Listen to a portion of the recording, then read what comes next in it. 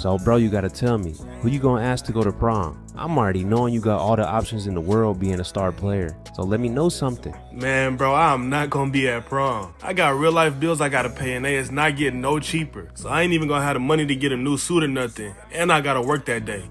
Aw, dang, I be forgetting you live by yourself. Man, don't even trip, it's probably gonna be lame anyway. You ain't gonna miss nothing. And then plus, you finna go D1, you probably gonna be at all the lit parties on campus anyway.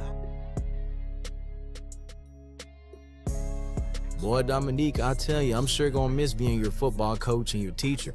Yeah, man, I mean, when you head off to college, it's gonna be borderline impossible to find another running back as dominant as you were. Makes me almost wish you had a little brother coming along or something. I mean, it's been no secret that you've been our best player for the last 4 years. And don't tell the class, but you're also my favorite student too. But hey man, when you get to college, don't be going all willy-nilly. I need you to be as sharp as you are now. The best student in the classroom and the best player on that field, with the hardest work ethic. You just stay true to yourself and you'll be all right.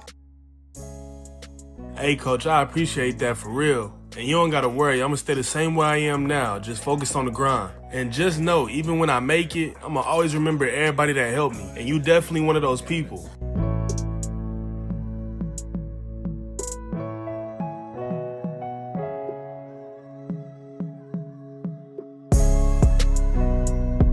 My name is Dominique Harper, and my life is all messed up. Well look, I got a few hours to kill until it's time for me to head to work, so I figured I could fill y'all in the meantime. Born and raised in Birmingham, Alabama, I grew up with my pops, DeMarcus Harper, and my mom, Yvette Harper, who unfortunately passed away when I was only 7 years old. Now, of course, this loss was devastating to everyone who knew her because she was the most high-spirited and positive woman you could ever meet. And as we all dealt with this loss differently, my dad definitely handled it the worst way he knew how. See, at this point, he would just want to be left alone every night and get sloppy drunk until eventually he'd fall asleep. And I was too young to understand, so I thought he was just sick. But one day, I felt like he was getting better because he promised to take me to the rec to go play basketball. I mean, I just remember finally feeling happy again for the first time in a long time. I was already thinking about the different moves I was finna pull out on the court, but before we could play, my pops had to get a day pass. And when it was time for him to pay, he realized he had left his wallet in the car. So he told me to wait while he had left to go grab it. Well, hours and hours and hours had passed by and still no sign of him. I was trying to do everything I could to think positive, but even to a 7-year-old kid, it became clear that he was not coming back. So out of concern, the lady working the desk ended up calling the cops. And a few more hours later, after notifying my family, my grandpa came up to the police station and got me. And just like that, he would become my new guardian. Now, my grandpa was real old school and he liked a lot of hands-on work. He didn't believe in paying anyone to do a job for him. Instead, he'd rather do it himself. And with me growing up under his roof, he made sure to instill that in me also. So from all the years that I lived with him is where I would gain my hard work ethic. It was the end of my 8th grade year when my grandpa would get real sick to the point where he was in and out of the hospital. And this is when he figured that he wouldn't be able to watch me and it would be better for me to stay with someone else. So from then on out, I would be living with my aunt Tamika and her no-good boyfriend Brandon. Now look, I figured I could manage because I'm only gonna be here for 4 years and then I'm off to college. But living here quickly became a nightmare. I mean, the whole crib was filled with nothing but toxic energy. All they would do was argue, drink, and smoke. Now I was always a good kid growing up, never in trouble. But it seemed like my freshman year, I really turned it up a notch. I was extra locked in. I was focusing on my schoolwork, getting my assignments turned in on time, making straight A's. And outside of school, I was doing anything to stay away from home. Anything that was positive, of course. So I figured I needed an extracurricular activity, so I started to get in shape so I could try out for my football team at my high school. And the rest was history, man. Just like that, I had found my new passion. Something I was good at and could see myself being the greatest. I mean, I was a straight beast out of the gate. At first, I wanted to try out for receiver, but I knew I had a lot of speed, and to be honest, I had a lot of built-up anger also. And I just felt like playing running back would give me the chance to run through people and release everything I've been holding in since I was a kid. So I quickly had changed my mind and decided to try out for a running back. And I mean, obviously, as y'all can see, that was the best decision I made. I mean, by the end of my freshman season, I had multiple D1 offers. And realizing that I had the chance to really change my life, football became my main focus. And consistently up until my junior season of high school, I was putting on a clinic, receiving offers from schools like Florida, Georgia, Auburn, Bama, man, you name it, I had it. But one summer evening going into my senior year, I overheard my aunt having a conversation. I could care less about this boy. Do you think that I took him in out of the kindness of my heart? Because you are sadly mistaken. If I wasn't getting paid the whole time he's been here, he could have been on the streets for all I cared. He is not my son nor my responsibility. To be honest, he wasn't nothing but another paycheck. Nah, don't get me wrong. I know me and my aunt ain't like buddy or nothing, but hearing her talk about me like that still broke my heart nevertheless. So that same day, without notice, I packed up and left. And maybe it wasn't the most logical thing to do to some of y'all, but I mean, to be honest, I had no regrets. Thankfully, my grandpa ended up getting me a car for my 17th birthday. I mean, it was nothing crazy, just a 2008 Camry. But for a little while, this would become my new home. I mean, I had nowhere else to go, so this is where I was sleeping and everything. And I would just take my showers in the locker room after school. Now, even though I was making a way, I couldn't live like this for too long. And after filling out plenty of applications online, I finally got a call back. I was able to get me a cool little stocking job at Walmart, making $14 an hour. And I know it don't sound life-changing, but for me, it definitely was. Now, of course, I was working part-time because, as y'all know, I got school and I'm a student athlete. But after saving up enough checks, my next step was the biggest step I had made yet. Since I was under the legal age to live on my own, I had to go to court in order for me to get emancipated. For those of y'all who don't know what that is, basically your guardian signs papers allowing you to live on your own. And in my case, it would be my aunt signing the papers. And since she ain't want me there anyway, it was no problem for her to sign them. So after pleading all my reasons that I need to live on my own to the judge, she then let me know that I could do so. And a few weeks later, I was moving into my own spot. Now, like I said earlier, I'm only making $14 an hour, working part-time. So, of course, my crib ain't that pretty. I had no money for furniture or nothing. So, I've been sleeping on a mattress on the floor since I've been here. Now, y'all can look at the apartment and tell it's ran down, but, I mean, it's better than sleeping in my car. At least to me. And I only gotta lay here getting bid up for a few months anyway until I graduate. So, I think I can make it. My senior season of football finally rolled around, and don't get me wrong, I was still putting up some decent numbers, but if I'm being honest, everything took a slight decline. Still doing my thing, but I wasn't as productive as I was my first 3 seasons of high school football. I didn't lose any offers, but some of those schools did start showing less interest, barely reaching out to me like they used to do, and it became clear that they probably moved on or they didn't feel like I was that same threat. And the reason it seemed like I took a step back was because at first, like I said, football was my main priority, but now that I'm living on my own, it's hard to give all my time to one thing, especially when I got a job. But I still been trying to do the best I can to try to balance it out. Like, for example, even outside of school, I've been hitting the gym heavy. Every slight bit of free time I get, this is where I'm at putting in work. And then came decision day, man, where I finally decide which college I'm gonna go to. Now, sadly, after me slowing down like I told y'all, I wouldn't be going to no 5-star program anymore because they're now uninterested. So my top 3 schools was OSU, Kansas, and Georgia Tech.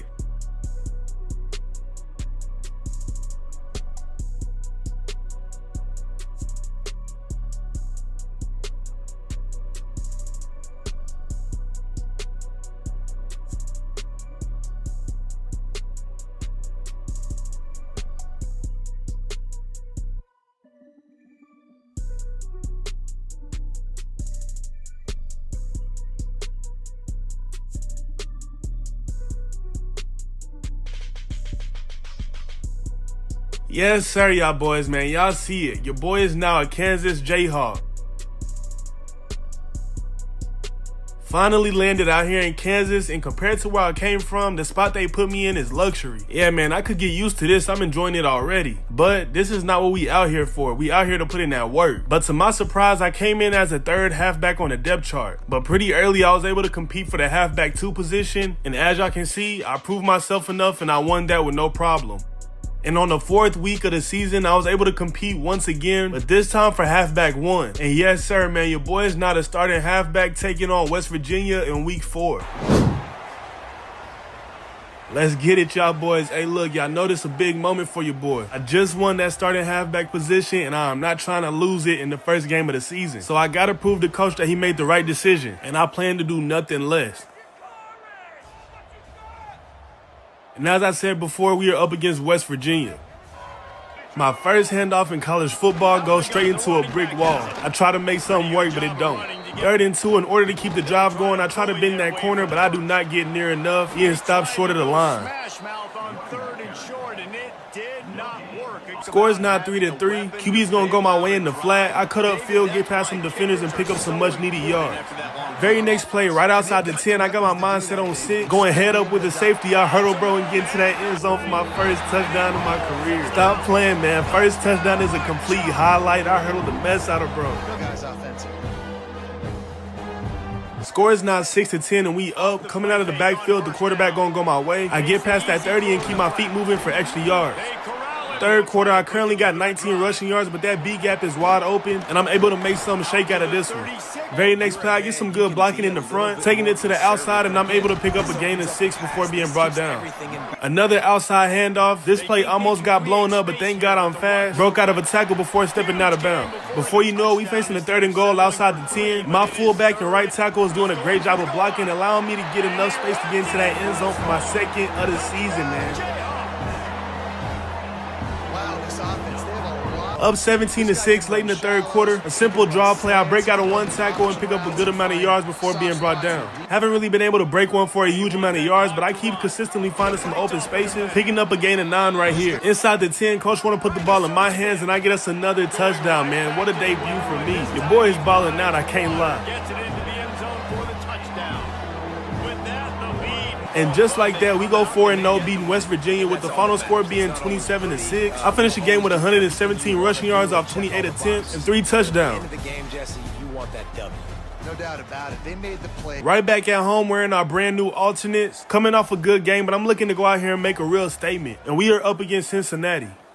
2nd and 7, coming out the backfield. I wish he would have hit me in stride. But regardless, I do make the catch, cutting upfield, breaking out of a tackle before being brought down outside the 50. 4th and 2, man, and coach got all the trust in me, and I do not let him down, breaking off for a big gain, getting us that 1st down and more. Very next play, my O-line is doing a great job at blocking. I got a wide open gap, and I'm going to take full advantage. Coming out the backfield again, QB got his eyes on me, and he going to throw a bad pass. I'm not going to lie, I did call for it, so it low-key is my fault, but at the end of the day, he the quarterback.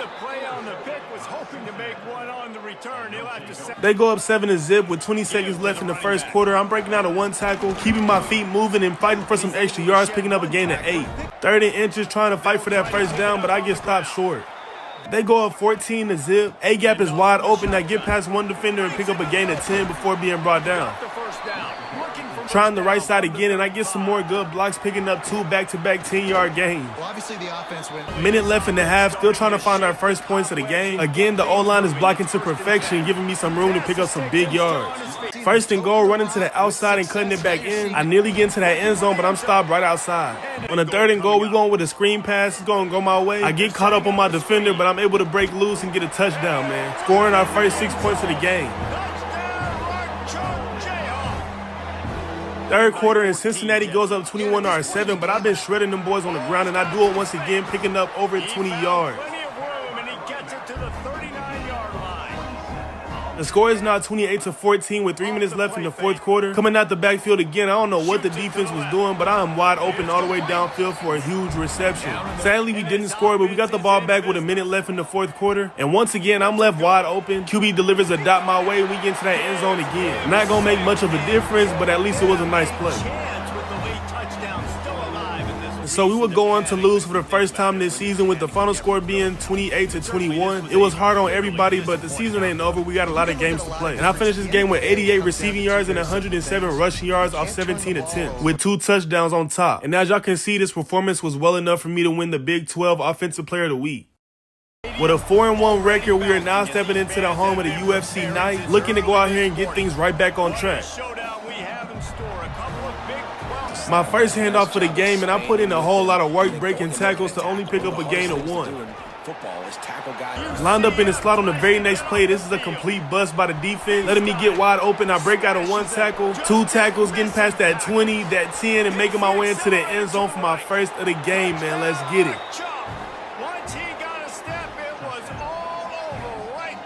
And before y'all start getting skeptical, yes, man, we are playing on Heisman difficulty as always. So we up 7-zip, UFC does not score. My second handoff of the game is complete night and day from my first one, picking up some big yards. 4th and 2, and with me in the backfield, coach feel good with our chances. As y'all can see, he made the right decision with me picking up a gain of 13. Very next play, we got an outside handoff, but I'm cutting it back inside, slipping out of one tackle, picking up another huge chunk of yards, man. Let's go. Trying to put the ball into the air, I'm fading out to the end zone. At the top of my route, I end up coming back to the ball. He gonna throw a dot my way. I thought I caught it with a foot in, but it's gonna be short. Slot receiver starting off in motion. The score is now 10-14. I'm coming out the backfield once again, trying to get us in the field goal range before half, and I do so. But by the third quarter, the game is tied up 17-17 as I break out of one tackle and fight for a gain of around 13. I'm not gonna lie, I'm starting to like this angle better because I can see the field more. And as y'all can see, man, I break another one loose for a nice gain. In an offense, when you can generate explosive plays by running the football, you gotta 3rd and 5 later that drive, and I'm open. QB's gonna deliver my way, and y'all see I'm fighting for that extra yards, trying to get that first, and I do. 4th quarter, the score is now tied 24-24. Trying to put a slow, methodical drive together as I grab 10 yards. Read option, and Jalen Daniels is gonna keep it instead of handing it off to me. And at the worst time of the game, he gonna fumble the rock. Defense recovers, and they get a good return out of it. Going back to a play that we like to run heavy, I'm coming out of the flat again. Not sticking to my route, I'm just getting open, trying to get inside field goal range, and I do. Hopefully we can just tie this game up with 5 seconds left. But we had no timeouts left, causing us to lose our second game in a row by 3. But I had a huge productive day, finishing with 140 receiving yards, 172 rushing yards for 27 attempts, and 1 touchdown. Right back on the road, and we trying to stay away from turning this into a losing streak. We done already lost 2 games back to back. And as y'all can see, we are up against the Texas Tech Red Raiders. We get started on our first drive. This is our second drive. QB handed off to me. I'm getting shifty, but I end up fumbling the rock. The first fumble of my college career, and the defense is going to recover it. I love those smashes where you can hear it up here. Goodness gracious, you can. And I'm not going to lie, seeing them celebrate the turnover pissed me off. But it's all good because we're going to get it back in blood. They go and score a field goal. But my very next handoff, man, I told y'all I was going to get it back in blood, and look what I do. Breaking into the open field, and ain't nobody going to catch me, man. Putting us on the board for our first 6 of the game. A 73-yard touchdown, man. Let's get it. 2nd and 3, and I definitely like this angle a lot more. I can see the field a lot better as I get past that first level of defense and break off for a huge gain, being brought down past that 50. Few plays later, we putting that ball in the air. I get behind that first level of defense and sit in the middle. QB throws a dot my way. I run right through that safety and get past that 10. Finally corralled, but not before. He picked up the first down. Well, the offense is humming now, and you're seeing. 3rd quarter, the score is now 10-3. I'm lined up on the outside. I got to get up to make this catch, and I do, getting us at a 1st and goal. 3rd and goal, I get my number called again, and I get us into that end zone, capping this drive off with another touchdown. He noses his way into the end zone. Another rushing touchdown. That's now 2 on the game. This offense thought they could come into this one running the ball, being the more. Up 17-3 with a minute left in the 3rd quarter. QB goes my way again. I see a lot of open field, and I take full advantage, trucking another defender, but he's able to nudge me out of bounds. He'll go out of bounds at the 30. A few plays later, sneaking out the backfield, he's going to deliver a dot to me across the middle, and I'm able to keep my legs moving and get into that end zone, stretching out that lead against Texas Tech. They add 6 more to the board with that trip to the house. So we finally get things back on track with the final score being 27-10. The boy's starting to get comfortable, and it shows with 142 rushing yards off 22 attempts and 3 touchdowns, averaging almost 7 yards per carry. No doubt about it. They made the play. 8th game of the season, rocking that all black, looking like we mean business, and that's because we do, man. We facing our in-state rivals. Yes, indeed, we are up against Kansas State.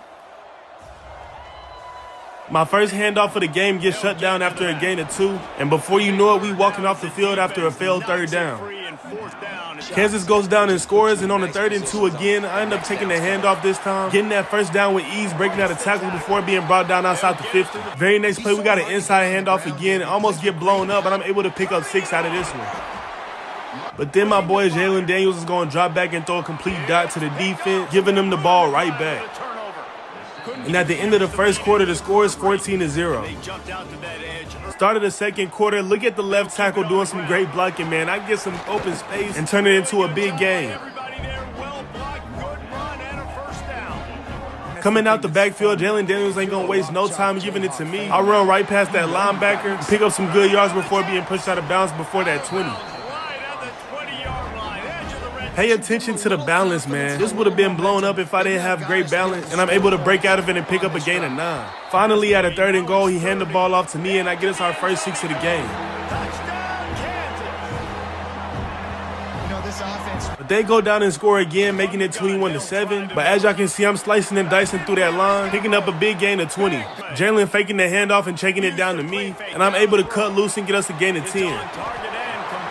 Coming out the flat again, he gonna deliver my way. And y'all see I got a lot of open space. I'm gonna run straight through that safety again for another touchdown, man. Let's go. I told y'all this is how I release my stress. 3rd quarter now, and the score is 21-14. Looking to even this game out. I have been killing them on the ground game, and I do it once again, almost getting to that end zone. 2nd and goal, and I don't know how they have not caught on yet, but I get another touchdown for a quick and easy pitch and catch. They go down and kick a field goal, making it 24-21. I currently have over 100 yards in both receiving and running. And y'all hear the atmosphere is going crazy, man. After taking off for another huge run. Because with the score what it is right now, everything is at your disposal. First play coming back from the 2-minute warning. We threatening inside the red zone. I do get enough to get us a 1st and goal, but I'm not getting into that end zone just yet. But Jalen Daniels will throw a dot to the tight end, getting us a touchdown and giving us that lead.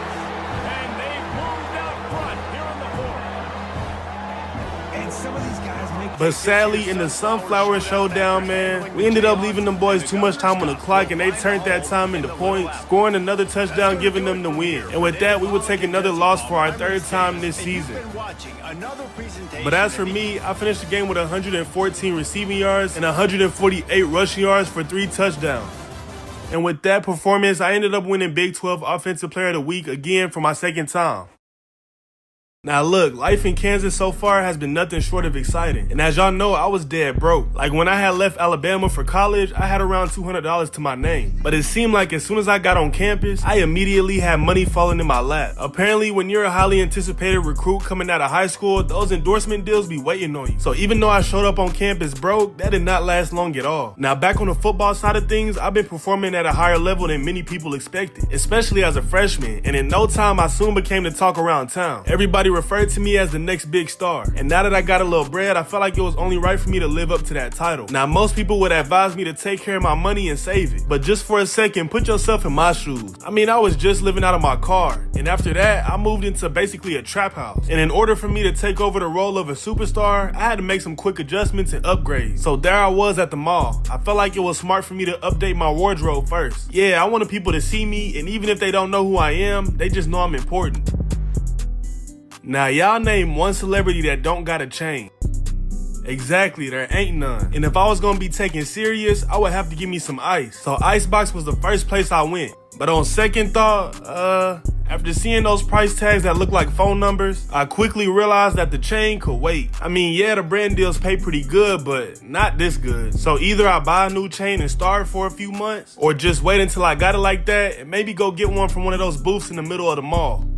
The next store I visited was Dior. Now, when I used to live with my grandpa, every once in a while he would give me the new J. But I've never owned any designer. But again, if I want to be taken serious, I gotta be seen rocking high fashion. But after trying on a few fits, man, I just realized it was not me. This just wasn't my style, and I sure wasn't finna spend 5 bands on a fit I don't even like. Now, after 2 failed attempts, I decided to just go to a store that I'm familiar with, which was Foot Locker. And finally, I found some stuff that I liked. And to make things even better, I knew it wasn't gonna break the bank.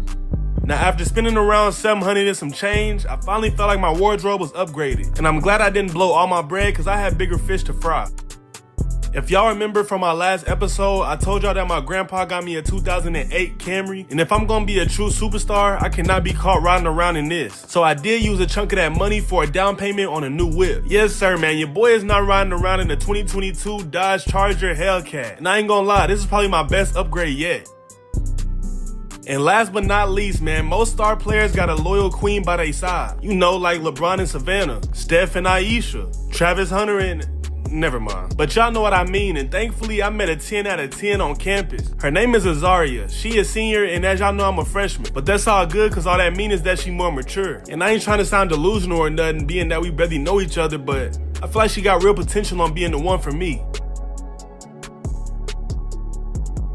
Now that I'm living like a superstar in my everyday life, there's only one more thing left for me to do, which is to go out on that field and play like one. And judging off of how I've been performing here lately, that shouldn't be too hard of a task for me. 8th game of the season with a 5-3 record, we're up against Oklahoma State. Now look, man, I advise y'all to watch all the games because y'all know I'm a walking highlight. First play of the game, we starting off with a jet sweep with me taking the touch pass. Would y'all look at the way they blocking for your boy, man? Look at that. First play of the game, we taking off for a huge run. Trucking the defender before being brought down past that 20, man. Let's get it. Very next play, I'm coming out the backfield and Jalen Daniels is going to go my way. I got one person to beat. I put my shoulder into his chest, but he's able to get me down. 3 plays back-to-back with the ball in my hands, and this time I'm able to get into that end zone for our first touchdown of the game, making it look easy against that Oklahoma State defense. They wanted to turn the page after losing their last game, so how about... And let's go ahead and get this out the way, man. Yes, we are on Heisman. OSU does not score. I'm cutting through that A-gap with ease, getting us inside the red zone plus more, being brought down 2 yards short. All the way down to the 2-yard line. He was fighting for that end zone. But we get backed up a little bit, facing the 3rd and goal. I'm open in the middle for another touchdown, man. Let's go. Starting another drive off in great field position. OSU still hasn't scored. I'm running through defenders, picking up good yards. Score is now 20-0. We're up big with a minute left in the half. And y'all see I'm lowering my shoulder, putting people in the dirt. Now this is what you call a grown man run. Running through everybody for a big game. 21 seconds in the half. We are now inside the red zone, and I'm going to put a cap on this drive, scoring my 3rd touchdown of the game. 3rd quarter now, and this game is basically wraps with the score being 27-0, but I do not slow down, breaking more tackles for another good game. And after scoring again, coach took out the starters for the rest of the game, and we were able to shut out OSU with the final score being 37-0. I had a real good day with 132 receiving yards and 115 rushing yards for 3 touchdowns. Coming off a huge win, we couldn't feel no better going up against Arizona. Arizona starts off with the ball but doesn't score. My first handoff of the game goes for a good 13 yards. Moving down that field slowly but surely. My second rush of the game, I hit the outside and I see a whole lot of green grass. Run through that blue jersey, getting past that 10 before I step out. Much like our last game, we got on that board quick on the first drive with me running the ball in for our first touchdown of the game. Arizona still don't score, and I know what to expect when that receiver start off in motion. I'm coming out the backfield, and Jalen throws a dot my way for a huge gain. Before you know it, we inside the 5 at a 3rd and goal, and I get my second touchdown of the game. Running back again, and he noses his way into the end zone. And the running back gets his 2nd rushing touchdown of the game. You want to continue. Up 14-0 against Arizona. That A-gap is wide open off the handoff. I take full advantage, and ain't nobody going to be able to lay a finger on me as I make my way into the end zone for a huge rushing touchdown, man.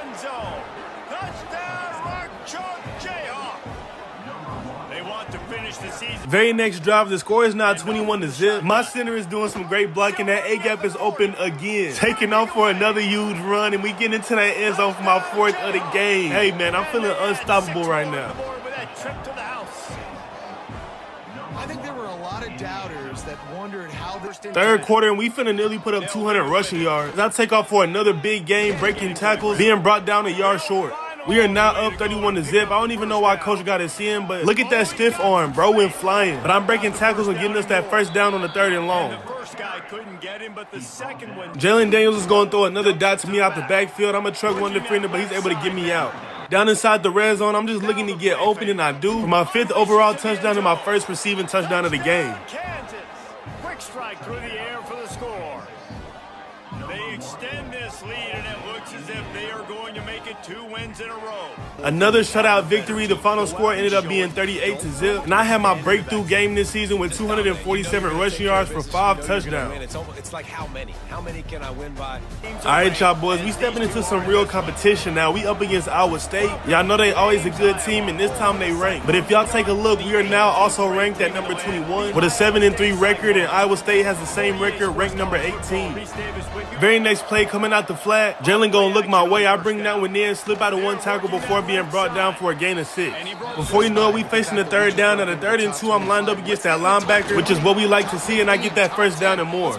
Starting this game off looking more like a receiver than a halfback. QB gonna look for me again and deliver a dot my way. I truck one defender before being brought down inside the 20.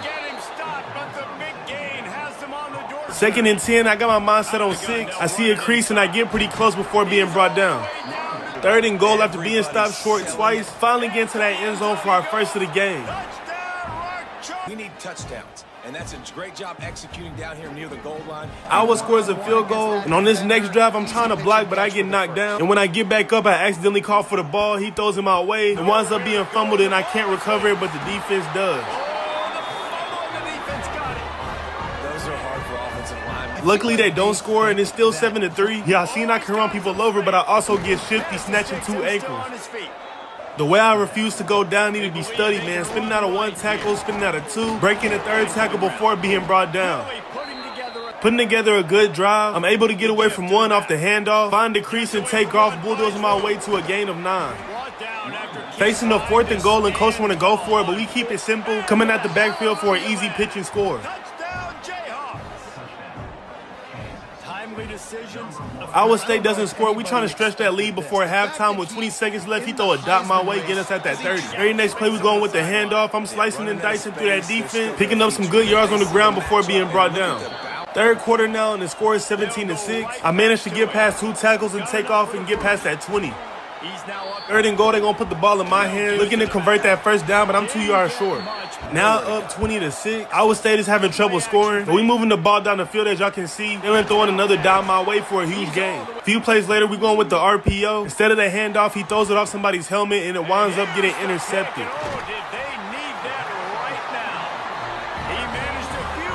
They did score, but thankfully they did not have enough time. We drain out the clock and win the game. The final score being 20-13. Finish this game with 121 rushing yards and 2 touchdowns. I think there were a lot of eyeballs watching this. Getting into our last games of the season, man, 12th game. We are currently ranked number 15 going up against Utah.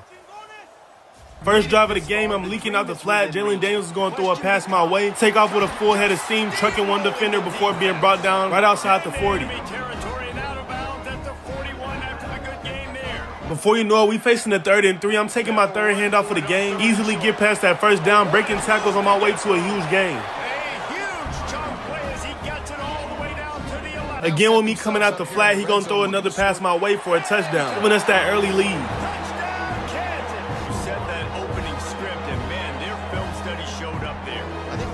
Sneaking out the backfield again, that safety got to make a decision. I'm wide open, but he gets hit as he throws, so the pass is short and then winds up getting intercepted. They capitalize off of that turnover, going down and tying the game up 7-7. I'm slipping through tackles and picking up another big gain. Headed straight to the end zone on a go route out the backfield, and without me calling for it, he gonna throw it my way, and it winds up getting intercepted for his 2nd of the game. And to make matters worse, nobody on the offense gonna get a finger on him, and he makes his way back for a pick 6. After throwing 2 interceptions and 1 of them being a pick 6, coach still wants Jalen to put the ball in the air, and he does going my way, being brought down just outside of the 40. 2nd and 20, that defense is going to get to the quarterback real easy, and Utah is giving us a problem, I can't lie. Facing the 3rd and 17, I was supposed to stay fading out to the right, but instead I cut back inside, and I'm able to get us that first down and keep this drive going. And y'all know it was only a matter of time before I broke one. Some great blocks, man. I take off down a wide open seam and get to that end zone, tying this game up.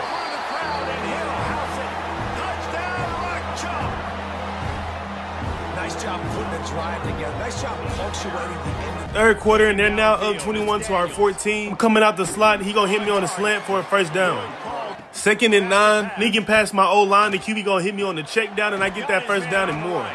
But before you know it, we facing the 3rd down. Again, I'm the quarterback safety valve just getting open to pick up that first down, and that's exactly what I do.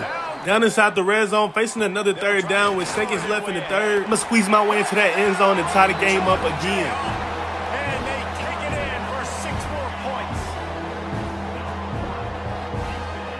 2 minutes left in the 4th. They're now up a field goal with the score being 24-21. This whole thing ain't just about me, man. Look at my tight end making a huge play when it mattered most. Very next play, they gonna hand the ball off to me, taking the C gap, cutting to the outside. Oh my gosh, look at that stiff arm, fighting my way into the end zone. And all I do is produce highlights, man. Stop playing with your boy. And this is a running back, guys, that gets better as Sorry, man, we're gonna have to watch that replay again. The stiff arm was crazy. We lifted him off the ground, man. Stop playing. Up 4 points with a minute left in the fourth quarter. We are facing the 3rd and 7, and I'm able to convert that first down, trying to close this game out. And after fighting hard against a real good team, man, we finally get that win with the final score being 28-24. And as y'all just watched, man, your boy balled out with 137 rushing yards and 4 touchdowns. The season didn't go exactly how they wanted it to go, but Last game of our regular season, and as y'all can see, we are up against the Baylor Bears, as we are now ranked number 11. Our first drive, we end up facing the 3rd and 8, and I don't know who he was trying to give it to, but it winds up incomplete, forcing a 3 and out. They go and score a touchdown, making it 7-0. I get my first handoff of the game and pick up a gain of 13. If y'all haven't realized it yet, I could very well play receiver if I really wanted to. Remember, I told y'all that's what I was going to try out for in high school first. And y'all can see why as the QB connects with me for a huge game. But we end up facing the 3rd down, and on the option, he decides to keep it, and that gets shut down well behind the line. Baylor doesn't score, so it remains 3-7. Coming at the backfield, QB goes my way, and I get us close to that end zone, but I'm brought down short. But it's all good because that very next play, we finally find the end zone, getting us our first touchdown of the game and giving us the lead. Baylor goes down and takes the lead again, making it 14-10. I'm cutting the inside, Jalen gonna find me, and at a 3rd and 6, I'm able to convert that first down, keeping this drive alive. I ain't gonna lie, Baylor been containing the run pretty well. But this time I finally find the crease and I take full advantage, picking up a huge gain on the ground, nearly getting into that end zone, being brought down inside the 10.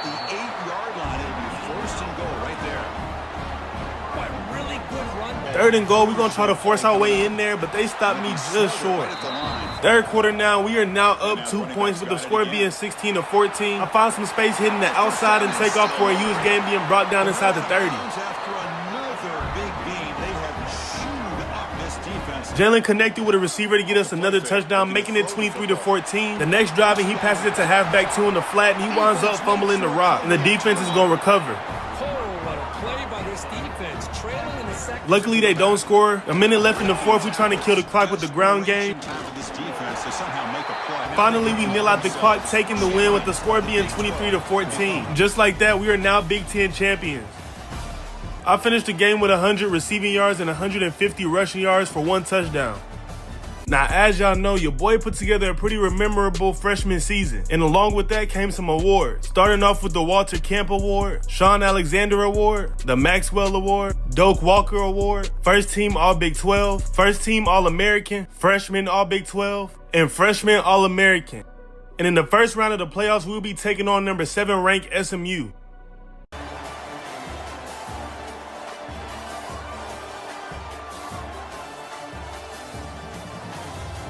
Starting with the pass game early, I'm coming out the flat and Jalen Daniels is going to look my way. And just like that, I'm able to get us a gain of 11. Very next play with me sneaking out the backfield again, he going to look down the middle and connect with me on back-to-back big receptions. Keeping this drive moving, I'm finding the gap in the defense, flipping out of some tackles before being brought down inside the 30. We end up having to settle for a field goal, and so does SMU. Game is tied 3-3, and that A-gap cannot get any more open, attacking the gap and making a big play.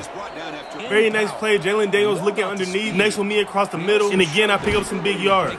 First play of the 2nd quarter, I'm trying to put a cap on this drive, getting past the line, breaking through tackles, stiff arming defenders, and being brought down right outside the 5, man. Let's get it. Very next play, the safety sticking with me, so I cut back inside and get open and get that first touchdown of the game. As they put 6 more on the board. Hey, this running back's going to show you he can be a receiver as well. He's just not back there running. SMU goes and ties the game up. We're facing the 3rd and 13. I'm going deep, coming at the backfield, and it's going to be deflected, putting us at a 4th down, forcing us to punt the ball. 3rd quarter now, and slowly SMU is breaking away with the score being 24-10. But y'all know your boy is not finna let up, man. Fighting until I see some open field, and I take off, completely leaving everybody in the dust and making my way into the end zone for my 2nd of the game. They don't score. It's now the fourth quarter. The score is now 17-24. Slipping out of tackles and picking up some much-needed yards. Very next play, I'm taking the handoff. Looking to tie this game up, I'm going to lower my pass and run straight through that safety's chest, getting us inside the red zone, man. And leaving the ball in number 6's hands, we know he's going to come up with a big play, and he does, throwing it to the tight end for a touchdown. Touchdown, Kansas. SMU is up a field goal with 30 seconds left. At a fourth down, I'm able to convert in hopes of getting us inside field goal range. 10 seconds left in the fourth quarter. I'm taking off downfield. Everybody's on a go route, but Jalen leaves me too much, forcing me to dive for it. And since I couldn't get no yards after the catch, the clock ended up running down to 0, and we would end up losing to SMU in game 1 of the playoff, putting the end to our season. But I still had a really good game with 123 receiving yards and 147 rushing yards off of only 14 rushing attempts and 2 touchdowns.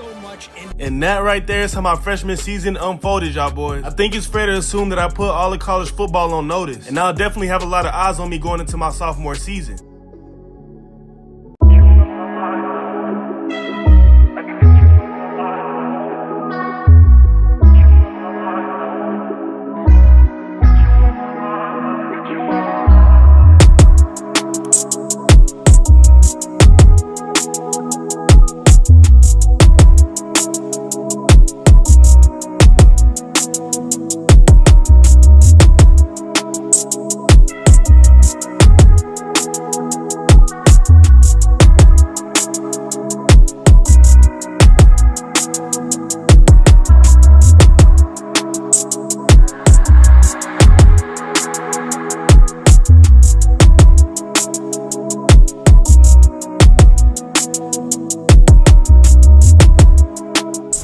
So after having a dominant freshman season and putting up numbers that honestly nobody expected, I felt like it was only right to take out some of that time out of the 4 weeks off we get and enjoy myself a nice vacation. You know, kind of like a gift to myself for the blood, sweat, and tears I put in. And as y'all might have seen from the intro, I did not in fact go on this vacation alone. So if y'all remember, in my second episode, I went on a date with this girl named Azaria. And after getting to know each other more, we ended up making things official. So as y'all could guess, with the way things were going in football and the way things were going in my personal life, I was at an all-time high. But you know how the story go, man. When you feel like nothing could possibly go wrong, it seemed like something always happened that make you take a step back. And while I was out enjoying my vacation, I ended up getting a phone call from one of my cousins. Now, if y'all been keeping up with me for a while, then y'all know how my family situation is. But if y'all are new, let's just say I'm not a very family-oriented person. So getting a phone call at a random time like this was very unexpected, so I just knew it had to be something serious. And well, that's when he proceeded to tell me that my grandpa had passed away.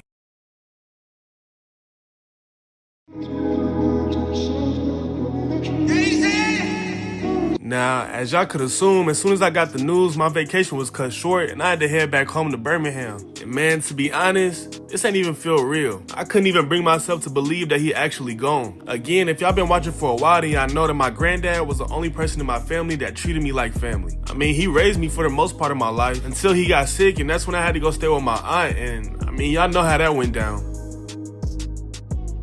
On the same night of the funeral, when we got back to the hotel, I was up all night. I just had a lot going through my mind, a lot of heavy thinking. One thing that kept replaying in my head was my grandpa's favorite saying. He used to always tell me to not wait for the light, but be the one who strikes the match. And I felt like that phrase replaying in my mind over and over again was a sign for me to make a change. See, I had been trying to decide, do I stay at Kansas where I'm comfortable, or do I expand my horizon and try to become more of a bigger superstar than I already am? Now, there was one school on my radar that I knew could take me to the next level of superstardom. I honestly felt like everything would improve if I transferred to this program. Felt like I could be more of a weapon on the offense, my brand exposure would go through the roof, and y'all already know they offering me a bag. And to me, that was enough for me to make my decision, and your boy Dominique Harper is now an Oregon Duck. One thing I knew for sure when I got to Oregon was that I was not going to be staying on campus. And thankfully, I was able to find a nice apartment about 15 minutes away. You know, nothing too crazy, just enough space for me and my girl. She just graduated college and she decided to come along with me instead of staying back home in Kansas. But anyways, after putting up all the decorations, the spot really began to come together. I definitely felt like I'd be able to stay here for the next couple of years comfortably until, of course, it's time for me to enter my name into the draft. See, everybody deals with losing a family member differently. And well, this time the way I was dealing with it was by shutting everything out. I felt like all I had outside of Azaria was football. So that's where I put all my energy. I was hitting the gym like crazy. At this point in my life, this was the only way I could find peace. And I really wish that I could have enjoyed my transfer to Oregon, knowing that this is a really big step in my football career. But I just wasn't in the right headspace. And I haven't felt this level of depression since the day my mom passed back when I was 7 years old. I would end every workout sitting in the locker room drenched in sweat just thinking. Knew it wouldn't be healthy for me to start my sophomore season with a cloud over my head. So at this point, I'm just trying to think of anything positive, anything that would put a smile on my face, but nothing came to mind. Now Azaria, she deserved a round of applause. She understood what state I was in. She understood I didn't feel like talking and she didn't force me to. It was multiple times that I didn't even have an appetite, and if it wasn't for her, I probably wouldn't have ate that day. She would just sit beside me and chill, just reassuring me that she's always by my side in case I need someone to talk to. And this felt foreign to me, but in a good way, because in the past, if I was going through something, I had nobody to turn to. But just as well as I knew I had to get myself back on track, she knew the same thing. Well, one day she told me to get dressed because her parents came out here to Oregon to visit, and she said we were supposed to go out to dinner with them. Now, I ain't gonna lie, I was low-key irritated when she told me that because she know I'm not in the mood. She know I'm going through something right now, so why would she invite me to dinner with her parents knowing they gonna want to talk? But regardless, I got dressed and we was on our way. But to my surprise, when we got there, it was not her parents we was having dinner with. If he looked familiar to y'all, then that's because this is my high school coach. He was also in my first episode, if y'all remember. Man, Azaria outdid herself with this one. Apparently, she got in contact with my old high school coach, told him what was going on, and flew him out here to Oregon to talk to me. And that's exactly what he did, man. We had a great conversation, and for the first time since my grandpa passed, I was able to finally smile for once. And I can't lie, man, this was the best gift I've gotten in a long time. After speaking with my high school coach, I finally started to get things back on track. And I felt like now I'll be able to start my sophomore season off the right way. Yes, sir, man. First game of my sophomore season at a completely new program. And it's hitting different already, man. Y'all see that tunnel entrance? Stadium is at full capacity. Yeah, my boy, I could get used to this.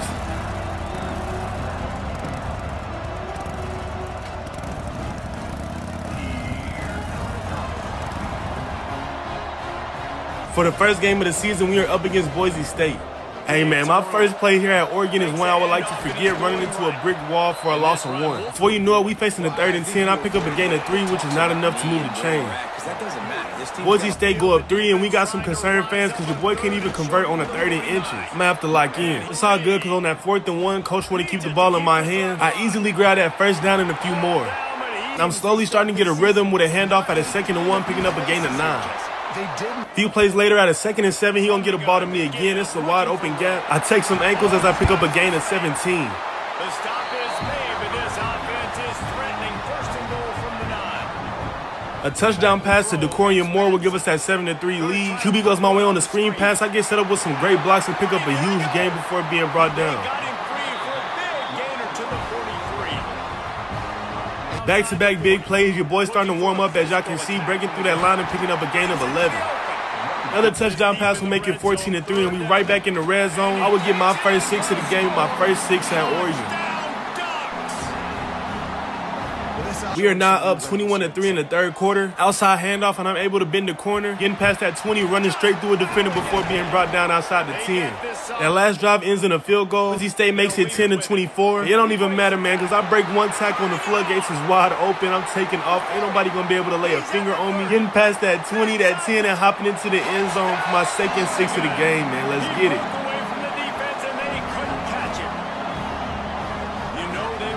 Score is now 13-31, but much like last year, man, even if we got a big lead, I'm not going to slow down. See, I got 194 rushing yards. I might as well break 200. It looked like I'm going to do that running straight through defenders being brought down inside the 10. 208 rushing yards, and now I'm not done as I find the end zone again for my 3rd of the game. And the beatdown has ensued. First game of the season goes exactly how we planned, with the final score being 45-20. And y'all seen it started off shaky, but I started to heat up, ending the game with 247 rushing yards, 4 touchdowns off 31 attempts. Second game of the season against FCS Northwest, and as y'all can see, this starts off just like the last one. Try to go back to me on that 2nd and 13, but I barely pick up any. 3rd and 11, QB gonna float one to the flat, and I'm out of bounds, leaving us at a 4th and 12. FCS also don't score, and on that next drive, taking my 5th handoff for the game, I'm finally able to break one. I see a whole lot of green grass, and I'm going to take this into the end zone for my first 6 of the game. Once he got some room, it was over. But hey, y'all boys, this FCS team came to play. Facing the 3rd and 15, QB give it to me in the flat. I don't know how I did that, but somehow I got out of all that traffic, but still not enough to pick up the first down. We do get a field goal, making it 10-0. Starting this one off in motion. QB's gonna find me on the left side of the field behind the secondary, and I take off. And that speed kills, man. I get into that end zone easy for my 2nd of the game. And he just kept running, and he ran away from the crowd, and he'll take it in.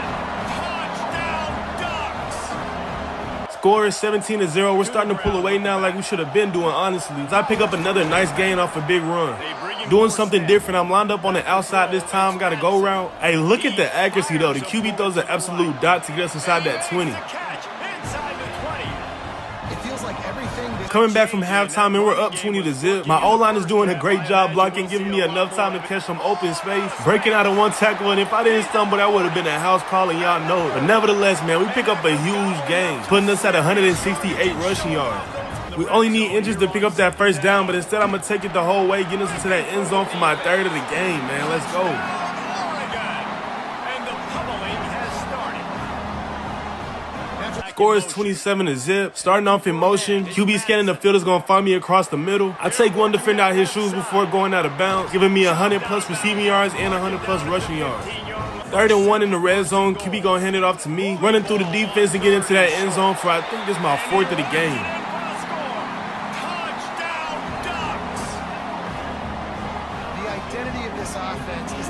We're not even done, man. 3rd quarter, the score is now 34-0. I know I'm not taking my foot off the gas, picking up a huge game. They'll get him on the ground at the 46, and it'll be a first down. 2nd blowout in a row. The final score is 48-3. Now, if we're being honest, this was expected of Oregon, going up against the FCS school. But nevertheless, man, I still had a great game, finishing with 116 receiving yards, 234 rushing yards off of 23 attempts, and 4 touchdowns. 2-0, and for our 3rd game of the season, we were up against our in-state rival. And as y'all can see, man, I'm getting busy from the jump, picking up a gain of 18 on my first handoff. Really shows you his skills on that last run, and I feel like today, if you're a running back at Oregon, you are. And we moving down that field quick on our first drive, taking this one straight up the seam, picking up a gain of 8. A few plays later, the quarterback goes with a read option, decides to keep it, and gets into that end zone for our first 6 of the game. Oregon State does not score, and before you know it, we right back in the red zone, splitting through that O-line, and I'm brought down at the 4. Very next play, I go untouched straight to the end zone for my first 6 of the game, putting us up 2 touchdowns. Touchdown, Oregon! Well, this offense is 2nd quarter, Oregon State is finally on the board with 7, but we still up 2 touchdowns, and y'all see I'm still picking up big yards on the ground. Payoff, and they finally get him down at the 38. It'll be first down. Man, who says you can't run up the middle? But we get stopped on that last drive with 16 seconds left in the 2nd quarter. Trying to add some points to the board. The QB's going to throw a dot to me coming out the flat, and I pick up some much-needed yards. Our first play of the 3rd quarter with a 24-7 lead. We are not content with that, and I start the half off to perfection, ripping off a big run. Later that drive inside the 20, he going to hand the ball off to me, and I see a straight lane into that end zone, which I'm able to capitalize off of. And the beatdown has ensued. It's as if the Score is now 31-7. Late in the 3rd quarter, and look how wide open that A gap is, man. It ain't gonna get no easier than that. Scoring my 3rd touchdown of the night. Ducks, and they take it in for 6 more points. 38-7, and we already know it's wraps, especially with it being the 4th quarter. But that don't even matter to me, y'all boys. I'm trying to put some good film on tape for those NFL scouts. And how much running room have they been able to find? And once again, much like my other touchdowns, I go completely untouched into the end zone, making that score look even worse. A little more onto this lead, and they're on their way to a 3-0 start. Score is now 45-7, and the only reason I'm still showing y'all this game is because I'm still balling out, man. I'm making some crazy plays. A short toss play will get me into the end zone for my 5th time tonight, if I'm not mistaken. I done scored so many times, I don't even remember, to be honest. This always is the debate. 3 wins, 3 complete blowouts. Man, we finished this game with the final score being 52-7. Y'all already seen I had a day. Finishing this game with an insane 317 rushing yards, 5 touchdowns off of 33 carries. What most people would consider our first competition of this season, we are up against the 4-0 UCLA Bruins. Y'all see I'm starting off with a screen pass getting inside that 30. We don't score that first drive, but neither does UCLA. Backed up in our own end zone at a 2nd and 7, I'm going to give us some breathing room. I'm not going to lie, man, for the most part, at least for right now, UCLA been able to stop the run game. 2nd and 9, my center is doing a great job blocking. I see a wide open A-gap and pick up some big yards. Another 2nd down, this time at a 2nd and 7. That A-gap is wide open again. I slip a tackle before being brought down right in front of that 20.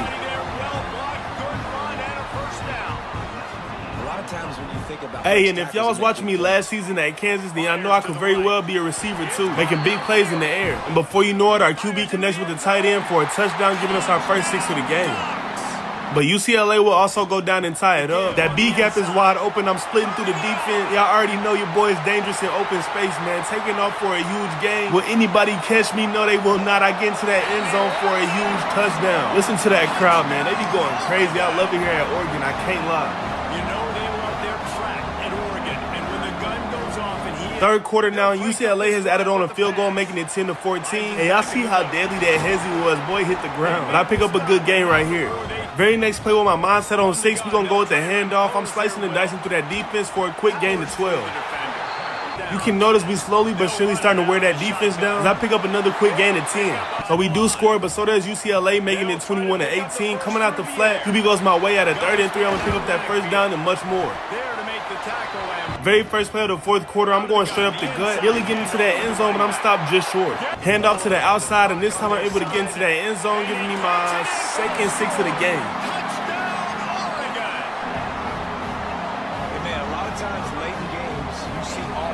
The game is far from over, man. They cut it to a field goal, and there's still 3 minutes left in the 4th quarter. Due to some great blocking, I'm able to break off a big one, stiff arming the defender into the dirt, slipping out of tackles before being brought down past that 40.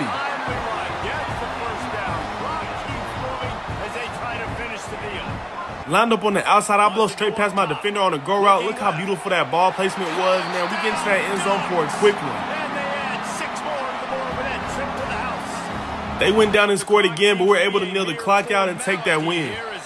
What a good game against the number 18th ranked UCLA, man. They came to play, no doubt. But they couldn't do enough with the final score being 35-32. I finished the game with 196 rushing yards off of 16 attempts and 3 touchdowns. And y'all see your boy was averaging 12.3 yards a carry, man. That's a crazy good game, I can't lie. Great talent on the field. Palmer, unfortunately, somebody... Ohio State will be the next team on our schedule, and this time we in their home turf. And my first handoff goes for a gain of 4. Trying to keep from going 3 and out on our first drive. Lined up on the outside, I got a short little out route. QB goes my way and I pick up that first down. My big guys up front is doing some good work early that first drive, allowing me to get another good run, breaking some tackles, being brought down past that 40. 3rd and 4, and we are not trying to settle for a field goal. Now we want to tie the game up. But unfortunately, I get hung up on a blocker and I'm brought down a yard short. They go down and score again, making it 14-3. It don't matter who we playing or how much we down or nothing. I'm going to make sure I go out there and get mine every single time, breaking another big run, doing what I do best, man. We get into that end zone, scoring our first 6 of the game. Hey, man, I'm chasing that record this season. After breaking off for that huge play, man, your boy feel good. I'm juiced up now. Grabbing a quick gain of 9 yards. Very next play on that 2nd and inches, they gonna put the ball back in my hands, breaking out of some tackles before being brought down outside the 40. Facing the 3rd and 5, the ball's gonna go my way again off a screen pass. I popped the mess out of the defense before being popped myself. Right outside the 20-yard line, got my eyes set on that red end zone. I'm taking off, running through defenders before being brought down a few yards short. Slipping out of one tackle, man, I'm not going down that easy, running through a defender and getting to that end zone for my 2nd touchdown of the game and giving us that lead. And that is exactly what you want. Only seconds left in the first half. Of course, I'm trying to break another one and add points to the board, but OSU was all over that. My first handoff coming back from the halftime. I've been bullying this defense all day, and I put another red jersey in the dirt before being brought down. Later that drive, facing the 2nd and 2, that seam is not going to get any more wider than that. I pick up another big gain on the ground. Lined up outside instead of behind the quarterback. I'm fading out to the left. He throws a dot my way. I'm slipping out of 1 tackle, 2 tackles, and make my way into the end zone, scoring my 3rd touchdown of the game, man. Let's go. And I promise y'all boys, I am not trying to cheat y'all, man. We are on Heisman. Just in case y'all don't believe me, here you go, man. We are on Heisman difficulty. Ohio State would go down and cut the lead to only a field goal, but I'm right back at it, picking up a quick gain of 11 yards. It is now the fourth quarter, still the same drive though, but we facing the 3rd and 14. It was supposed to be a screen pass, but he misses the block and we get stopped well short. Luckily, our defense keeps them from scoring 2, but facing another 3rd down at the 3rd and 8, the QB cannot get the ball out in time. Up there at the top left-hand corner, y'all see I broke 200 yards again, and I'm not done yet, especially now that the game is tied. They keep putting the ball in your boys' hands, and I'm coming through at the most important time of the game, man. This is the most important drive. But we end up having to go into overtime with Ohio State. At the 3rd and 8, I'm the only one that's freed up. The defense is right there as soon as I make the catch, man. And just like that, in overtime, we would take our first loss of the season with the final score being 30-27. And yeah, man, if I'm being real, these ones hurt the worst when it's a real close game. But then again, we can't hang our heads down because it's real early in the season. We just got to be prepared for our next game. But your boy finished this one with 235 rushing yards off of 27 attempts and 3 touchdowns.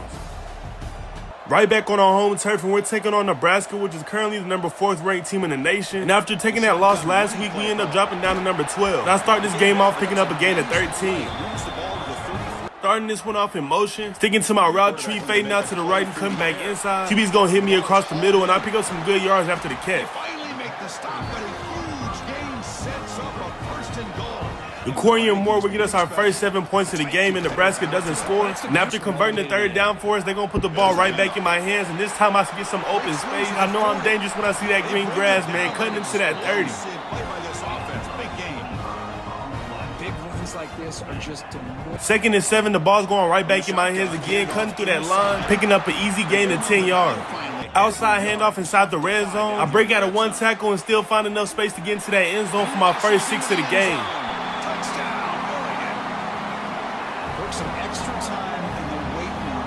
Seconds left in the 2nd quarter, and looks like we're going into the half with a 14-0 lead.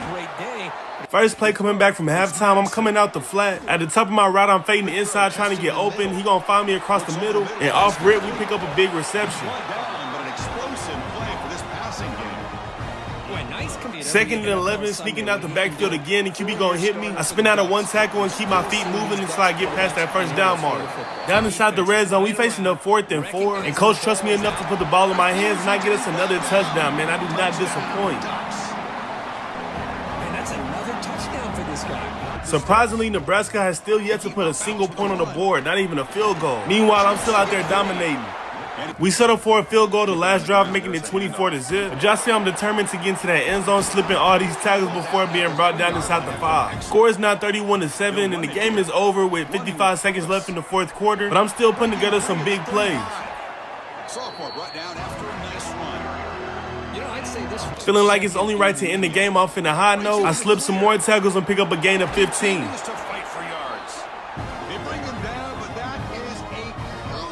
This time taking a snap in Wildcat formation, and I pick up another big gain off of this one.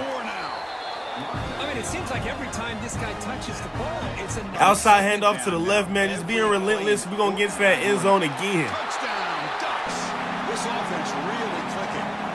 So a surprisingly easy win against number 4 ranked Nebraska, with the final score being 38-7. And I finished this game with 211 rushing yards off of 32 attempts and 3 touchdowns. a bit of a shocker to me, just to be able to see this team get run all over.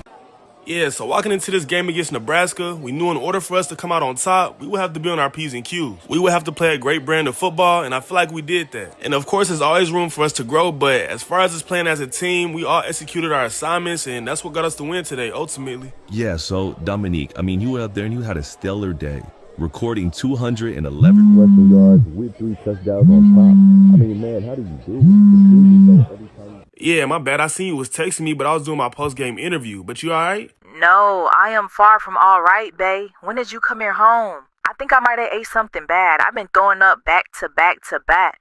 But really, I want to see if you could stop by the store and give me some medicine on your way home. As y'all just seen, man, after that win against Nebraska, during my post-game interview, my girl Azaria was blowing my line up. She told me she hadn't been feeling well and she was throwing up all day. Now look, man, imagine y'all's girlfriend telling y'all that. Yeah, my stomach dropped down to my ankles, and a few days later, we thought it'd be smart to go get a pregnancy test, and as y'all can see from the results, It says she was 1 or 2 weeks pregnant. Look, man, my life here lately has been crazy. Cause as y'all know from my last episode, my grandpa just passed away. And now I'm getting news that I'm bringing a new life into the world. I just couldn't believe it, y'all boys. I had every emotion you can think of running through me at this time. But instead of us relying on that one pregnancy test, we decided to go get a professional opinion. And honestly, we could have just saved ourselves the trip because she told us the exact same thing. But at this point, it was official. Your boy was gonna be a dad soon. Now, don't get me wrong, while I was excited to be a dad, Azaria could not wait to be a mom. Man, she had us going back and forth from Target to Walmart dang near every day, buying baby stuff like the baby close to being here. And I sure enough wasn't gonna rain on her parade. And with all that time we would spend at the stores, I would just be thinking, like, dang, my life has been a roller coaster here lately, but now I got a kid on the way and a lot of things gonna have to change. I got way more responsibilities than I ever had before. And in order for me to provide for my family like I'm supposed to, I'm gonna have to step things up a notch. And from that point on, I changed my mindset from being just a good running back to being an NFL ready running back. Yeah, man, I'm trying to be at the point where I could leave as a sophomore in college right now and still be a game changer in the league. So I went ahead and found me a personal trainer to get me to that point. He's pretty well known around the city. He works with a lot of college athletes and a lot of pro athletes also. Normally his main focus is strength and conditioning, but for me, he designed a special workout to hit all aspects of my game, such as my speed, mobility, elusiveness, so on and so forth. Now keep in mind, I'm still in season, which means I'm still working out with my team too. So with the amount of work I'm putting in, I should be steps ahead of all my competition. Now this is my first time having a personal trainer, so some of the things he had me doing felt a little unorthodox. Like for example, he had me spend a fair amount of time in the pool. Apparently this helps with my flexibility, coordination, and overall it's just a full body workout. Outside of that, since the moment I hit the college football scene, I've been getting brand deals left and right. As y'all could guess, that hasn't slowed down one bit. I mean, to be honest, I'm making more money now than I ever have. Now, at first, I had the flexibility to blow through some racks when I felt like it. But now, knowing that I got a baby on the way, it ain't gonna be no more of that. Now I gotta keep track of where it's all going and how much I'm spending and, you know, all that. So I went ahead and hired myself a financial advisor too, so that way, as the money keeps growing, it can all be kept track of. So now that I got everything set in place for my future family, it's time for me to go out here and prove myself to these pro scouts that I'm an NFL ready running back. 7th game of the season, man. We here taking on the number 16th ranked team in the nation, the Michigan Wolverines. First handoff of the game does not go as planned as I actually lose the yard. 2nd and 11, getting that pass game going early. I'm coming out the backfield, receiving the complete dot for a big gain. Getting out the flat again on the 2nd and 8. I'm coming back to the ball. QB goes my way again. I get past a few defenders, taking this one up past the 40. Drag down, but they'll move the sticks for a first down.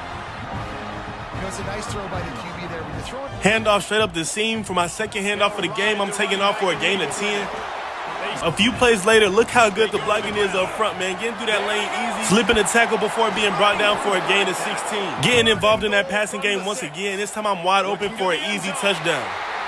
Just under 60,000 in this place, but sometimes it sounds like 600,000. An engineering... Michigan does not score, and at a 4th and 3, the coach gonna put the ball in my hands. Y'all see I'm coming up big with that first down conversion. Very first play of the 2nd quarter, man. I'm slicing and dicing through that defense, juking defenders out their shoes and slipping through tackles. Picking up a big gain of 20, man. Let's get it. Before you know it, we facing the 3rd and 12. A simple slant would give me enough room to get that first down and more.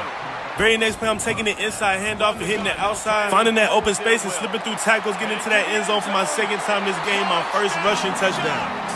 He shed tackles like a snake, getting rid of his skin. Michigan still don't score, making it 14-0. And yes, I called for the rock, but I wouldn't have never guessed that he was going to lob it in the air, causing it to get intercepted, and it was a pick 6, man. A pass to Decorian Moore will give us another touchdown, making it 21-7. Late in the first half, I'm still picking up big yards on the ground. But we moving down that field trying to score before halftime with 30 seconds left. I start to get loose, picking up a gain of 10.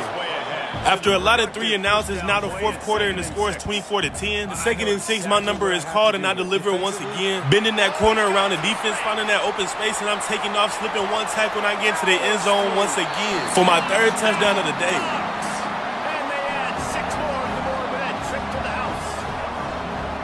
And I still wasn't done, man. Late in the game, the score is 31-10. Able to find that end zone again for my 4th of the game.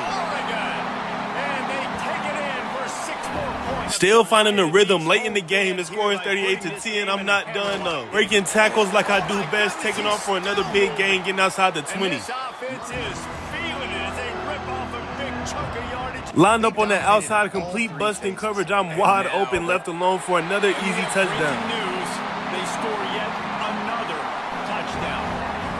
So yeah, we completely dismantled Michigan with the final score being 45-10. Y'all already know I put on a show, finishing this game with 211 rushing yards with 5 touchdowns off 24 attempts. Winning a national championship, baby. Going to the playoffs. Everybody has different goals. Game 9 on the season, we are still at the crib taking on Washington. We get stalled our first drive, but Washington doesn't score either. Taking my first handoff of this game, and I pick up a gain of 7. Very next play, at a 2nd and 3, that B gap is wide open, and I'm able to grab an easy, quick 10 yards.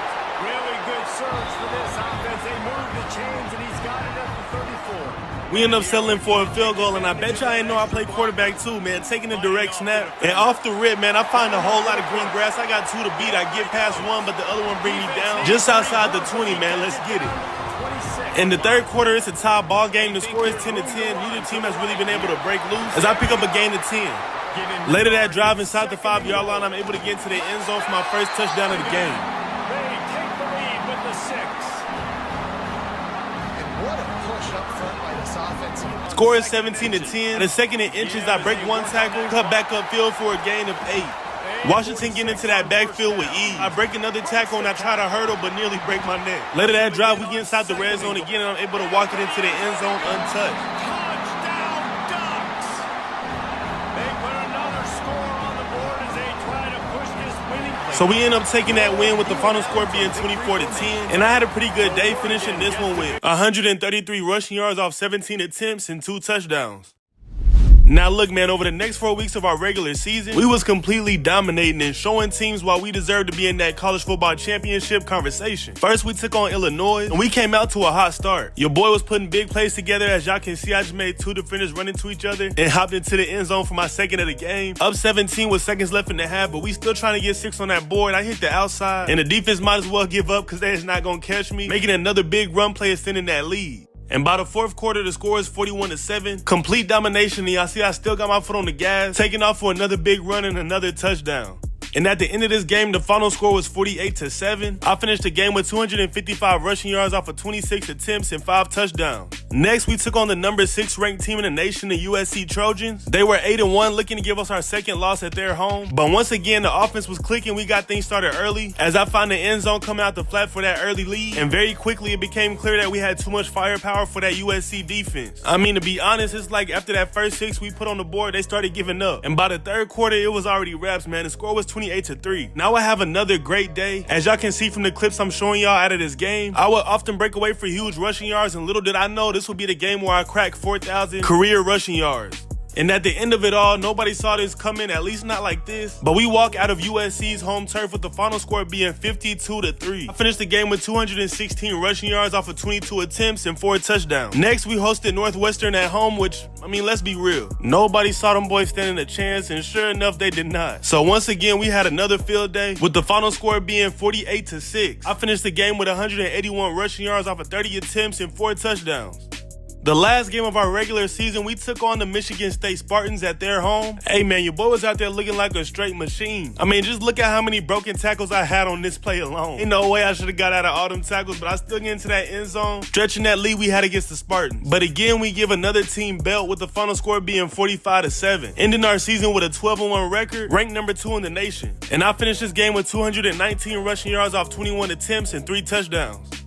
Hey man, I don't know if y'all recall, but in my last episode, I said I was chasing after this record and I broke it. Look down there at the bottom, man. It say congratulations. Dominique Harper has set the national single season rushing yards record. I finished my regular season with 2,658 rushing yards. Hey man, I can't lie, I deserve that Heisman, but even if I don't get it, just breaking this record is enough for me if I'm being honest. Yes, sir, man. Big Ten championship. We are taking on the only team that gave us a loss this season, which is the Ohio State Buckeyes. Taking my first handoff, man. This is more than a championship game. This is also a revenge game. Look at your boy throwing defenders off me, picking up a quick gain of 19. Kind of cushion to be able to give him room to pick up that first down. A few plays later at a 2nd and 8, man, I cannot be stopped breaking 1 tackle. I got my eyes set on 6 and I'm taking off. Ain't nobody gonna touch me, and I get into that end zone for my first touchdown of the game. And it's a long-distance house call. Touchdown, Oregon. Ohio State goes down and ties it up. Finding that gap, I run straight through the defense for a gain of 8. Starting this one off in motion, I'm coming out the backfield, fading out to the left, backtracking a little bit to bring in that reception, make the linebacker miss, and I get those yards back. Plus more being brought down inside the 10. Second down, I get into that end zone easy, untouched. And he's in for the score. Touchdown, Ducks.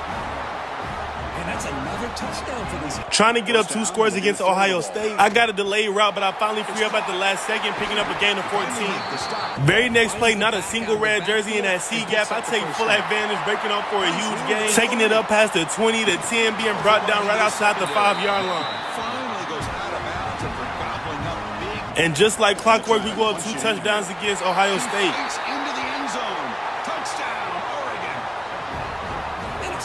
Third quarter now, the score is 21-14. I've been putting on the show so far, and I'm not done. Taking the defender out of his shoes for a quick gain of around 15. Early in the fourth quarter, the score is now 21-28. I'm open across the left. QB gonna look my way. Receiver picked up a key block, giving me enough room to get us up to that 10. We ended up scoring and taking that win, with the final score being 35-29. And we progress on to the next game. I put together another really good complete season, winning a lot of awards, starting off with the Maxwell Award, the Walter Camp Award, the most prestigious trophy of them all, man. I ended up winning the Heisman as a sophomore. I won the Doak Walker Award for the second time, first team All-Big Ten, and last but not least, first team All-American. Next, we'll be taking on a team we had already beaten, which is the Nebraska Cornhuskers.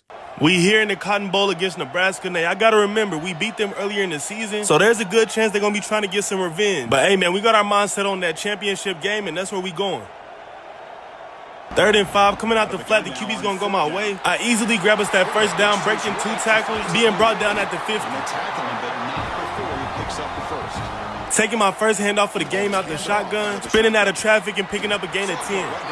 Moving down that field pretty quick, and I add on another 11 yards to my total. 30 inches, instead of picking up that first down, we get into the end zone, we right there, giving us that early lead against Nebraska. As they claim the lead here in this playoff game. We come out in the playoff game for second quarter, the score is 3-7, but before you know it, we right back in the red zone, and I get an easy touchdown off an inside handoff. They don't score, and we are now up 14-3. It's in the 3rd and 9, backed up in our own end zone. QB goes my way, and I'm able to pick up that first down, bouncing off of tackles for more.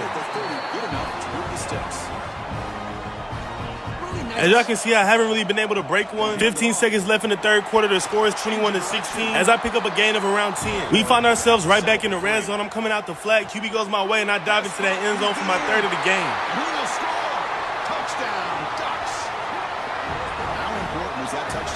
Score is 23-28. We need this first down conversion. And that nearly was a disaster. Almost stopped in the backfield, but I'm able to break loose and pick up that first down to keep this drive going.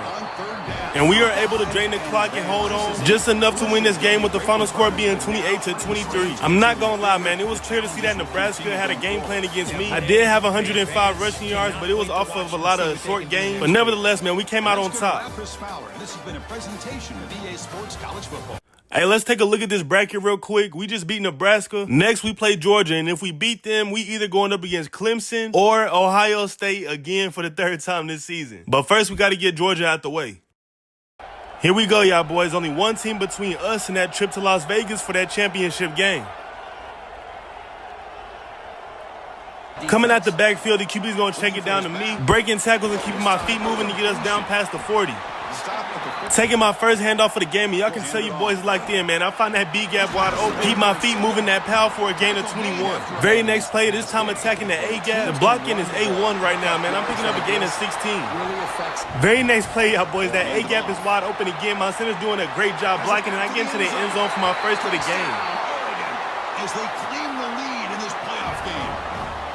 Took some extra time in the defense keeps Georgia out of the end zone. And look at my stats right now, man. 3 rushing attempts for 57 yards. And right here, I'm picking up a gain of 12. But before you know it, man, we facing the 3rd and 21. And y'all watch real close. I did not put my hand in the air. So without me calling for it, the QB's going to throw in a double coverage. And it winds up being a pick 6. touchdown, Georgia. 6 points for the defense. First play of the second quarter, I'm taking the handoff up the gut, bouncing off blockers and picking up a gain of 9. Minute left in the second quarter, now the score is 14-10. Y'all see I'm getting loose again, breaking another tackle, picking up some more big yards on the ground before being brought down by that 30. Facing the 3rd and 4, I guess I heard footsteps coming because I don't know how I didn't catch this, but I dropped it. It's all good, though, because we converted on the 4th down. Fading out the backfield to the left, he going to throw it down my way. I nearly get into the end zone, but I'm stopped like a yard short. It's going to give this quarterback a chance to hit some big plays down. Y'all see that clock winding down from 3? We get the snap off in time, and he going to go my way for an easy touchdown completion. Starting the 3rd quarter off with a 21-10 lead, cutting through the gaps in the defense, running straight through a defender before being brought down for a gain of 9. Inside handoff out the shotgun, I slip through one tackle and keep going for a gain of 15. The very next play with my quarterback feeling pressure, he gets rid of it and throws a straight dime to the defense, man. We got to be better than that. And I ain't gonna lie, man, my heart was beating quick because I thought I was gonna miss this tackle, but I get him by the shoestring. That could be a game-changing pick in return. The lead in the playoff in the second half, throwing the football. I don't disagree with it. Luckily, they don't score with another handoff out the shotgun. I just might give my center my Heisman Trophy, man. He's doing some great blocking, allowing me to pick up a gain of 19. Midfield at the 48. Boy, this back is having... We go up 28-10 with seconds left in the 3rd quarter. Backed up at a 2nd and 16 after the QB took a sack. I'm going to get all those yards back plus more. Started the 4th quarter, man. I've been shredding Georgia on the ground all day, and I do it once again right here, picking up a gain of 17 before being brought down. Over 200 rushing yards in the game. I'm trying to get another touchdown, but I'm stopped just short. But finally, at a 3rd and goal, I find just enough space to get into that end zone untouched. Touchdown, Oregon. They are pouring it on now. I'm a little bit surprised here, Chris. I thought... Yes, sir, man. We are moving on to the national championship game with the final score being 42-10. We made that look way too easy, man. I shredded them boys on the ground, finishing with 264 rushing yards off of 25 attempts. 26, my bad. And I also had 91 receiving yards. Church Street, I'm Chris Fowler. This has been a presentation of EA Sports College Football.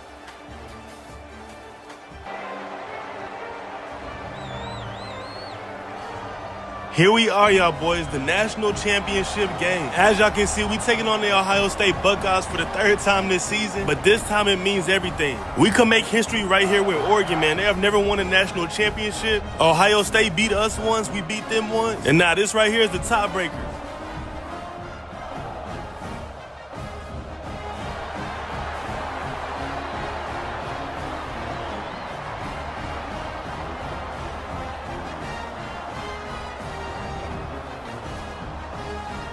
Second and 10, man. I'm coming out the backfield. QB's gonna hit me between the hashes. I pick up a decent amount of yards before being brought down.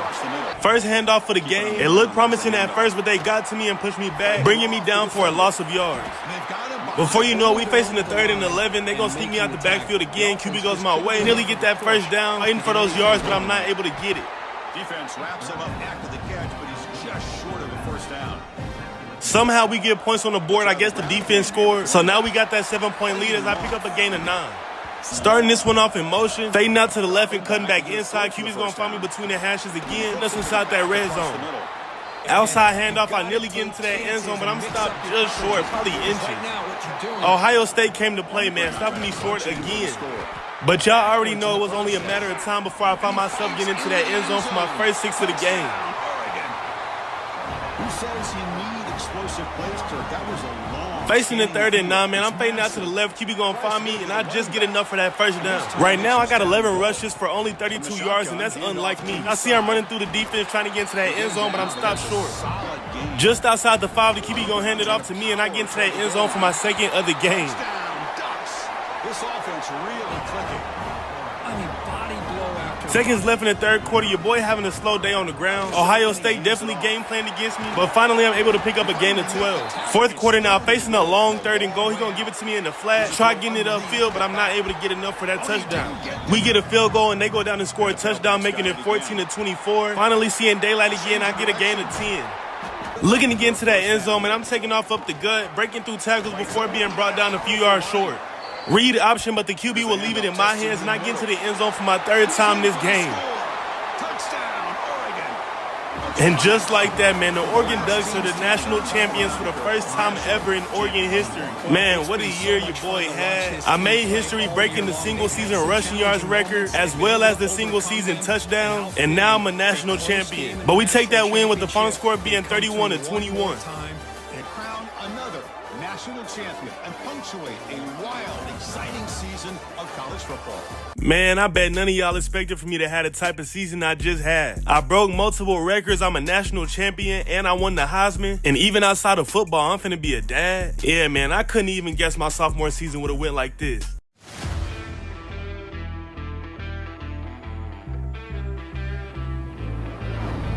I'm Joe Calloway with Matt Erstian and Larry Henderson. The NFL Combine's coming up, and the running backs will hit the 40 soon. Plenty of talent this year, but everyone's watching Oregon's dynamic star, Dominique Harper. Yeah, Joe, this kid's been a game changer since his freshman year at Kansas. Every time he touches the ball, you can feel the crowd lean forward expecting a big play. Yep, and I've been saying it for a while that he, in my opinion, was by far the most pro-ready halfback. And I know he will perform well today. Well, yeah, that's what he does. He's a performer. Just look at the dominance he showed his junior season. He performed the best in the nation. He can run downhill and is just as deadly from side to side. And when you get tired of running, oh, no problem. Put him on the outside and watch him work. And some people may be worried about his size, but then he proves that's not a factor, lowering his pads and running through the face of the defense. He is not easy to get on the ground. Definitely will be anticipating his performance, but don't forget, there are other great backs going into this year's draft also. It's about that time. I mean, as y'all can see, your boy's here at the Combine. And as y'all just heard, there's gonna be a lot of people anticipating my performance today. And rightfully so, to be honest, I'm the hottest name coming out of college football. Now look, I know y'all probably wondering what happened during my junior season, cause y'all was last left off with me winning the national championship as a sophomore. Well look, while I got a little time before my first event, let me go ahead and fill y'all in. The Heisman ceremony, a ceremony that just about all college football players dream of being a part of. Man, I'm gonna be completely honest. It was no way this trophy was going to anyone else other than me. But even with me knowing that, it still didn't take away any excitement from me hearing my name being called. And as y'all could guess, this was a great experience, but it's not my end goal. Now, with me having a breakout sophomore season, winning the national championship, winning the Heisman, amongst other awards, my popularity went through the roof. Now, of course, I had a fair amount of clout before this, but by the end of my sophomore season, I was considered a full-on celebrity, being invited on multiple podcasts and interviews and all sorts of stuff. And with me being such a big name in football, I had the highest expectations of me going into my junior season. And while many people doubted I would be able to live up to the hype and be just as good as I was as a sophomore or even better, I went out there and got rid of any and everybody's doubts if they had them. Picking up where I left off, man, once again I was putting up crazy numbers, proving that I am the best running back in college football and it's not just a fluke. So I'm starting to have another great season. Energy is higher than ever, and right when I thought it couldn't get any better, yup, my daughter Nova Harper was born. Now, if y'all been watching, then y'all know in my last episode, we found out my girl was pregnant. And y'all seen how excited we was then, and now that she's here, the feeling was just crazy, man. She made me want to work 10 times harder. And it shouldn't come as a surprise that that's exactly what I did. I was already going crazy my junior season, but I even stepped it up a notch. And we put together a pretty good season. We made it to the playoffs, but we didn't go back to the college football championship. And while I was in the Heisman race for my second time, I did not win, which I kind of expected because, I mean, they ain't gonna give it to me twice. But the moral of the story is I balled out. And of course, at the end of my junior season, I entered my name into the draft. Off to Indianapolis, Indiana is where I was headed, which to those of y'all who don't know, this is normally where the Combine is hosted. Now, me and my personal trainer decided to head out there a little early and get myself prepared for all the events. So there I was on a flight out to Indiana, and this was low-key hard on me because I decided to let my girl and my daughter stay back home. My trainer's plan was for me to go light on the weight and stick more so to calisthenic type workout. If y'all don't know what that is, it's pretty much just using my body weight instead of regular weight. He didn't want me lifting too heavy and it ended up slowing me down. So that's what we did, and by the end of it, I definitely felt like I was ready. Going into the Combine, I had the nerves you would expect, but it's all good, man. I knew I trained well for this moment, and I was gonna do what I do best, which is perform. First, we had the 40-yard dash.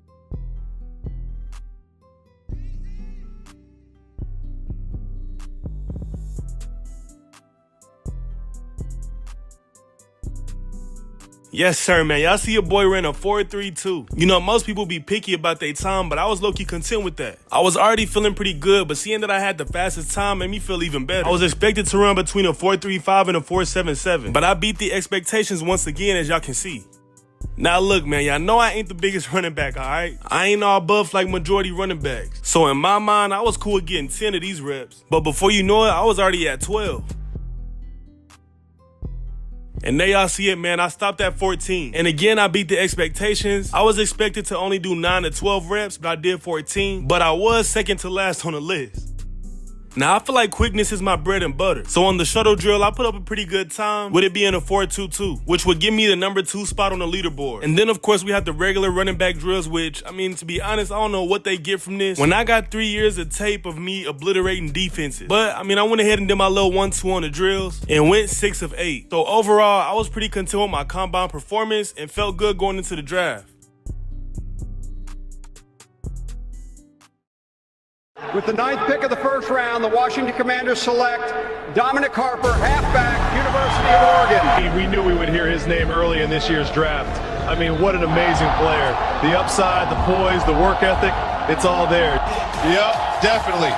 This kid Harper has set a new standard for Oregon running backs and just running backs in general. Boy, does Washington have a gem. He should really enjoy this night because he definitely deserves every bit of it. Mark my words, we will be something special in the NFL for sure.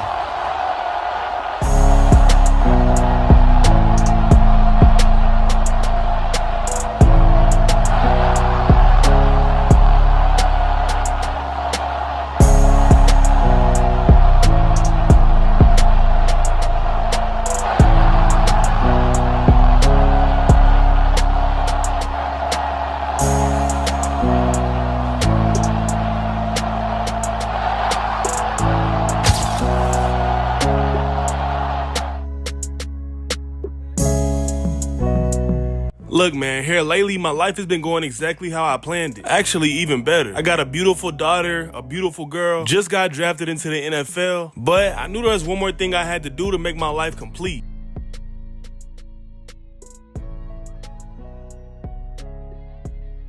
Yes, sir, man. Y'all see it. I had everything set up and I brought my girl out here on the beach so I could pop the big question to her. And of course, if y'all can't tell by her reaction, she said yes. And just like that, your boy is now engaged. Look, man, it's crazy y'all been watching me since even before I made my college decision. And now your boy's engaged with a kid and I'm in the NFL. I mean, we basically family at this point. Now look, y'all boys, my preseason games went pretty smooth. I mean, I ain't played too much because coach didn't want me to get injured. But now it's time for me to get into the nitty gritty. Yes, sir, man. Y'all finna witness my first ever NFL game. Pause the video right now and let me know, do y'all think I'm finna go off? Or do y'all think I'm not gonna be as effective in the NFL as I was in college? Well, let's find out. Man, take a look at this, y'all boys. My first regular season NFL game is pouring down raining. But look, man, it's all good because that ain't stopping nothing over here. And for the first game of the regular season, we're up against Jackson Dart and the New York Giants.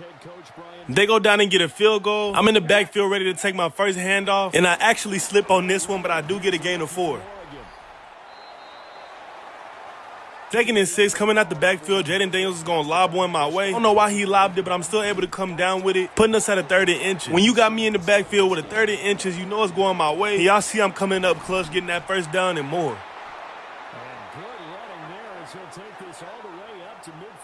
Look how quick the recognition is, man. I cut it back as soon as I take the handoff, and I'm cutting up for a big gain of yards. And I'm making it clear that I'm going to be a problem in the NFL, too. Fading out to the right, Jaden Daniels is going to look my way again, but the linebacker calculated that to perfection, and he's able to jump the route, getting that interception, and he actually makes a pretty nice return off of it, too.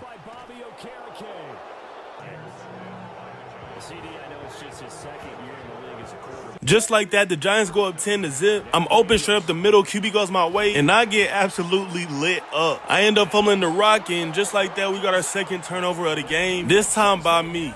Man, who would have known that my welcome to the NFL moment would have been in my first game? Coming back from halftime, the score is not 10-3. An inside handoff will give me a quick gain of around 15.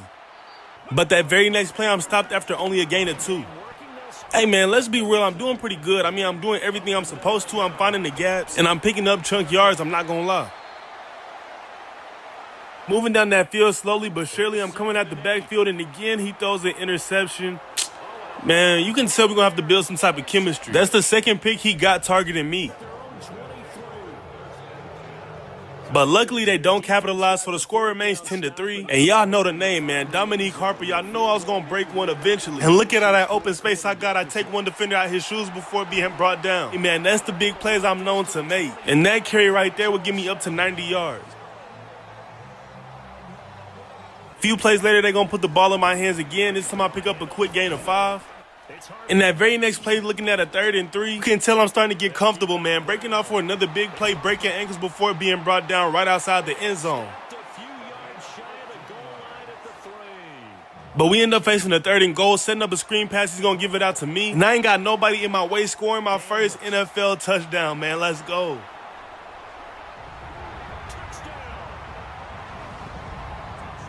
Tie ball game with 58 seconds left. We trying to make something work. I slip again off the handoff and pick up a gain of 7. Hey, man, I'm known for making big plays in crunch time. We're going to go with the handoff again. Some great blocking along the way, and I get us right outside the end zone, man. I'm probably like inches short. But another big play by the rookie running back, man. Let's get it. Very next play, I'm going to squeeze in there for my 2nd touchdown of the game, and that would give us the lead, man. Your boy's coming up in clutch.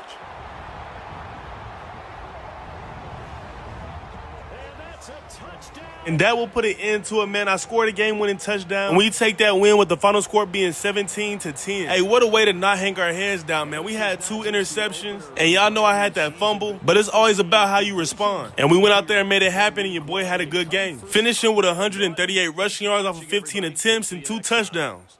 Second game of the season, we are up against Jordan Love and the Green Bay Packers. And them boys start off hot, scoring a quick touchdown, making it 7-0. My first handoff for the game, that B-gap is wide open, great blocking. I make Buddy touch Earth, showing off my shiftiness. Picking up a huge game for my first rushing attempt, man. Stop playing with me. Read option that very next play, and Jaden is going to keep it. And that was a smart option as he's able to pick up a big amount of yards on the ground. And that's 2 back-to-back haymakers, man. We coming out on fire, too. In that very next play, man, we're going with a handoff up the middle. I go completely untouched into the end zone, scoring my first of the game. Hey, y'all boys, 3 plays is all it took, man. They don't score, and we right back with the ball. And it looked like Green Bay's having a hard time stopping the run game as I go for a gain of around 14.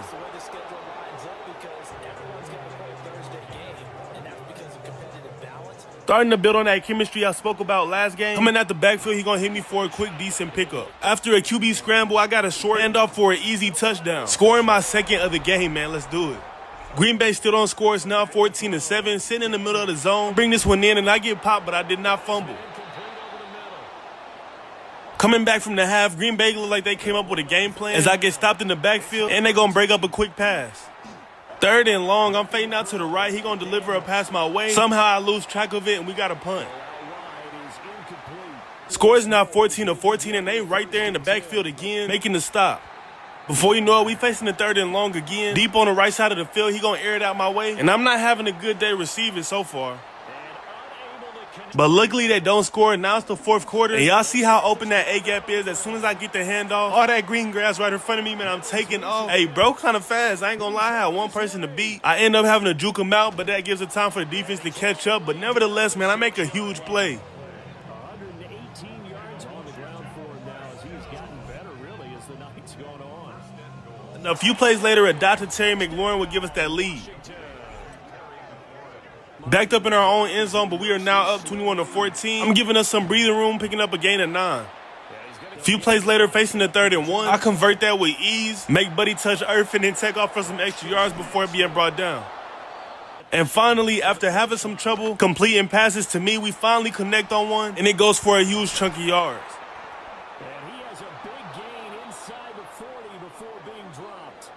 Trying to put a wrap on this game, he gonna hand it off to me. At a 2nd and 10, I pick up a gain of 15. And after kneeling out the clock, we were able to secure that win, a 2nd in a row, with the final score being 21-14. I was able to put on a show, finishing this game with 157 rushing yards off 17 attempts and 2 touchdowns. 2-0 in the season, and we here on the home turf rocking that all black, looking to go 3-0, man. Hey, look, today's the battle of the running backs, as we are taking on Ashton Jeanty and the Raiders. 2nd play of the game, I get my first handoff. I ain't gonna lie, I don't know who my center is, but bro be doing a nice job blocking. I pick up a gain of 17 on my first handoff. But that very next play, I'm stopped in the backfield for a loss of 1 yard. Starting this one off in motion at a 2nd and 11, Jaden is looking my way and gets rid of it right before being hit. And look at me getting up and making that play, losing the defense in the process, and I got an easy walk-in touchdown, man. Let's do it. Hey, y'all see I'm hitting that backflip too. It was time to pull that celebration out the bag.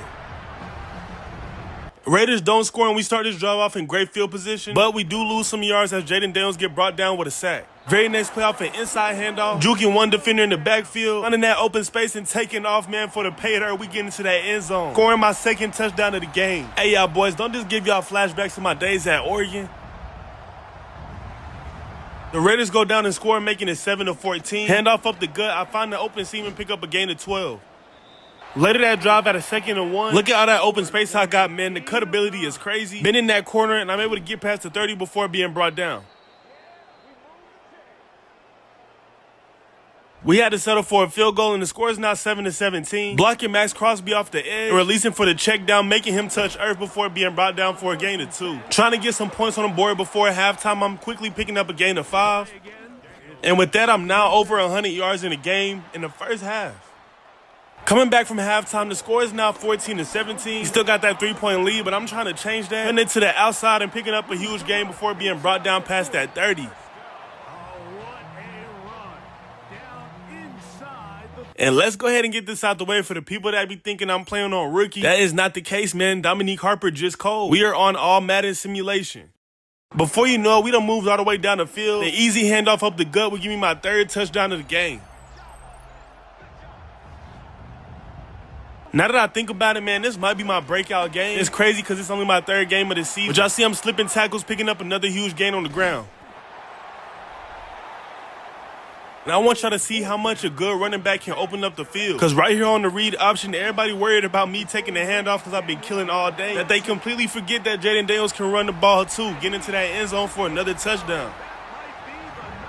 Just like that, we would take another win with the final score being 34-17. Hey, man, we looking real good and well-polished so far, I can't lie. I finished the game with 154 rushing yards off of 17 attempts and 3 total touchdowns. Week 4, and we are up against the Atlanta Falcons, ready to go 4-0. Man, we start this game off pretty slow. Meanwhile, Atlanta go up 14-0. I pick up a decent amount of yards before being hit stick. Hey, y'all boys, the Falcons came to play, man, stopping me in the backfield for a loss. But before you know it, on a 3rd and 8, going with that inside handoff, look how quick I adjust and find that open gap. Breaking off into that open field and being brought down inside the 20, man, let's go.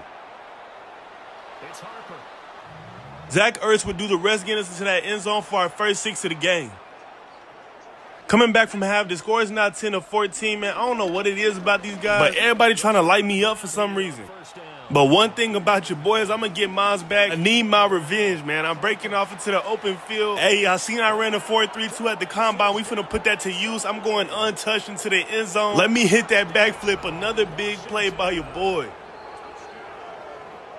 Score is now 17-14. We are up. Screen pass my way. I get set up with some good blocks, finding a lot of open space. I spin out of 1 tackle, being brought down past that 30. Moving down the field, we trying to stretch that lead. Going untouched through the middle, picking up a gain of 10 before being brought down. Inside the red zone at a 2nd and 4, I'm going to take the handoff up the gut, untouched, and get into that end zone.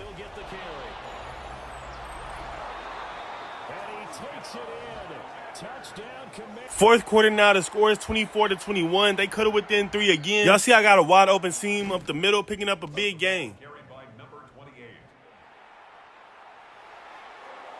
Last play before the 2-minute warning, I'm able to pick up a quick gain of 9. A big 3rd down play, the ball be placed in my hands. We get that first down with ease. But I got my mindset on 6. We picking up a huge play on the ground, but y'all see that flag, and it will be called holding on the offense. Tried to settle for the field goal, but he missed. Atlanta reclaims the lead, making it 28-24. Last play of the game, Jaden Daniels got to put it up in the air, and it gets intercepted. That's ball game. And just like that, man, we take our first loss of the season, with the final score being 28-24. But I had a huge day with 185 rushing yards off of 18 attempts and 2 touchdowns. Another away game, trying to get things back on track. We are up against the LA Chargers. At a 2nd and 2, I take my first handoff for the game, picking up a quick first down. Very next play, the ball's going to be placed right back in my hands, and this time I pick up a gain of 10.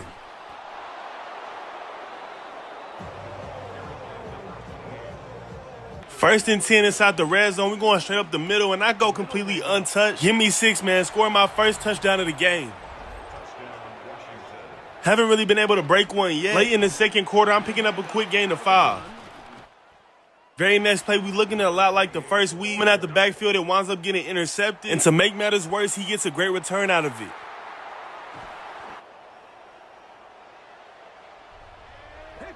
Score is now 7-3 in the third quarter. I'm taking the handoff straight up the gut at a 2nd and 11 and picking up a gain of 9. Very next play, at a 3rd and 2. Coach feel good about me getting that first down, and I do. Later that drive, at a 2nd and 8, he gonna give it to me on a check down, and I grab us a quick first. And finally, man, y'all know it was coming sooner or later. I found an open gap in the defense. We taking off and getting to that end zone for my 2nd of the game. They go down and score, also making the score 14-9. Right back at it, picking up a gain of 10. Facing the 3rd down, coming out the backfield again, he gonna look my way, deliver a dot to me, and we gonna pick up that first down plus more.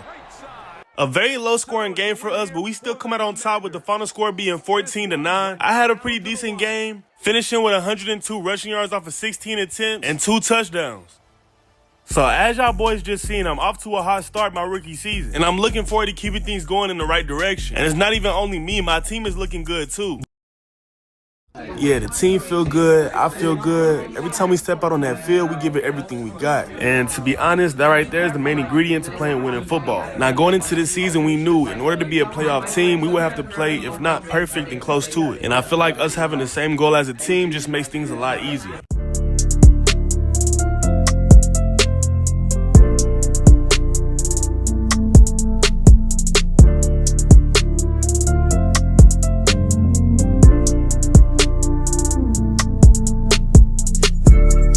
What's the word, y'all boys? Now, if y'all was tapped into my last episode, then y'all seen I kicked my rookie season off to a hot start. And since then, everything been going great when it comes to football, as y'all can tell by the intro. But outside of football, things got a little shaky here recently. Now, as y'all know from watching the last episode, me and my girl Azaria are now engaged. So during my first bye week, me, my fiance, and my daughter headed out to my hometown of Alabama to look for a wedding venue. Now, as y'all know, your boy is big time now. And especially with me having my family with me, I did not want to be recognized or harassed by fans. So we ended up flying private. And if y'all been watching me since the beginning, then y'all know that my family back home ain't really like my family. And even though I fell out with just about all of them, I still had one cousin that I could trust and depend on. So when we finally touched down in Birmingham, Alabama, he was there to come pick us up from the airport. I decided we would just stay with him for the time we're down there instead of getting a hotel and running the risk of being seen. But little did I know that that would be a mistake too. See, cause that very next day, I would be met with a surprise that honestly, I would've never saw it coming. So somehow my cousin didn't get the memo that I was trying to stay low key from everybody, including family. But he explained to me that he told a couple of the family members that I was in town and that there was somebody in particular that wanted to come and see me. And as y'all can tell by the look on my face, it wasn't just a regular somebody.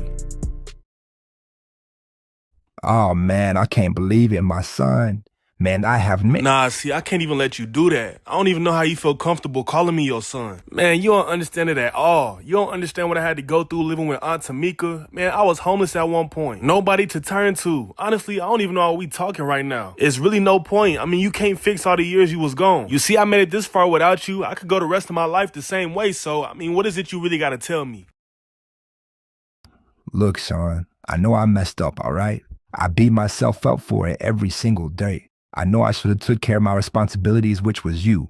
But look, man, here's the truth. When your mom passed, I didn't know what to do with myself. I mean, she's the only person that made me feel like I had purpose. And I felt like if I tried to do this parenting thing alone, I would just let you down. And I didn't want to fail you, even though I know I failed at being a father. And you don't have to forgive me, but I just want you to understand. And I want to let you know that even though you didn't see me there, I was still watching, man. I remember your first football game. 4 touchdowns, one of them was a game winner. I actually made it to all of them. I couldn't bring myself to see you face to face.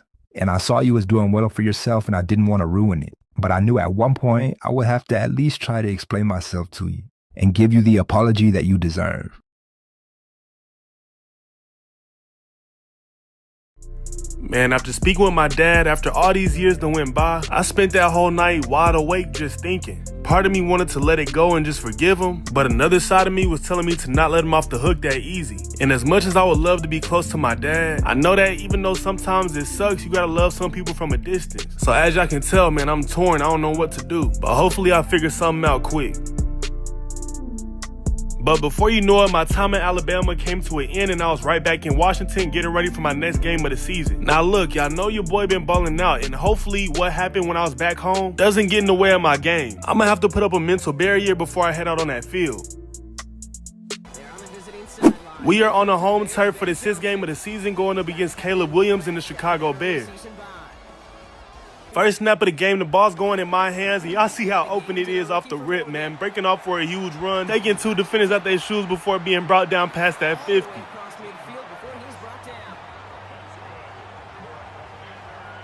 Very next play, they're going right back to me. This time I'm able to pick up a gain of 6.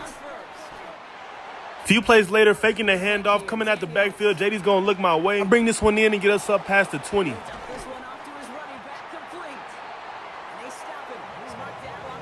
Right there inside the red zone at a 2nd and inches, I make the first guy miss, but I'm brought down for a loss. 2nd and goal, faking the handoff again. This play was a straight disaster. Defense was all over this one, being brought down for another loss. But it's all good, man. I'm finna get all that yardage back, sneaking out the backfield. He gonna go my way, and I get us that touchdown. Scoring my first of the game and putting us up early against Chicago.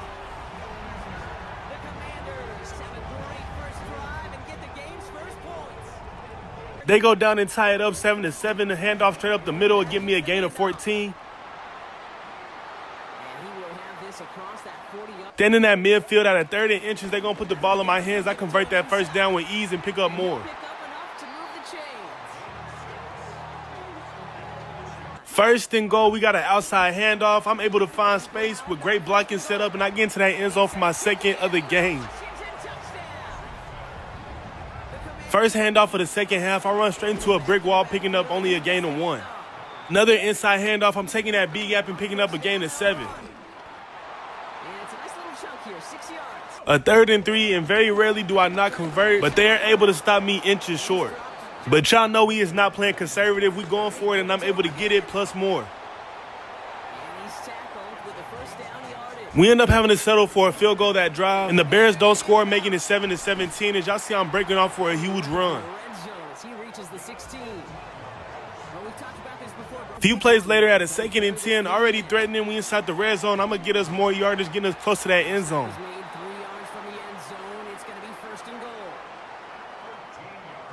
Before you know it, we facing a 3rd and goal, and for the 2nd time today, I'm stopped short. But we ended up going for it and scored, making it 24-14. So the Bears scored 2, but man, I fumbled at the worst time of the game.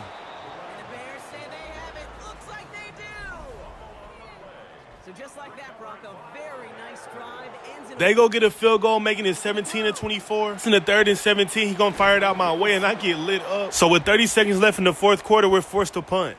But thankfully, that was not enough time for them to get on the board again. So we end up walking away with that win, with the final score being 24-17. And besides that fumble, I had a pretty decent game, finishing with 94 rushing yards off of 19 attempts and a touchdown, and 8 catches for 53 yards and a touchdown.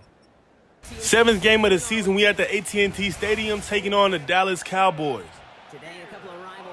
Starting off this game on the ground also, I'm able to pick up a gain of 8 off the rip. Very next play with a handoff up the middle, I'm met with defense as soon as I get the ball, being brought down inches short of a first down. But coach put his trust in me at a 3rd and inches, but sadly I'm stopped short, putting us at a 4th and 2. Dallas don't score either, but before you know it, we facing another 3rd down. He gonna go my way. But once again, we do not convert, man. We had a 4th and inches. Dallas goes down and scores, making it 7-0. First handoff for this drive, I only pick up a gain of 4. We ended up having a punt on that drive also. This is the next drive, and we get started off with a handoff. Finally, I see some daylight, taking some angles and picking up a big chunk of yards before being brought down.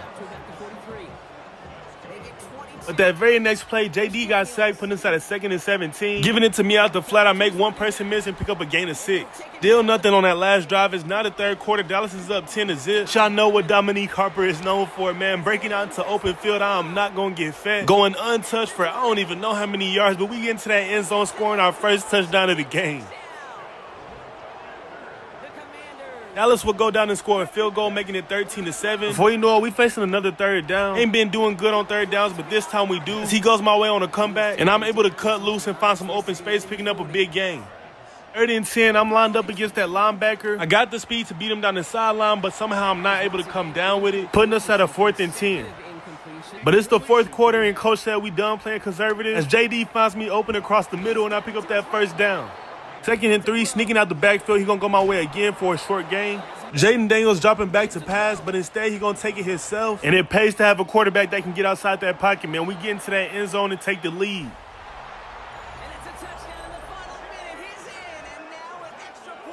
But Dallas went down and scored a field goal, making it 16-14, leaving us 4 seconds left on the clock. I make a big reception, but it don't really matter. Just like that, we take a L to Dak Prescott and the Dallas Cowboys, with the final score being 16-14. I finished the game with 108 rushing yards off of 7 attempts and 1 touchdown, and 67 receiving yards off of 7 catches. Stepping into the 8th game of the season, after coming off a hard loss, we are in Kansas City taking on the Chiefs. I would get my first handoff for the game at a 2nd and 10. Defense already in the backfield, and I only pick up a gain of 3. 3rd and 7, I'm coming at the backfield and coming across the middle. He gonna look my way. I don't have enough for that first down, putting us at a 4th and 3. Kansas City goes down and gets a field goal. Right here, I pick up a gain of 3 again. Slot receivers start off in motion. Yet again, another handoff that gets shut down. I don't know what's going on, but they game planned against me. Looking like we might have to attack more in the air this game, as JD hits me coming out the flat, and I'm able to bend that corner just enough to get that first down. We try running the ball again at a 2nd and 11, and again I'm brought down after a gain of 3. 3rd and 8, we going with the screen pass. He gonna give it out to me, set up with some great blocks. I pick up that first and more.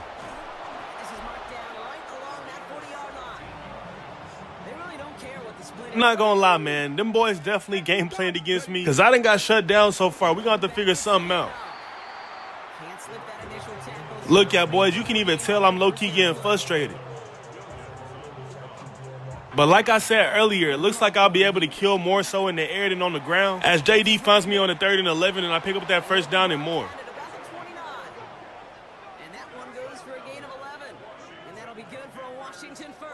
Very next play, another handoff that gets shut down after a gain of 1. And a few plays later, instead of gaining 1 yard, I'm losing 1.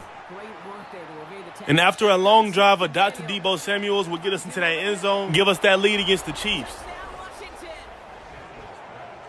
Kansas City don't score it, and if I'm not mistaken, this is the first time I'm actually able to find some room this game, picking up a gain of 15. 30 seconds left in the first half. At a 3rd and 1, I'm able to convert and pick up much more. Finally able to find some space again, picking up another big chunk of yards.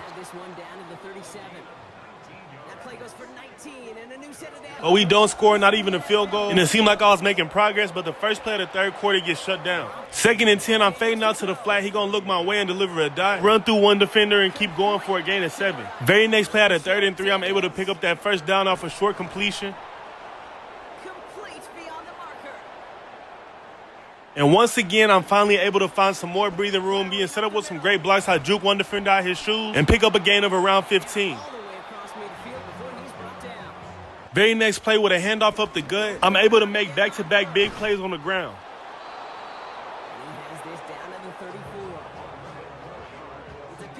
Before you know it, we facing the 3rd and 11, and a complete busting coverage will leave me wide open for an easy walk-in touchdown, scoring my first of the game. The Chiefs would go and kick a field goal, making it 6-14. The 2nd and 9, I'm slicing and dicing through that defense for that first for a gain of 11.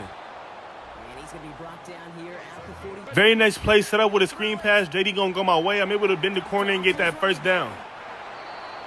We were able to nil out the clock and win this game with the final score being 14-6. I ain't gonna lie, y'all boys. It was looking a little shaky for me at first, but finally I was able to start finding some space and was able to have a decent game, finishing with 10 receptions for 83 yards and a touchdown and 94 rushing yards off 20 attempts. Sunday night, primetime football, we back at home. And for the 9th game of the season, we will be taking on the Seattle Seahawks. My first handoff of the game came at a 2nd and 2, taking it straight up the seam and picking up a gain of 6.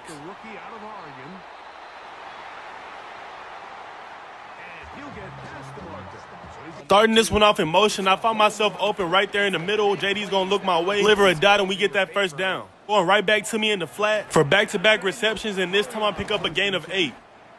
2nd and 2 on my number is called, attacking that A-gap and picking up that first down. Before you know it, we right outside the 20, facing the 3rd and 10. Your boys open across the middle again, there to pick up that first down. We able to get a touchdown, and Seattle goes down and gets a field goal, making it 3-7, as I'm able to pick up a gain of 9. 1st and 10, slot receiver starts off in motion. I take the handoff and pick up a gain of 9 again. Hey, y'all boys, we was putting a good drive together, and I don't know what possessed Jayden Daniels to lob this my way, especially in double coverage. Of course, that's going to get picked off, and to make matters worse, he going to take this back for a pick 6. A minute 15 left in the second half. The score is now 10-7. Seattle's up, and I pick up a gain of 7. Started the 3rd quarter, but it's now 3rd and 8. JD going to me in the flat, but misses me. So now we're going to have to punt the ball off. Luckily, they don't score. In the first play of that next drive, I'm able to pick up a quick gain of 7. In that very next play, I nearly break one, man. I was cutting through that defense, but ultimately, I'm brought down past the 50. 1st and 10, we got an outside handoff, trying to bend that corner, and I pick up a gain of 8 before being brought down. First play of the 4th quarter, 2nd and 2, I'm able to pick up a gain of around 7. A few plays later, at a 2nd and 10, he gonna give me a handoff up the middle, and I pick up a gain of 9. Back-to-back big plays on the ground. At a 3rd and 1, I easily get that first down and keep going until I get inside the 10. 2nd and goal with an inside handoff. I go untouched into that end zone, scoring my first of the game.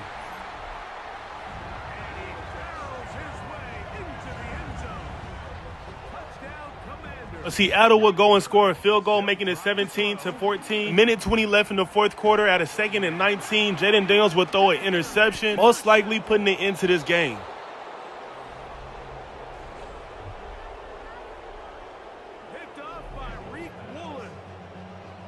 They actually don't score, but we're backed up in our end zone with 30 seconds left and the full field to go, so it's pretty much wraps. And just like that, we would take our 2nd L of the season against the Seattle Seahawks. We just really couldn't get nothing going. But hopefully next game this won't be the case, so we can get things back on track. Right back on our home turf for the 10th game of the season. This time we rocking that all black. But hey, y'all boys, we got a tough opponent across from us today, which is the Detroit Lions. The perfect test to see if we can get things back on track. My first rush of the game gets shut down after a gain of 2 yards. Hey, I'll tell you who is locked in. Jayden Daniels taking off for a huge scramble, nearly getting past midfield before being brought down. Inside handoff, and yet again he gets shut down.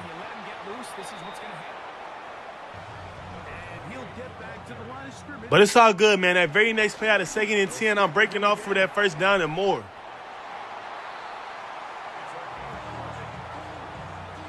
Second and 10 with the slot starting off in motion. Able to find a small crease and pick up a gain of 7. Right outside the 20 at a 1st and 10, we're going with another handoff. I'm able to gash the defense on the ground with another nice play. But before you know it, we facing the 3rd and goal, and Jayden Daniels just barely missed me. Detroit goes down and scores, making it 7-3. JD hits me in the flat. It dang near looked like a screen pass how open it was, and I'm able to flip the field and get us past that 50. Starting this one off in motion, fading out to the right. In one-on-one coverage, I like my odds, and so does Jayden Daniels throwing a dot my way, picking up a huge gain. A few plays later, sneaking at the backfield at a 2nd and 5, he gonna go my way again. I lower my pass on one defender before being brought down a few yards short of the end zone. This is a nice physical game here that they can continue to... Tight end starting off in motion, give me an extra blocker for me to sneak my way into that end zone untouched, scoring my first of the game and giving us that lead against Detroit. Started the second half, I'm going down to the flat. JD gonna deliver a dot my way. I snatched one set of ankles, two set of ankles before being brought down past that 40, man. Let's go. 3rd and 8, and you can see me and JD starting to gain some chemistry because we completing way more passes than we was at the beginning of the season. 2nd and 5, I'm sneaking up the middle. I got a comeback route. He gonna deliver my way for that first down. I get popped, but I hold on to it. We ended up settling for a field goal, but Detroit scores, making it 14-13. I pick up a gain of 9. At a 2nd and 11, I barely even be running routes for real. I just get open. He finds me in the middle of the field, and I pick up that first. I've been working this linebacker all game. I'm going to do it again. As JD finds me open across the middle, I pick up a huge gain, getting us inside the 20.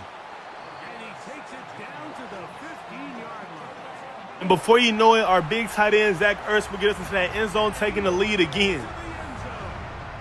score is now 21-14. They must have got a turnover because we get the ball in great field position. Y'all see I'm making something out of that, man. We get into that end zone off of one run play. Let's go.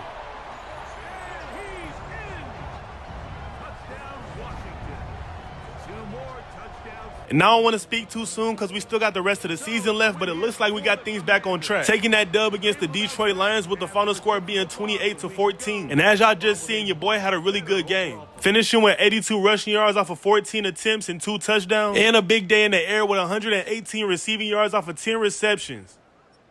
So even though I had a lot going on in my personal life, I was still able to go out on that field and put up some good numbers.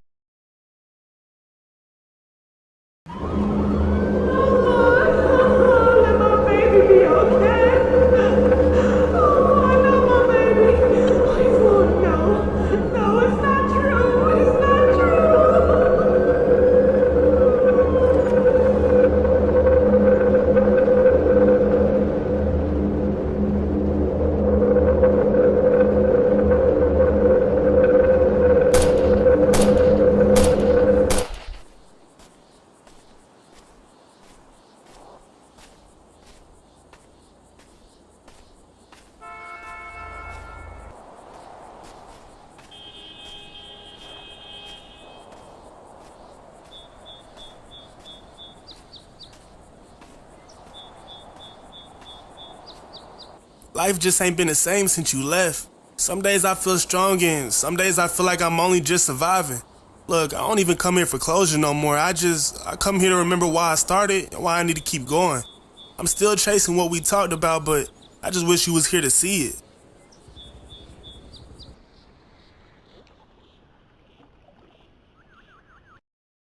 My name is Tadeo Mooney, and I'm just a kid trying to put my family in a better living situation, just like most kids who grow up in the hood. But don't get it twisted, my story is nothing like others y'all have heard.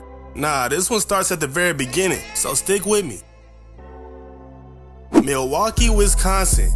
Now when you hear Milwaukee, the first thing that probably comes to mind is Giannis and the Bucks, or maybe Summerfest down at the lakefront. But my story takes place in a part of Milwaukee that most people try to stay away from. The Parkline Housing Projects, a place known for heavy gang activity, drug dealing, and generational poverty. Growing up here, it's real easy to get caught up in the streets and become another statistic.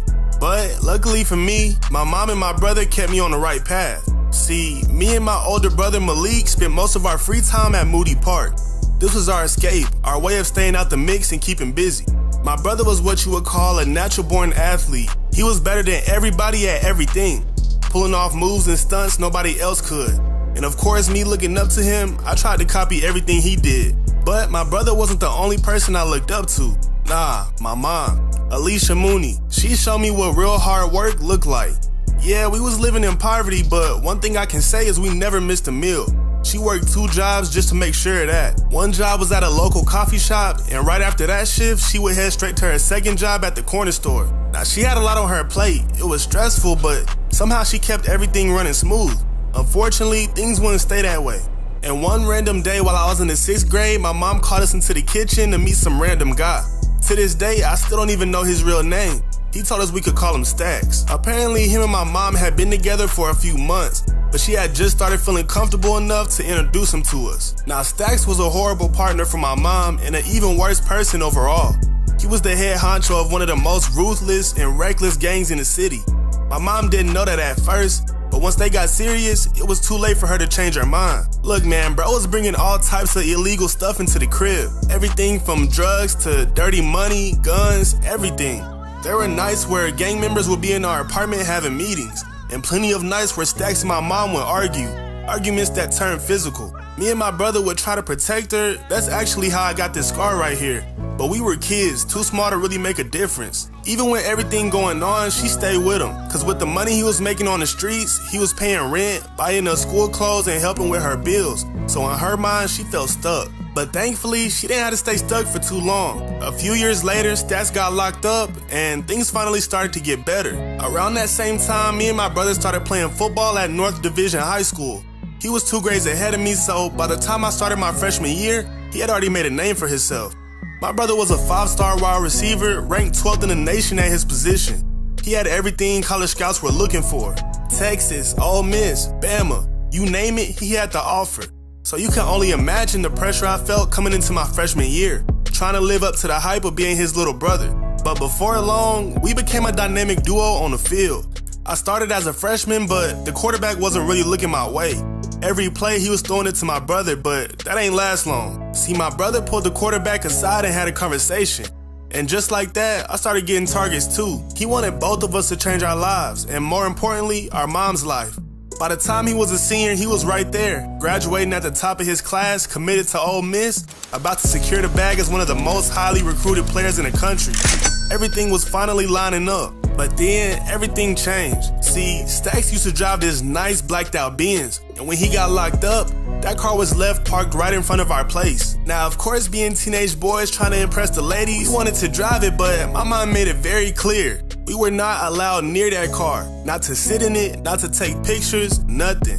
At the time, we didn't understand why, but we would find out soon enough. See, one night while me and my mom were out grocery shopping, my brother, knowing he shouldn't, decided to hop in that car and grab some food. He figured it'd be quick, in and out, and we would never know. The McDonald's closest to our house was closed, so he drove to another one, not realizing where it was located. Just trying to get something to eat, my brother ended up in Sherman Park, rival territory to Stacks' gang. They recognized that car and just like that, our lives changed forever. Dog, I couldn't believe it. Since I was a kid, my brother had been a pillar in my life, and honestly, I didn't know how to move forward without him. I felt like I lost everything and I didn't know how to pivot. I tried to stay strong for my mom, I even tried to stay strong for him, but that's easier said than done. I fell into a deep depression like nothing I had ever experienced before. This happened during the summer going into my junior year, and I spent most of those days locked in my room just staring at the wall. After it became a routine for a while, I started thinking, my brother wouldn't want this. He wouldn't want me wasting my life like this. He wanted me to be great, to change my life and my mom's life, just like he was about to do. And that's when something clicked. I got back to training, harder than ever. Every day, no excuses. I dominated both my junior and senior seasons, showed every part of my game, put up crazy stats. I ended up being ranked number 26 in the nation in my position, along with 4 stars. Offers started rolling in, multiple Division I programs, and out of all the options of schools I had to go to, one of them stuck out to me. So when National Signing Day came, I committed to Ole Miss just like my brother did, with the mission to become great and take care of my family. Alright, y'all boys, here we are at the first game of the regular season. Now look, man, I'm coming into this game as the 3rd receiver on the depth chart, so my PT might be a little bit limited, but it's all good, man. I ain't got no problem working for my spot, and we finna ball out with whatever time we get. But for the first game of the season, we are up against the Georgia State Panthers. Getting my first play of the game early in the first quarter, I got a deep in route, QB looks my way, and I bring this one in, slip out of one tackle before being brought down for a good game.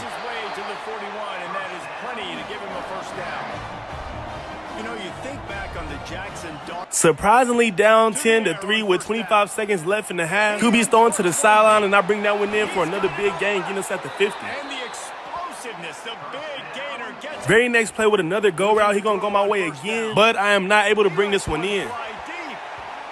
2 minutes and 30 seconds left in the fourth quarter. The score has not changed. We're still down. I bring in a short completion. Facing the 3rd and 6, I got a comeback route. He gonna go my way, but I'm not able to get us that first down, leaving us at a 4th and inches. With no other choice left, we go for it on that 4th down. Off of that same exact route, I'm able to pick up that first. It's Mooney. Man, this is crazy. We going to overtime against Georgia State. I get in for one play in overtime, and I'm not able to bring that one in. But thankfully, man, we were able to come out with a victory, with the final score being 16-3. Now, if you ask me, I think we should have blew them out the water, but nevertheless, we still got the win. And I did all right for my first game, finishing with 73 receiving yards off of 5 catches. Second game of the season, and as y'all can see, we are taking on Kentucky. And yes, I still am the 3rd receiver on the depth chart, but I put some good things on tape last game, so maybe I get some more PT. You never know. Man, it's the 4th quarter. We up 10-7, and I'm just not getting into this game, but instantly I make a big play going for 19 yards. And yeah, we got the win with the final score being 17-7, but I only got in one play. So I only finished this game with 1 catch for 19 yards. But hey, man, I guess Coach felt good about that 1 catch, because right before the 3rd game of the season, Coach gave me the chance to fight for that receiver 2 position. Game number 3, right back on the home turf. We are taking on the Arkansas Razorbacks. Arkansas start this one off with a field goal lead. Lined up on the outside, I got a go ball, and man, could things go any worse? A first target winds up being intercepted. That is not a good look on me or the quarterback. Short return to the defense comes out on top with a pick. Luckily, they did not capitalize off of that. I got to show coach, man, I got it. I just had a little bit of a rough start, but I make a nice grab on the first play of the next drive. Or find an easy handoff. Just hand the football off, maybe get the ground. A few plays later, at a 2nd and 10, the defense is pressing. I got a corner route. QB connects with me for a first down. Before you know it, we facing a 3rd and 7. I should have kept my in route, but I kept going straight. Tried to head tap the DB, but I couldn't secure it. Arkansas don't score. Still got a goose egg on the board. Trying to change that right here. I got another corner route. QB throws a dot my way for that first. Very next play with a short inside hitch route. He going right back to me as I'm brought down after a gain of 7. Defense playing off-man coverage. I blow right past the first guy. The safety try to help. So I start fading the inside. QB deliver a dot my way for a huge play. But, man, this one gets called back because the big man want to hold. But there's a flag on the field. Let's see which way that's going to go. So going right back to work on that same drive, I got another hitch route. He going to go my way, and I bring this one in for a gain of 10. This time, defense playing zone. The safety playing real deep, giving me enough space to make a nice play downfield. And that's right there inside the red zone. 3rd and goal, basically just trying to get open, and I do. QB finds me for that touchdown, scoring the first touchdown of my college career. Quick strike through the air for the score. And it's so underrated. The relationship between a QB and a wide receiver, the timing, the ability to know where he's going. After scoring my first touchdown, man, your boy feeling good. Started the 3rd quarter, I'm going deep. Look at that ball placement, man. What a nice throw and catch. Getting us all the way down near that 30. This offense not wasting any time. Going back with that short inside comeback route. He don't see me, so I get open. He finds me. I get past that first down mark and sneak into the red zone before being brought down. 2nd and 8, going underneath with a short drag route. QB's looking my way again. I make the catch and bring us inside the 10. 3rd and goal, hand fighting with the DB. I try to cut back. QB looked my way, but this one was risky, nearly getting intercepted. And just so y'all can see, man, we are indeed playing on Heisman. A minute 50 left in the 4th quarter. I would get another catch off a short route for a gain of 9. Another goal ball, and I created a lot of separation. I had a chance to get another touchdown, but I could not hold on to it through the contact. Facing the 3rd and 10 with a minute 30 left on the board. Can't give Arkansas too much time, and I'm open to give us a fresh set of downs. We end up settling for a field goal and taking that win with the final score being 16-6. And if y'all couldn't tell by my playing time, I am the 2nd receiver on the depth chart, finishing with 189 receiving yards and 14 catches. And I got my first touchdown in my college career. So as y'all can see, I'm dangerous when I get that playing time. 2 back-to-back home games, and for the 4th game of the season, we are taking on Tulane, or Tulane, however y'all want to say it. Either way, we're looking to keep that undefeated streak going. 2nd play of the game at a 2nd and 1. That poor DB is out on the island with me. QB feel good in throwing that ball downfield. Bring him inside a little bit before fading back out and make a huge catch. Man, I can't even cap, but that was a nice layout grab. First catch of the game, go for 59 yards. That is a sensational catch. In case y'all wanted to see it again, man, here it go. It's only right I get rewarded for moving us all the way down the field. QB finds me quick, and we get inside that end zone, scoring the 2nd touchdown of my career and my first of the game. 3rd and 2, that DB want to press. Cut this one out to the right sideline. QB goes my way, and we get that first down. Before you know it, we facing the 3rd and 18. I do make a sideline grab, but it's not enough for that first down. Thinking I was wide open on another deep ball, the QB gets sacked and he fumbles. Defense recovers it. Tulane capitalizes and goes down and ties the game up 7-7. I got a whip route. QB goes my way. I make a nice play off of this one and pick up a decent amount of yards. And he's down at the 41. That's a first down. Man, that poor DB is out on the island with me again, but he do got safety help over the top. Don't even matter, man. Double coverage or not. QB throws a dot, and I make a huge play again, getting us inside the 5. Sadly, we only settled for a field goal. Now the 3rd quarter, the score is tied 10-10. QB threads the needle. Just like that, we get it past midfield. Moving down that field at a 2nd and 7, I got another corner route. He gonna go my way. And off of that connection, we get inside the 20. Very next play, I'm headed straight inside. QB looks my way off the rib. We get inside the 10.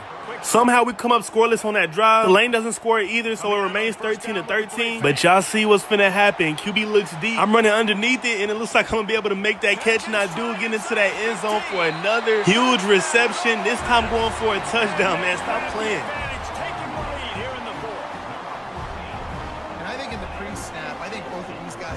Now with a 20-13 lead, I got a short inside hit. QB looks my way, gets it to me, and I pick up some extra yards before being brought down. Few plays later, a QB sneak, I make a key block. Quarterback keeps it, and he takes this one into the end zone, untouched, and just like that, we go up another 6. Offense struggled a little bit, but he was able to put this thing to rest at the end of the game, with the final score being 27-13. And after bringing in 3 deep balls, I finished this game with 276 receiving yards off of 12 catches and 2 touchdowns. Man, look, y'all boys, as a freshman playing my 4th game of the season, I done already broke an Ole Miss record for the most receiving yards in a single game. Not only that, but I also won the SEC Offensive Player of the Week, along with the National Offensive Player of the Week. 3 back-to-back home games, but for this team that we're playing against, it don't really matter if you playing home or away, they still gonna be a challenge. After going off last game, I feel real good going into this one. And this game right here could really put my name on the map, because for the 5th game of the season, we are taking on the LSU Tigers. Hey, look, man, we start this one off in great field position. Headed towards the end zone for my first play of the game. QB looks my way, but that one gets swatted. Facing the 3rd and 5, really need to capitalize, especially against a team like this, and I make a catch getting us that 1st and more. That very next play at that 1st and goal, I got a comeback route. Surprisingly, we get an easy connection for my first touchdown of the game, giving us that early lead, man. That's always a great way to start the game off. They can use this first score to sort of set the tone, guys, in this rivalry. But it shouldn't come as a surprise, man. LSU gonna get on that board 2 times and game up 7-7. The inside slam will give me a quick gain of 10. Don't score that last drive, but neither does LSU. Sitting at 3 receptions for 24 yards so far. We'll make a bad call for the ball. QB throws it, and it winds up getting intercepted. Now, I can take full responsibility for that one. And to make matters worse, he nearly brings this one back for a pick 6. Before you know it, man, LSU go up 21-7. Really need to put a drive together, but he winds up throwing another interception, targeting me again. LSU now up 24-7. I got a deep in route. QB goes my way for a gain of around 13 before being popped. In the middle, it's Mooney. 3rd quarter now, and so far, LSU done held me to only 35 yards. 4 catches, but I make that 5 right here, getting us up past the 50. Another inside slant, he gonna look my way again. Gets it out to me, I bring that one in, slip out of a few tackles, and pick up some extra yards before being brought down inside the 40. We gotta score this drive if we want to get back into this one. And I know y'all see I got that open space just like my QB did, airing it out to me, throwing a complete dot, getting us inside the 5. Very next play, I got a slam, but I'd rather get into that end zone any way I can. And I receive another dot, grabbing my 2nd touchdown of the game.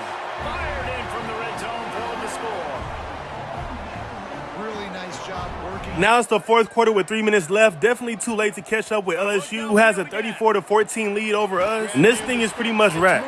I made a few more catches along the way, but we end up losing the Magnolia Bowl against LSU, with the final score being 34-14. Hey, man, maybe this loss is something that we needed in order to get things back on track. But I finished the game with 11 catches for 135 yards and 2 touchdowns. 2 back-to-back games where I won the SEC Offensive Player of the Week. Game 6 on the season, we were up against Washington State, looking to get things back on track. I also forgot to tell y'all, I am the #1 receiver on the depth chart now. I will get my first reception off an inside slant for around a gain of 8. But the rest of that 1st quarter was pretty dull, with the score being 3-10 at the start of the 2nd quarter, as I make another completion. 1st and goal inside the 5, the QB threads the needle to the back of the end zone for our first touchdown of the game.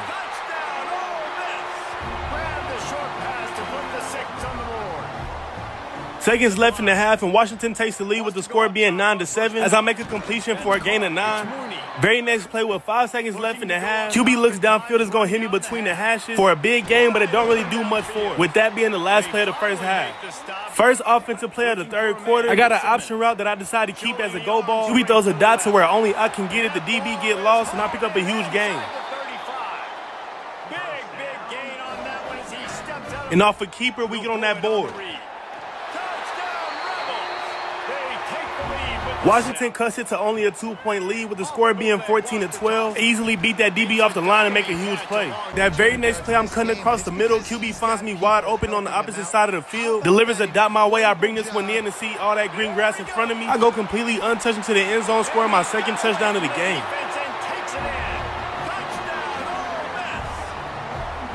But Washington State is not going down without a fight, as they score and make it 19-21, as I make 2 back-to-back catches. Now the 3rd and 8, trying to get into that end zone. Got a comeback route, QB goes my way, and I'm stopped just short of the goal line. We end up settling for a field goal. Defense do their job, and we come out on top with the final score being 24-19. I finished the game a yard short of 200 receiving yards off 12 catches and 2 touchdowns. Maturity and experience matters in this team. A top 10 in-conference showdown awaits. Y'all boys see it, man. 7th game of the season. After playing 4 home games back-to-back, we are on the road taking on the number 6 ranked team in the nation, the Georgia Bulldogs. And right now, we're ranked number 8. We both only got 1 loss on the season, so this one right here should be a good one. Very first play of the game, I got an inside drag route. QB looks my way, and I pick up a gain of 10. Catch in the middle, it's Mooney. Making 2 back-to-back plays. This time I got a comeback route. He goes my way again, getting us up past midfield. And they're getting it rolling with that play to the 42-yard line. Well, how about that play? Showing I'm going to be a huge piece to this offense early on with another reception, this time for a gain of around 14. But before you know it, we facing the 3rd and 11. QB finds me across the middle. We pick up that first down and more. Down inside the red zone, QB playing press man coverage. Beat him on the inside, and the QB delivers another pass my way, getting us inside the 5. And a simple handoff will get us inside that end zone, scoring our first 6 of the game and giving us that early lead against Georgia. They remain scoreless. The QB gonna start this drive off targeting me again, cutting back out to the left and bringing this one in for a gain of 9. That very next play out of 2nd and inches, y'all can tell I'm on fire. Cutting back out to the left again, making a nice diving catch right outside the 30. Like a superhero to make the grab. Facing the 3rd and 7 inside the red zone, would hate for this one to go to waste. Deep comeback route will get us that first down and more. He has 6 to our lead, and Georgia still ain't scored. But hey, man, our offense is moving like a well-oiled machine. Creeping into that secondary safety, trying to help over the top, but it's not going to work, man. I still make a nice grab. Head tapping both of them. Very next play, turning this slant into a whip route. The DB lost, and I'm right there in the end zone, wide open to catch my first touchdown of the game, putting us up 3 touchdowns against Georgia. They are seizing control. But hey, y'all boys, before you know it, the score was 16-21. Y'all hear they crowd got back into it. We just couldn't get nothing going coming back from halftime. And after being up 21-0 in the first half, we're late in the 3rd quarter, and the score is now 19-21. But thankfully, the QB's able to connect with me for 2 back-to-back big plays, finding me on the left side of the field, getting us inside that 40. Facing the 3rd and 1, I had an in route, but I'm just trying to get that first down. He gets it out to me, but somehow we had a 4th and inches. We add on a field goal, and luckily they don't score, so it still remains 24-19 as I convert a big 3rd down. And hey, man, we're able to hang on just barely enough to get that win, with the final score being 24-19. I finished the game with 203 receiving yards off of 15 catches and a touchdown. We nearly blew a nice lead, but at the end of the day, we was able to come out on top, and that's what matters. So after coming into my freshman season and just dominating, I feel like my brother will be proud of me right now. Feeling young, but they treat me like the OG. And they want the T on me, I swear they nosy. Said he put some money on my head, I guess we gon' see. I won't put no money on his head, my nigga on me. I gotta be single for a while, you can't control me. Uno, those traits in a race, they can't hold me. And I show my face in a case, so you know it's me. Imitation isn't flattery, it's just annoying me. And I'm too about it. And the dirt that they threw on my name turn to soil, and I grew up about it. Time for y'all to figure out what y'all gon' do about it. Big wheels. This was my first time back home in Milwaukee since I left for college. We had a bye week, school had been stressing me out, and instead of being cooped up in my dorm room, I decided to surprise my mom. Now, if you saw episode 1, then you know my older brother passed away a few years ago. And with me being 10 hours away now, I figured she loved having her youngest son back home for a few days. Look, I thought this trip would be good for the both of us, but I had no idea it was about to turn into something else entirely.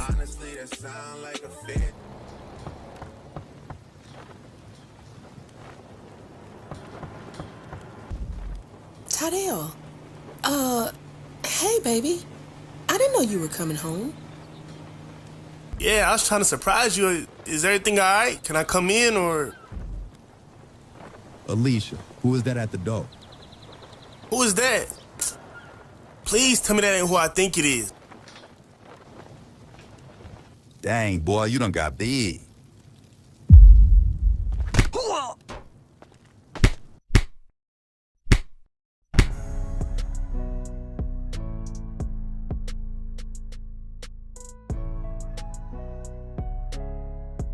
You're free to go, Mr. Mooney. Now you should thank that man out there. He decided not to press charges.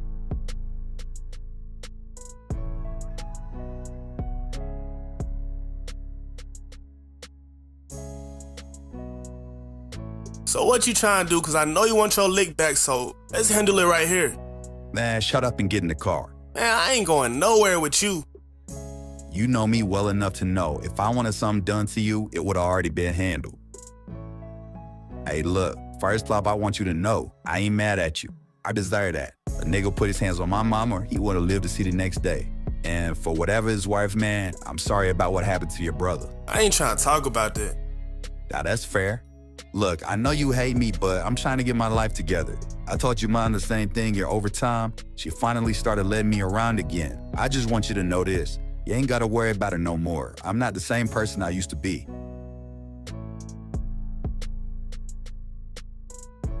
Why would you let him back around knowing who he is? All the trouble he caused, he the reason Malik gone. Don't do that. You know just as well as Malik did. I told both of you to stay away from that car. And Stacks, he's been working on himself. And so far, he has proven that to be true. And baby, you know I don't hold grudges. And I didn't raise you two either. Yeah, alright. Boy, now stop worrying about me. I'll be alright. What I want you to do is to stay focused on everything you're doing for yourself right now. I watch all your games, and I want you to keep being great. So that's how my bye week went. What was supposed to be a quick visit home took a hard left turn. And even now, I still don't feel right with my mind being back around Stacks. But before I knew it, it was time to head back to campus and figure out how to keep performing at a high level, even with everything going on off the field.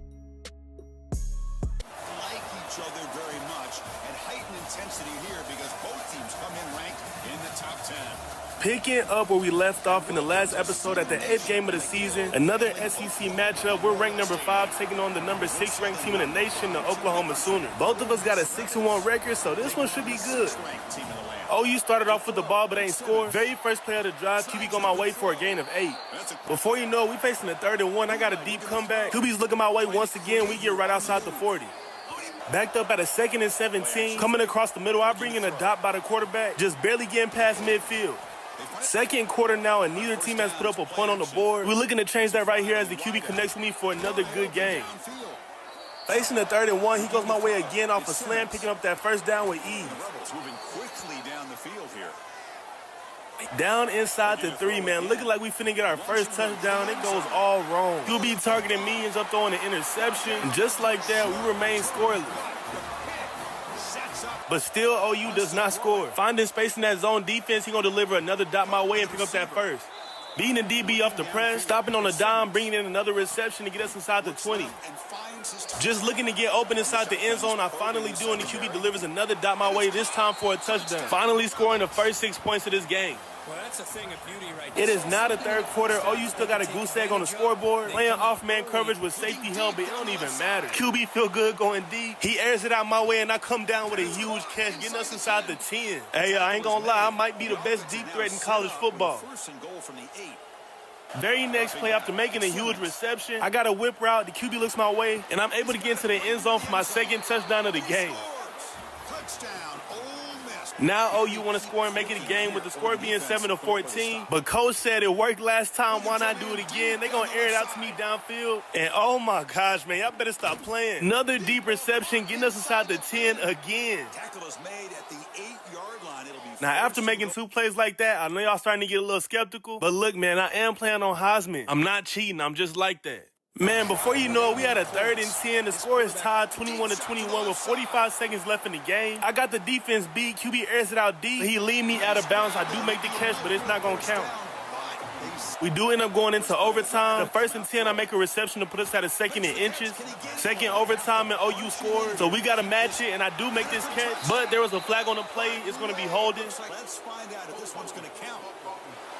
So we're backed up at a 2nd and goal. Coming across the middle, the QB's going to look my way, and I get into the end zone untouched. Coming up big with the game on the line. For a touchdown to tie the game here. Now, a 2-point try. Biggest play of the game right here. We either win it or lose it. Going for the 2-point conversion, and it is good, man. We take the dub just barely. A very close, nail-biting game against OU.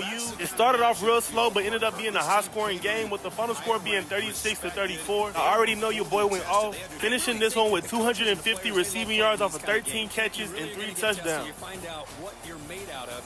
And these guys really... After that huge game I had, I was notified that I had broken another Ole Miss record, this time for the most receiving yards in a single season. Not only that, but I also won the SEC Offensive Player of the Week, along with the National Offensive Player of the Week.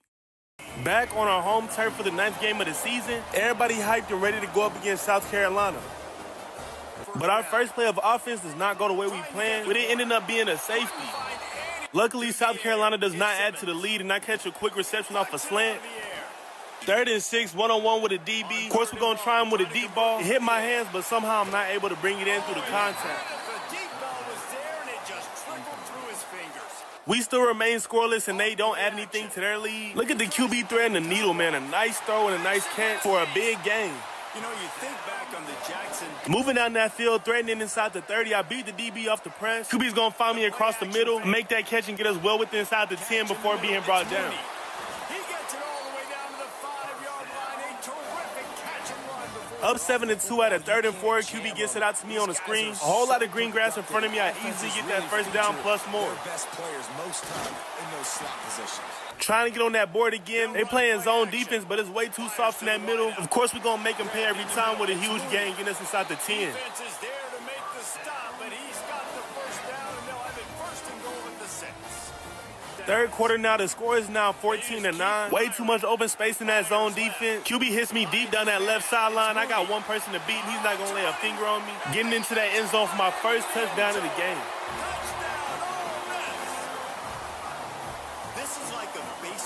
Up 21-9 in the 4th quarter now. Getting past that DB with ease. QB gonna hit me over the top. And I don't got enough to get away untouched, but I get brought down at the 20. Can change the complexion of the game, and he's got it at the 22-yard line. Just like that, we end up coming out on top with the final score being 24-9. I had a great game with 209 receiving yards off of 8 catches and a touchdown.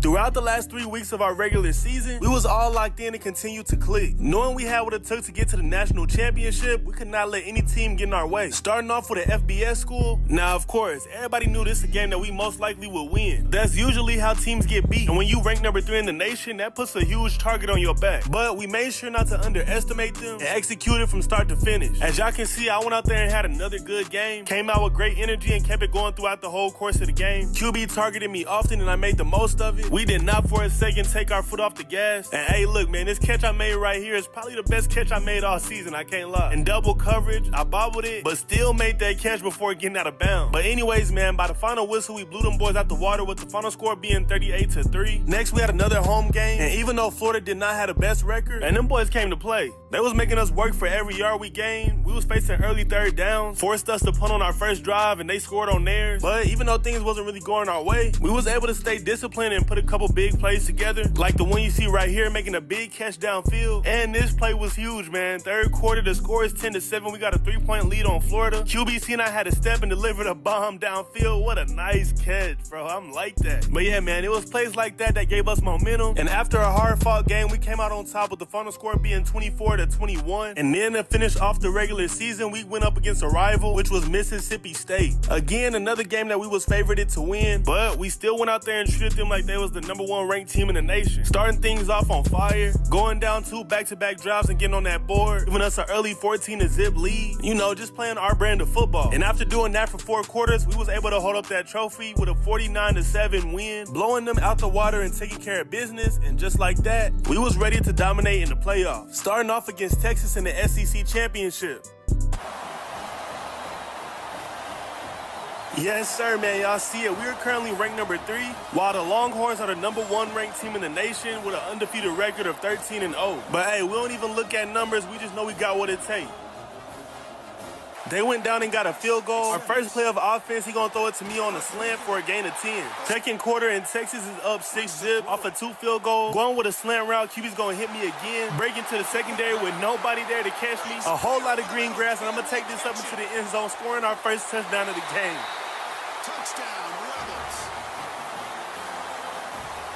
Texas don't score at a 2nd and 7. The quarterback is looking my way again. We get that first down.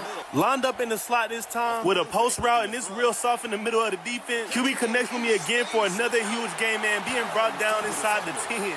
Tackle was made, but the gain sets the offense up. 1st and goal from the 9. I mean, how about this offense? 30 seconds left in the second quarter. We are now up 14-6. Not gonna lie, I did call for this one. And it was a bad call because it wound up getting intercepted. But hopefully they don't get no points off of it.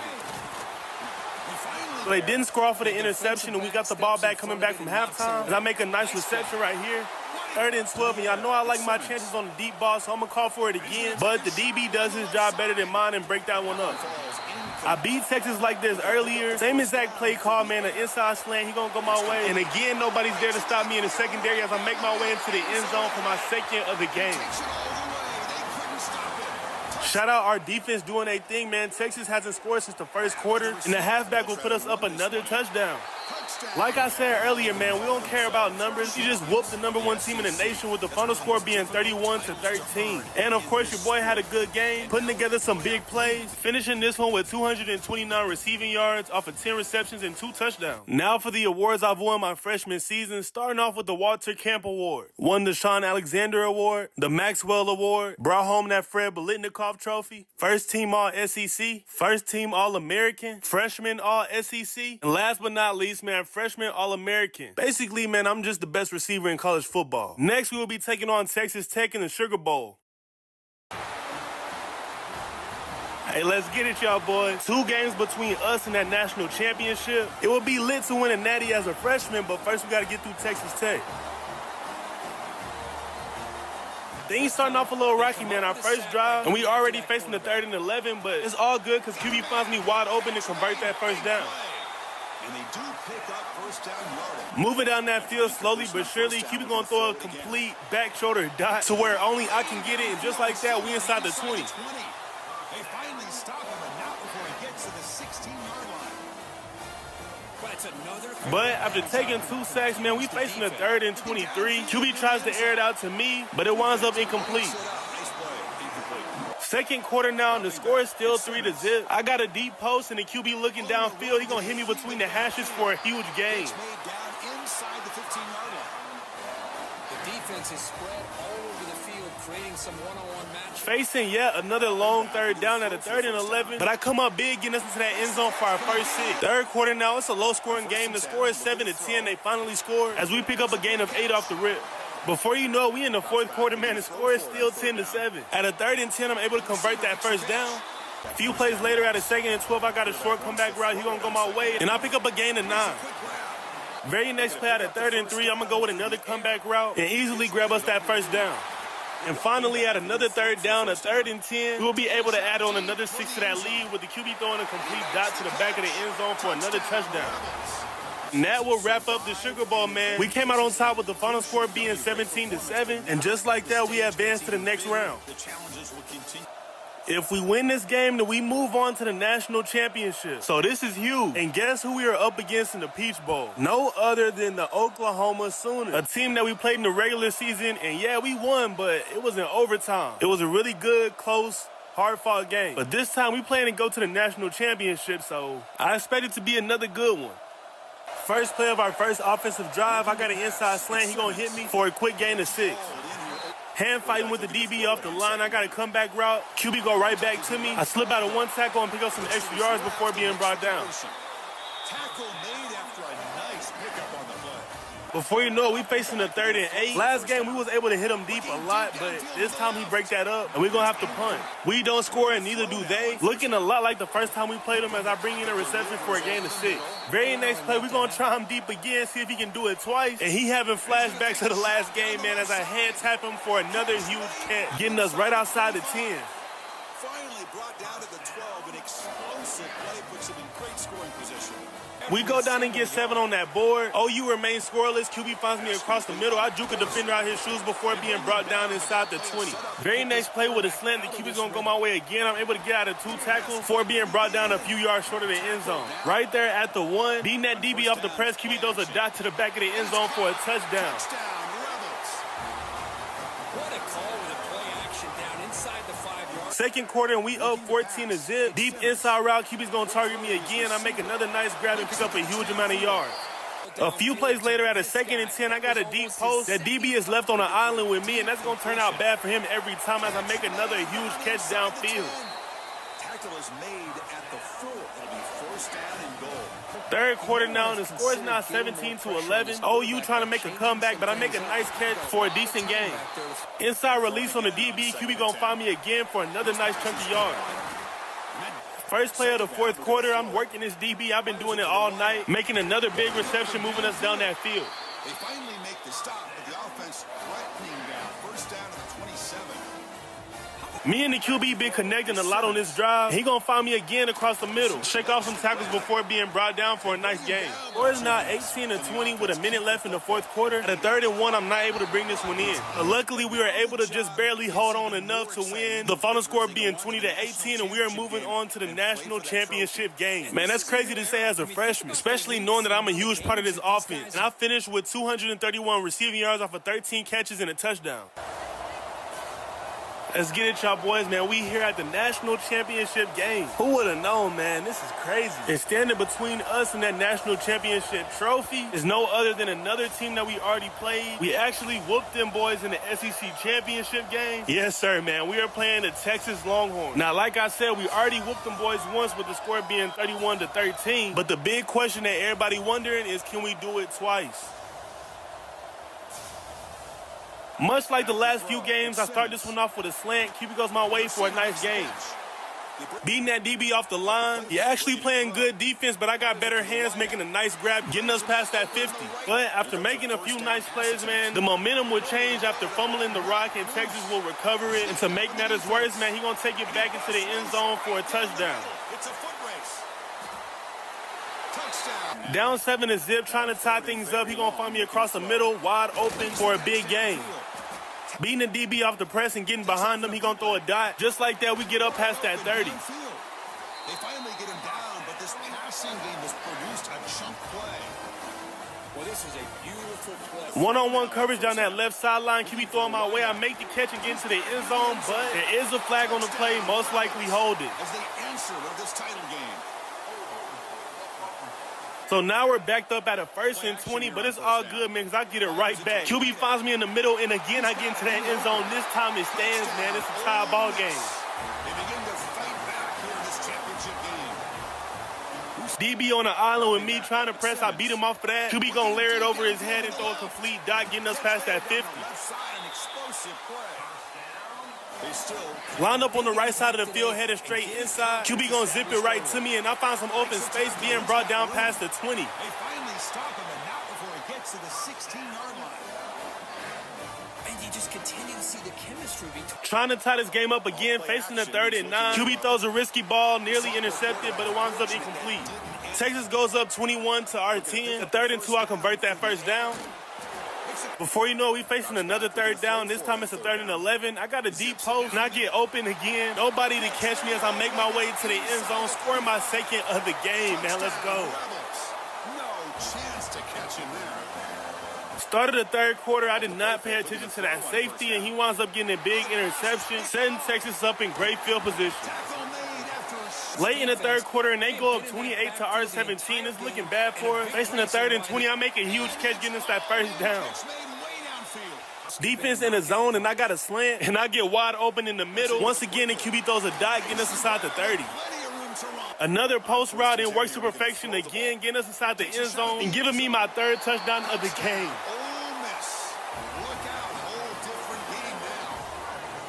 Championship game, and there is nobody who can cover this guy. What a monster performance by this receiver.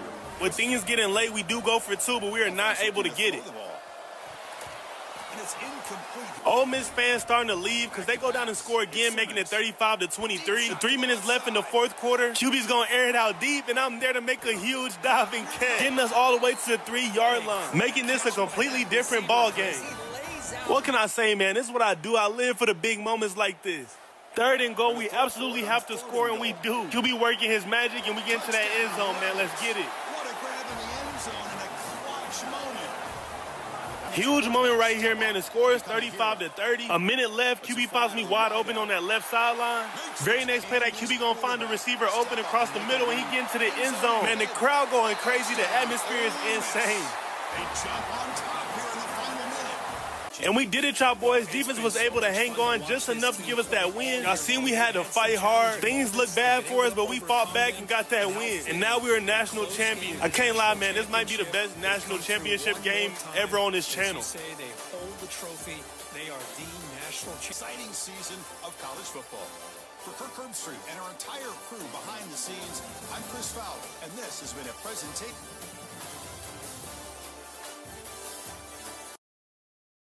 Terrible accident late in Milwaukee, as you can see behind me.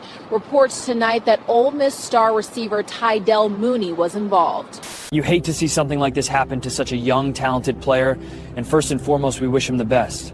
But let's be honest, injuries like this end careers.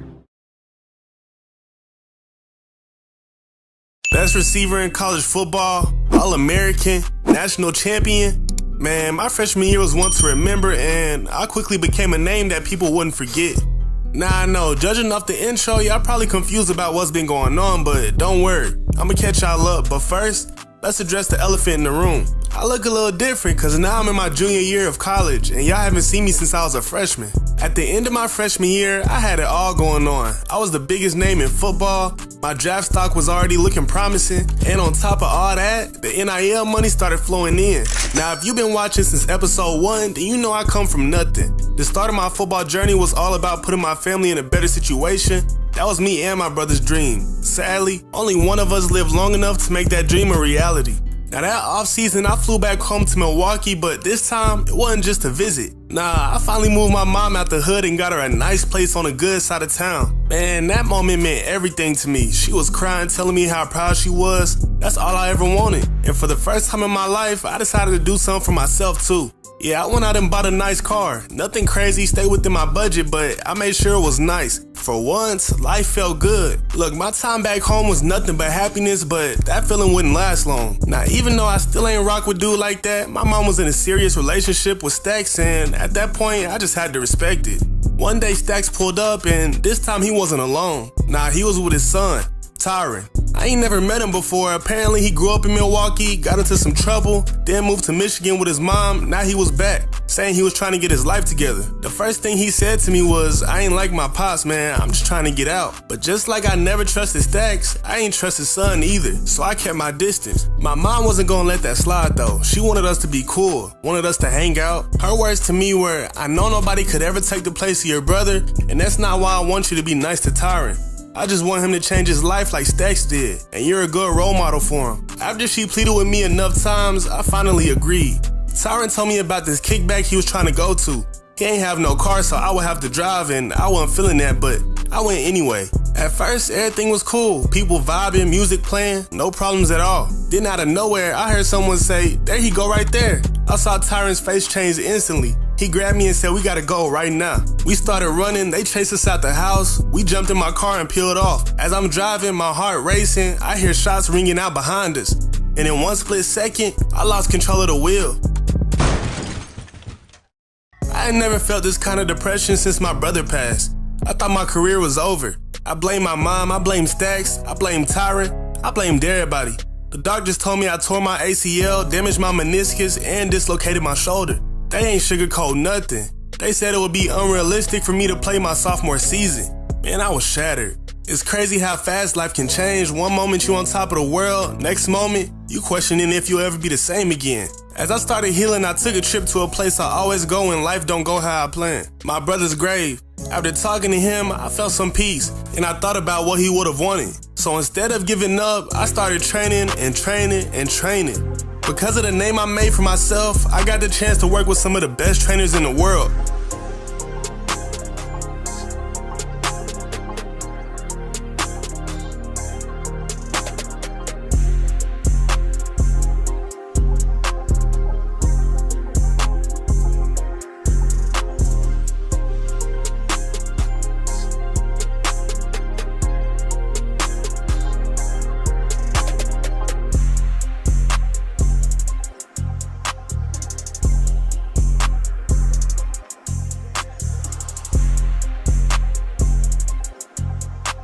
I got stronger physically and mentally.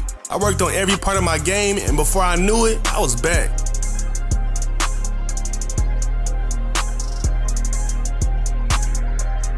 Now shout out to Ole Miss, man. They all stay loyal. My coaches believed in me and the fans was waiting. Now look, the year I was out, the team went 10-4, solid season, but not championship caliber. And because my injury was medical, I'm considered a redshirt sophomore. And now I'm back. They doubt if I'm still that guy, but I'm ready to prove them wrong.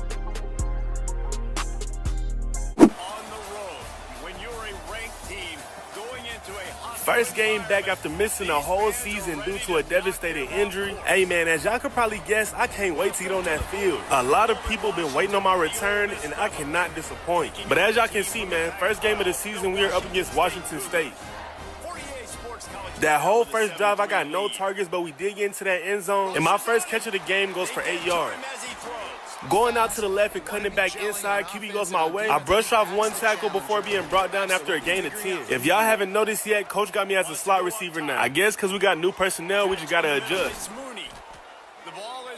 Trying to get into that end zone, but not paying attention to the linebacker, it's going to wind up getting intercepted. But it's all good, though, because they do not capitalize off of that interception. And the QB going to find me right down the middle again, taking the defender out his shoes before being brought down for a huge gain. Very next play, when I get to the top of my route, I notice that the QB still looking for somewhere to throw it to, so I get open again, and he finds me right there in the end zone for my first touchdown back. Man, I can't lie, I feel good to get on that board again. Yeah, now this offense building that lead. 20 seconds left in the second quarter. The score is 21-12. I got an out route. QB goes my way. I get up past that 40 before being knocked out of bounds. Back from halftime, and before you know it, we yards outside of the end zone. A simple short route would give me enough room to get into that end zone for another touchdown. And they take it in for 6 more points. And this receiver is on fire. He's got all... Coach want to go for 2. Fading out to the left, he going to find me open again for that 2-point conversion. We end up pulling away and getting that win with the final score being 43-33. Now me, I had a decent showing, but I have to get back in the rhythm of things. Finishing with 84 yards off of 9 catches and 2 touchdowns. Not bad, but I'm going to have to readjust to the speed of the game and everything. Game 2 of the season, we are up against Charlotte, a team that we should definitely come out here and dominate. And with me trying to get back in the groove of things, this game right here could be used as practice. Starting things off right early. Second play of the game, QB finds me on a whip route. I bring this one in, getting up past that 40 and being brought out of bounds right in front of that 30. Me and the receiver in the slot run into each other at the beginning of the play. Off this in route, QB gonna deliver a dot, and I bring this one in, getting us closer to that end zone. Second quarter now, we got a 14-0 lead as the QB gonna go my way again off a slant. And I wouldn't get another target into the third quarter. We already up 24-0. He finds me on the left side of the field. I break out of a few tackles, and now it's just a foot race, and they are not gonna be able to keep up with me. It's hard to keep that same speed after an ACL tear, but I think I'm almost all the way there. Breaking off for a huge touchdown reception, picking up my first of the game. Up 31-0, but hey, peep the release. Y'all seen I was working on my releases, and as y'all can see, it's effective. Getting right into that secondary with ease. QB delivers a bomb over the top. I cruise my way into the end zone for my second of the game. First play of that very next drive, up 38-0. That release is crucial. Easily get past him and get into that end zone for my third of the game. I almost forgot to show y'all, man. Yes, we are playing on Heisman. Ain't nothing changed. Currently sitting at 217 receiving yards. I'm going to bring in another reception for a gain of around 10. And we barely played any in the fourth quarter, but I did score another touchdown in the fourth, finishing this game with 252 receiving yards off of 9 catches and 4 touchdowns. That's really hard to stop. It's a mindset, Reese. This team After that performance, college football's back on notice, awarding me with SEC Offensive Player of the Week and the National Offensive Player of the Week. First home game of the season comes at the third game of the season. And yes, we are up against another, what most people would consider, easy team. So the first 3 games of this season are against lower competition, but that's only because the rest of our schedule, after this game, we play some hard competition. We ain't finna have no break. Hey, Utah ain't come out here to play around. They went out and got a touchdown their first drive, but y'all see QB connecting with me down the middle for a huge gain. And they'll move the chains and get it to the 47-yard line. Not wasting any. Very next play, I got a short little whip route. He gonna go my way again for around a gain of 4. Starting this one off in motion. QB faking the pitch and gonna throw it to me on the outside. I make the grab around the 40. I'm able to slip out of one tackle, but I don't get much after that. Really good surge for this offense. They move the chains, and he's got it at the 34. How how nice is it in this offense to have lined up on the outside? I got another whip route. He's going to go my way again, and we pick up a gain of 8. We only get a field goal off of that drive. I had a short comeback route. QB couldn't find nobody open, so I readjust. He connects with me for a nice play, but there's a flag on the play. Sadly, it was an illegal forward pass. The question is, will it stand? There is a penalty. Backed up at a 2nd and 14. I beat him off the line. QB delivers a dot my way, and we get that first down with ease. So we end up taking a lead with the score being 10-7, and QB's going to throw a pick. And to make matters worse, man, there's nobody there to stop him from making it a pick 6. Utah up 14 to our 10. Uh-oh. Hey, y'all know what this means. QB going to launch that deep ball. Y'all know this is what I'm known for, man. Making a huge head tap catch for a nice touchdown. Don't that just give y'all nostalgia, man? It gave me nostalgia. Because now that I play in the slot, I barely get the deep ball anymore. The relationship between a QB and a wide receiver, the timing, the ability to know where he's going to be and be accurate with the football, that's what leads to nice touchdowns, Jesse. Well, the chemistry between these two guys has to be great. Seconds left in the third quarter. The score is now 17-14. QB throws an absolute dot, getting us down just short of that 20.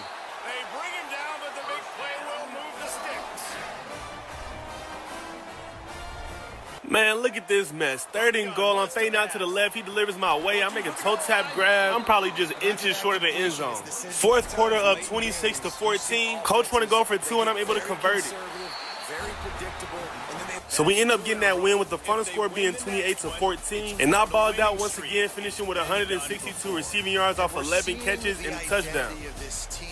Coming to fruition. Just get things. Here we go, man. Now we get into a streak of tough games, back to back to back. Y'all finna see. But for the 4th game of the season, we are away against Auburn, who is unranked, but they are 3-0. And we are also 3-0, but we're ranked number 14. So somebody finna take their first L of the season, and I'm gonna do everything I can to make sure it's not us.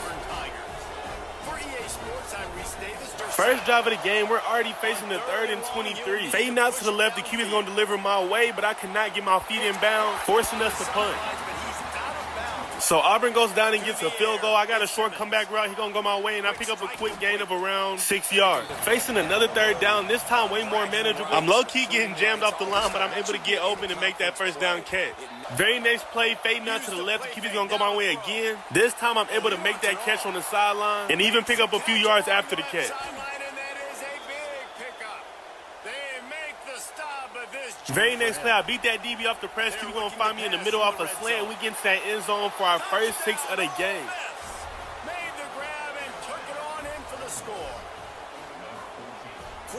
Up 7-3 at a 3rd and 5. That cornerback blitz leaving me wide open on the comeback route, grabbing a nice chunk of yards before being brought down. Headed down that left sideline. Now this one right here is my fault. Not paying attention to that safety, and it winds up getting intercepted with the QB targeting me. But they do not capitalize off of that interception. Finding me across the middle, I bring this one in, slip out of one tackle before being brought down in front of that 30. Facing the 3rd and 3, I got a short little drag route just to get that first down, and I do. Down inside the red zone, this is my bread and butter, and y'all know that, as I get wide open for an easy touchdown.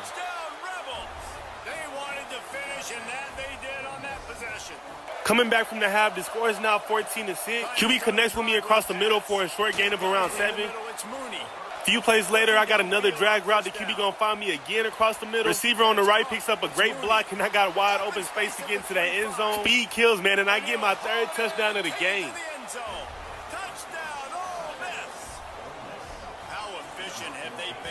Auburn went down and scored to make it 13-21. Look how nice this catch was just for it to not count, man. 2 minutes and 30 seconds left in the 4th quarter. The 3rd and 3, I convert that first down. With the score being 21-19, we got to make these first down conversions. Backed up at a 2nd and 11. Auburn don't know what to do with me in these drag routes, man. I get open again for a huge chunk of yards, being brought down right in front of that 20. They'll make the stop, but that first down ought to ice it, and they should. So we are able to hold on just enough to get that win, with the final score being 21-19. I finished this game with 202 receiving yards off of 14 catches and 3 touchdowns, scoring every single point we had this game. And that performance did not go unnoticed with me winning SEC Offensive Player of the Week for my 2nd time this season, along with the National Offensive Player of the Week. Good news and bad news, y'all boys. The good news is that we back on the home turf, but as y'all can see, it's a rainy game. And that can make things more challenging as we are taking on the number 10th ranked team in the nation, the Texas A&M Aggies. Low-key, I can see why Coach got me at slot because I'm real effective across the middle, getting open for a nice game. We only get 3 points off of that last drive, and A&M scores a touchdown. Cutting out to the left, QB throws a dot, and just like that, we get past that 40. At a 2nd and 6, QB goes right back to me, and we pick up everything we need for that first down plus more. Moving down that field slowly but surely. Fading out to the left, I'm not going to lie, I called for it, but I can't take the blame for that one, man, because that ball was horrible. That could have easily been a completion. But they do not add to their lead, and off a drag route, we pick up that first at a 3rd and 3. 4th and inches, coach want to go for it, and they going to give it to me on the slant. I take one defender out his shoes before it being brought down, converting that first. 4th and 10, inside of field goal range. I'm surprised coach want to go for it, but he does. QB going to try me with the deep ball. And peep the IQ, man. I tip pass it to my teammates for him to get a touchdown. Yeah, that was 100% on purpose. 3rd quarter now, we up 10-7. Cutting out to the left, the QB throws a dot my way. I slip out of a few tackles before it being brought down. Very next play, I did have an out route, but sometimes you got to get creative. He going to find me open in the middle of the field for a big game. We go down and score, but so does A&M, making it 14-17. And I make a toe tap grab at a 2nd and 7 for a first. They just don't learn, man. Every time a DB try to press, it never wind up in his favor. I get wide open for a big game, getting us past that 40. Lined up on the outside at a 3rd and 9. I'm looking to get that first off of the comeback, and I do. 2nd and 6, sticking to my route. I'm fading out to the left. The QB gonna go my way again, and just like that, we inside the 5. A few yards shy of the end zone. Y'all know who his favorite target is when we down this close, as he connects with me for an easy touchdown. I like the aggressive play calling by the offensive coordinator on that drive. 2 minutes left in the 4th quarter, up 24-14, and QB gonna find me across the middle for another nice game. And that very next play, I got a whip route. He gonna find me again, this time for a first down. Starting off with me in motion, we go up the jet sweep, but this don't go nowhere at all. We actually lose a yard, putting us at a 3rd and 11. But thankfully, we're able to hold on enough to get that win, with the final score being 24-14. I had a good showing with 178 yards off of 17 catches and a touchdown. Not just fans of these two teams, but people maybe outside. 6th game of the season, and we are right back on the road against Tennessee. Currently, we are undefeated at a 5-0 record and ranked number 8 in the nation. I cannot make this up. First play of the game, I beat that DB off the press. QB delivers a beautiful ball. I bring that one in and make my way into the end zone, completely burning the defense and scoring my first touchdown of the game, man. Let's get it. One of the reasons this offense is so exciting to watch. Up 7-0. Before you know, we right back in the red zone. Fading out to the right, the QB delivers a dot for another touchdown, scoring my 2nd of the game already. Up 14, and Tennessee goes down and gets a field goal, making it 14-3. And the QB goes my way on an out route. I break 2 tackles somehow, break another one before being brought down right outside the 10. And look at how wide open I am. Nobody guarding me at all, giving me a wide open lane for an easy walk-in touchdown. No mid-season concentration laps here in week 7 as they push. Up 21-3. I got 3 touchdowns in the game. We still in the first half, man. I'm having a game to remember. It's caught downfield. And he's brought down after a nice game. Every single week, defenses fading to the inside, the QB delivers a dot my way, and just like that, we get inside the 5. Facing the 3rd and long, but not to worry, man. The QB gonna thread the needle to the back of the end zone for another touchdown. Fired in from the red zone for the score. Every time we speak to defense. Up 28-3 in the 3rd quarter, man. The QB gonna find me open on the right side of the field for a decent game. A few plays later, I got the same exact route, just on the opposite side of the field. He's going to find me across the middle. And, man, I have been torching this defense. And I do it once again, getting into that end zone for my 5th touchdown of the game. I ain't going to lie, coach can take me out, and I'm good.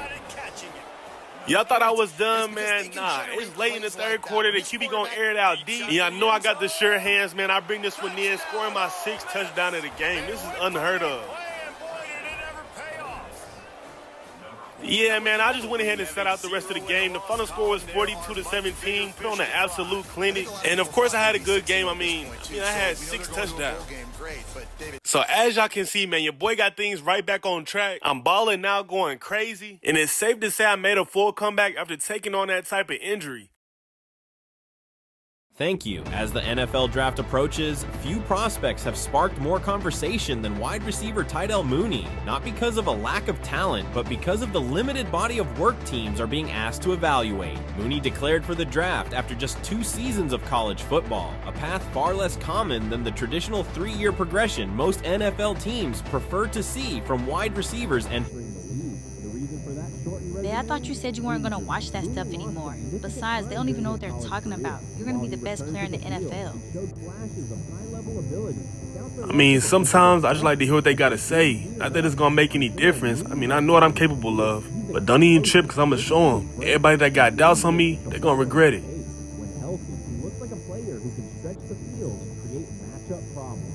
But NFL evaluators are paid to look beyond flash. So the last time y'all seen me, we was at the midpoint of my sophomore football season. After coming off a devastating injury, I was still putting on a show. And as y'all could guess, a lot done happened since then. But first, let me show y'all how the rest of my season played out.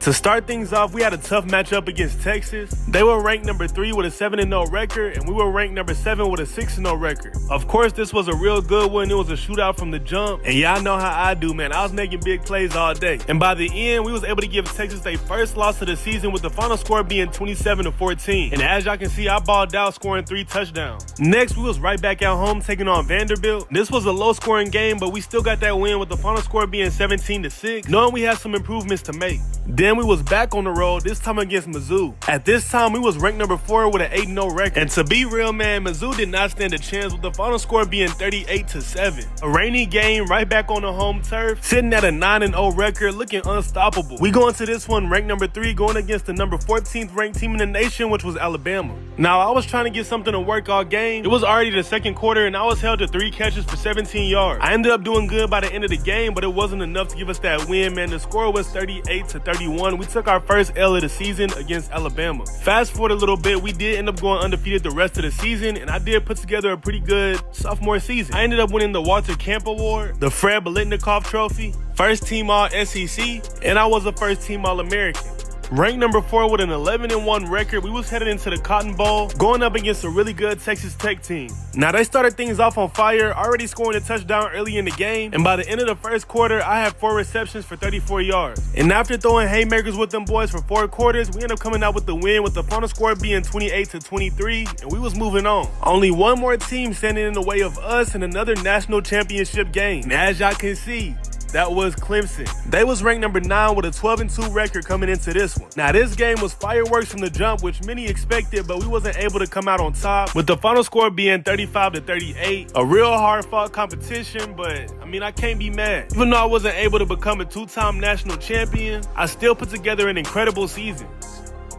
Now, being that I missed my true sophomore season due to that injury I suffered, there was a lot of talk about whether I'm ready for the NFL or not. Everybody had their doubts, and rightfully so, because as y'all know, I only played 2 college football seasons, and most people that declare for the draft played at least 3. But since I've been out of high school for 3 years, I was still eligible to declare for the NFL draft, and I mean, that's exactly what I did. So after my season, I got straight to work preparing for that combine. I was doing 3 a day, spending hours in that gym each session. Even though I had just dominated a whole season, I knew they would still be watching me extra close just because of the injuries I suffered. And they want to make sure I'm not a liability before they offer me a multi-million-dollar contract, so it makes sense. And with me having that knowledge, I made sure I put in extra work and got myself right. But one day after one of my sessions, while I was in the ice bath recovering, my phone started going off. I got a call from someone I had not been talking to throughout that whole season. It was my mom. Now, if y'all been watching, y'all know she did something that I would consider shiesty. I mean, it wasn't in her plans for things to go the way they did, but I mean, she put me in a bad situation. Nearly ended my football career. But it's still my mom, and I love her to death, and I could tell that she needed me in this moment. So there I was, man, taking an unexpected trip to my hometown of Milwaukee. And when I walked into the crib, I just see my mom sitting on the couch bawling her eyes out. And after consoling her for a while, she finally told me what the problem was, and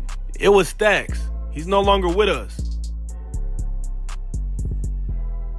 Now, for y'all that been watching, y'all probably don't feel too bad about this news. I mean, from the jump, Stacks was not a good guy at all. And even though he was trying to get his life together, all that time he spent in the streets caught up with him. And sadly, that brought us to this moment. Now, granted, I was never cool with him, nor did I ever plan on it. But knowing what he meant to my mom, I just knew I had to be there for her and show her that she's not all alone.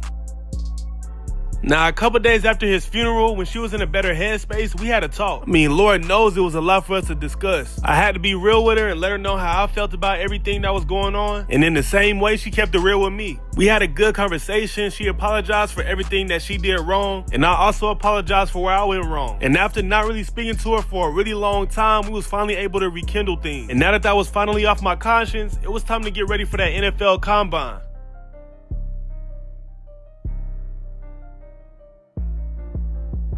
First up, we had the 40-yard dash, and I'm feeling good about this.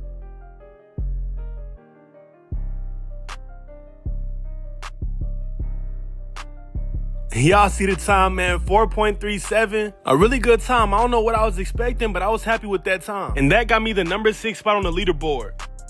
Next, we have the bench press, and I'm not gonna lie, going into this, I was real confident too, just like I was at the 40-yard dash, knowing I had put that work in during training. Before you know it, I was at 17, 18, and I tapped out after 19 reps, which I was also content with, especially after they had me projected to get only 9 to 12. I beat everybody's expectations and was ranked number 9 on the leaderboard. I skipped the broad jump and went straight to the shuttle drill, which showcases the quickness. And once again, I was confident and I got a really good time that I was content with it being a 4.22. I did beat the expectations, but I was number 23 on the leaderboard. Next was the drills, and y'all already know I did my thing, going 7 for 8 and putting together a really good combine experience.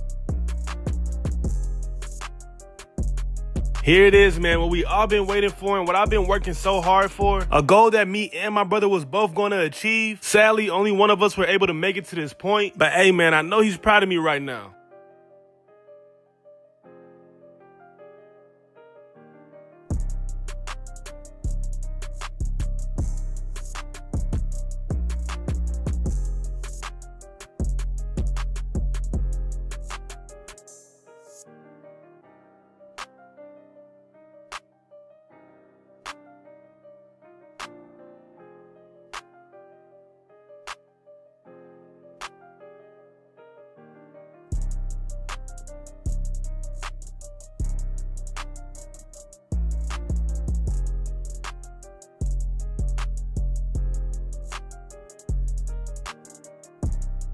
So y'all see it, man. Drafted to the Tennessee Titans, paired up with Cam Ward, signing that $17.6 million contract.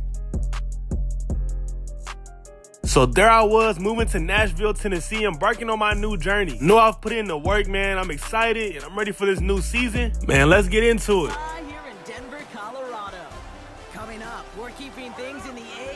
First game of the season, we are up against Bo Nix and the Denver Broncos. Now look, man, this is my first NFL game. Of course, I got those nerves that are good to have, low-key. That just means we alive, man. I'm ready for this game. I'm ready for the whole season. Hey, Cam Ward must have heard I was a deep threat in college. He gonna lob it deep down the right side. But sadly, that one gets broken up.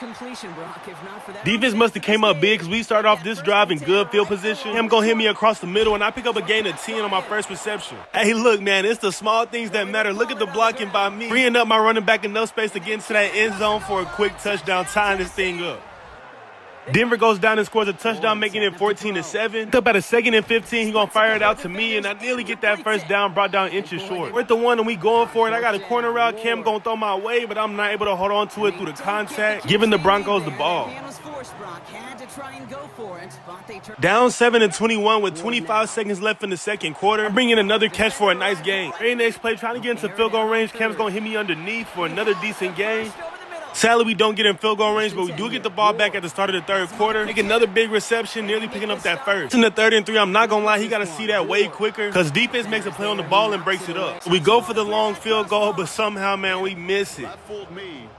Luckily, they don't add to their lead, so the score is still 21-7 as I make another reception for a gain of 8. Going forward for a risky 4th and 2, but we get rewarded with that first down conversion.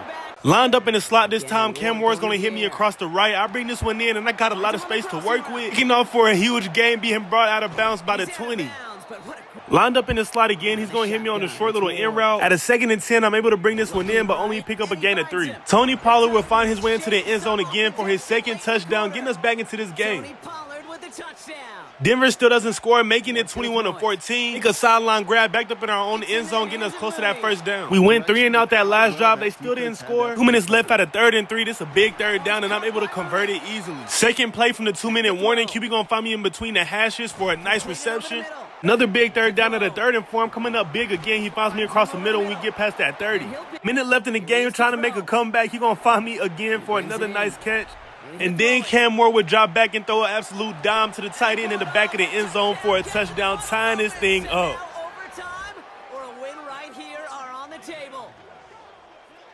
So we end up going into overtime. 2nd and 9, I got a go route, and I'm headed all the way down the field. He gonna lob it deep. I got to step on the defense. Chance to make a huge play, but I cannot hold on to it through the contact. Inside the 20 at a 2nd and 10, Cam Moore gonna deliver another dot to the end zone for another touchdown, giving us that lead in overtime.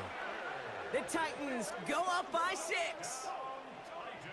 They go down and tie it up too. I got a deep out route. Cam gonna fire it out my way. I bring that one in and pick up a nice gain. Get inside field goal range, but Madden is gonna do that stupid thing they do when they run out the clock real fast, and this winds up being a tie. At least we didn't take an L, man, but we could have easily won that if Madden didn't just run out the clock that quick. After 4 quarters in overtime of evenly matched football, this game. Why my first home game gotta be a rainy game? I don't know, but hey, man, we on the home turf for the 2nd game of the season, taking on the LA Rams, man. Let's get it.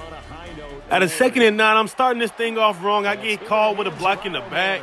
The field. So let's see about the call. Before you know it, we facing the 3rd and 6. I got a whip route. QB gonna look my way. I bring this one in, get past that 40 before it being brought out of bounds. Coming across the right side of the field, Cam Moore's gonna look my way, but he throws it behind me. Backed up in our own end zone at a 2nd and 11, cutting across the field, he gonna throw it into triple coverage, and that gets picked off and sets them up in great field position. QB gets his first touchdown pass. That's when you put down through the zip in the 2nd quarter, lined up inside the 30. I would catch my first touchdown pass of the game. And my first touchdown of my NFL career, man. This moment right here is big for me. I know I'm finna keep that ball. A great effort there with his first career NFL touchdown. LA don't score, so it remains 3-7. He not to the left. QB gonna throw a dot my way. I bring this one in and grab us that first. And he goes out of bounds just shy of the 45. A minute 30 left in the 2nd quarter. He gonna find me wide open. I make a big reception, getting us past that 30 before being brought down. And this is going to be another first down as the tackle's going to be made at the Rams' 24-yard line. Coming back from the 3rd quarter, the score is now tied 10-10. Finding me open on the right side of the field. He gonna deliver a dot. I make the catch, getting us right there at midfield. And he'll be stopped right at midfield. Rookie to rookie. Touchdown reception by Tony Pollard will make the score 17-10. They double teaming your boy, but I'm still able to bring this one in off of the comeback route. And he will have a Titans first down as they're able to get the 3rd down conversion. Very next play off an out route, Cam gonna find me again on the left side of the field for another big game. 2 minutes and 30 seconds left in the 4th quarter. Freeing up on the right side of the field, I'm wide open for an easy walk-in touchdown. Scoring my 2nd of my career and my 2nd of the game, man. Let's get it. A great play there with his 2nd touchdown of the afternoon.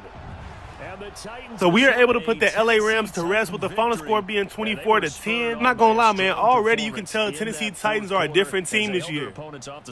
Back-to-back home games, but also back-to-back rainy games, man. What's going on in Tennessee? But anyways, man, we feeling good coming off a win against the LA Rams. Now we're taking on the Indianapolis Colts. Second play of the game, going with a play action pass. He gonna find me on the right side of the field, slipping out of one tackle before being brought down past that 40. Before you know, we facing the 3rd and 7. I'm lined up in the slot. He gonna find me across the middle. I bring this one in, slipping out of one tackle, picking up that first down before being brought down. And he's tackled with the first down yardage. We went 3 and out that last drive, but so did the Colts. But attention to detail, man. Once again, look at my blocking. I don't make those blocks, then he not taking this all the way to the crib. Like, come on, man. I got to give me some credit. So the Colts go down and tie it up 7-7 at a 1st and 10. Zone defense is wide open across the middle. Cam delivers a dot my way for a huge gain. And he's going to be brought down in enemy territory now at the 46. So a gain of 30 yards. Backed up at a 2nd and 12 just outside the 30. He going to find me again for another nice gain. And us at a 3rd and inches. We end up having to settle for a field goal, and the Colts go down and score, making it 10-14. Cam, we're going to try to air it out deep to me. Can't make the grab in double coverage, but ref going to throw that flag, and it's going to be pass interference. They may still get some big yards out of this one. And after being set up in great field position, we do get a touchdown, taking that lead. Before you know it, we facing the 3rd and 12. I'm wide open across the middle. He gonna deliver another dot my way. We get that first down with ease being brought down past the 40. We wouldn't score again, but it was enough to still come away with that win, with the final score being 17-14. Still technically undefeated. Hey, man, why y'all ain't tell me I forgot to tell y'all my stats after each game? But this game, man, I had 5 catches for 96 yards. 4th game of the season, we're back on the road against the Houston Texans. Feeling real good after taking another dub last week. DB don't know what he doing, man. Lined up offsides, we had to catch him lacking. Cam gonna deliver it over the top of his head. I bring this one in and make a huge gain. And even though that was offsides, man, we gonna decline it because I just made a huge play. Very next play, going with play action. Cam Ward gonna dish it out to me again for a quick gain of 6. Few plays later, I'm fading out to the corner of the end zone. He gonna lob it up. Looking to catch the first body of my NFL career, and I do at the corner of the end zone. What a nice catch, man. Touchdown. Scoring my 3rd of my NFL career. A great effort there. His 3rd touchdown. Like, just look at it, man. I got both feet in and everything. What a nice catch.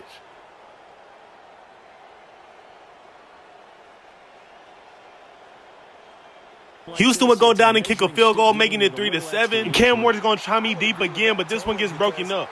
We went 3 and out that last drive, but so did the Texans. Cam going to find me across the middle, and even with the defense in my chest, I'm able to bring this one in for a nice game. And he's taken down, but able to slip across the 35. Rookie to rookie on the hook up there. Late in his 2nd quarter, down inside the 40, he going to find me across the middle for a nice completion. Quickly here, and that's complete. And he'll be marked down right at the 20-yard line. 12 more yards there and another first. 20 seconds left in the half. Facing the 3rd and goal. I get wide open somehow with an easy touchdown completion. Taken in for a Titans touchdown. A great play there as the first half is winding down. 2:40 left in the 3rd quarter. The score is now 14-9. We're still up. I will pick up another reception across the left side of the field, getting us right outside the 50. Before you know, we facing the 3rd and 17. Lined up on the left side of the field, he gonna lob it deep my way, and I had a chance to bring this one in, but man, it gets broken up. I gotta lock in because these are catches I would have definitely made in college. Now the 4th quarter, on that next drive, he gonna lob it deep again. I had a step on the defense, but this one gets sailed over my head. I can't make the grab. A short little drag route coming all the way across the field. He gonna find me on the left side. Able to make something out of this one, taking off, getting us past that 30 before being brought out. We end up getting that win with the final score being 21-9 on the 3-game winning streak. I can't lie, man. We've been balling out. I finished the game with 8 catches for 136 yards and 2 touchdowns. Another away game. This time we are against the Arizona Cardinals. But hey, man, we coming off a 3-game winning streak, so we feeling better than ever. Arizona start off with a field goal, making it 3-0, going for an early 4th down. I'm able to make the easy grab for that first. Very next play, a deep ball across midfield will give me my 2nd reception of the game, getting us inside the 10 before being brought down. And they're going to be set up right around the 10-yard line. Arizona goes up 10 to R7. He gonna find me across the middle again. Coming across the left side, I bring in a dot, getting us past midfield just like that. And they get this one across midfield to the 47-yard line. Very next play looking very similar to the last one. He gonna find me across the left side again for another big game. Connection made to Mooney. How about this one, too, to start the drive? Mark him off with a gain. 3 times in a row, back to back to back. I don't know how many times this route gonna work, but hey, we gonna keep doing it. I catch a beautiful ball at the corner of the end zone for my first touchdown of this game. Touchdown Titans. All week we're gonna 3rd quarter, the score is still 10-14. Cutting across the midfield again, man. Y'all see us working to perfection, getting us past that 50. Will bring him down on the other side of midfield. That catch number 40. 2nd and 7, lined up just outside of the 30. He gonna deliver a dot to a corner route, and I bring this one in for a nice game. Threatening to get inside that end zone, he gonna zip a pass between defenders, hitting me right in my chest for a nice game. Up 21-13, cutting this one back inside. He gonna deliver another dot my way. I bring this one up close to that 50. Is caught. And that's gonna be a first down. Lined up on the left side of the field at a 2nd and 10. 40 seconds left in the game. He gonna deliver a pass my way. Get this up past the 40. 4th and 1, and we go for it to put this game away. I'm wide open for a short completion, and just like that, man, this game is put to rest.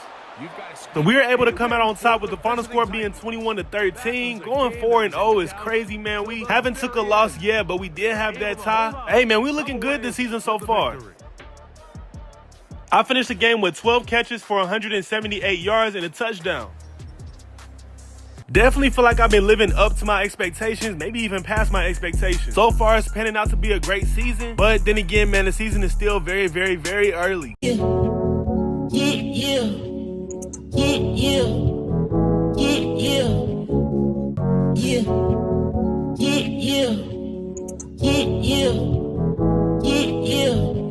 Usai made a mess, G5 by the jet. I'm about to catch, I double the bed. I'm in the stretch, from south to the west. Lawyers the best, get home with a check. He done fucked up, put some dough on his head. Kept me knocked down, left the on the list. Run this catch up like a motherfucking tread.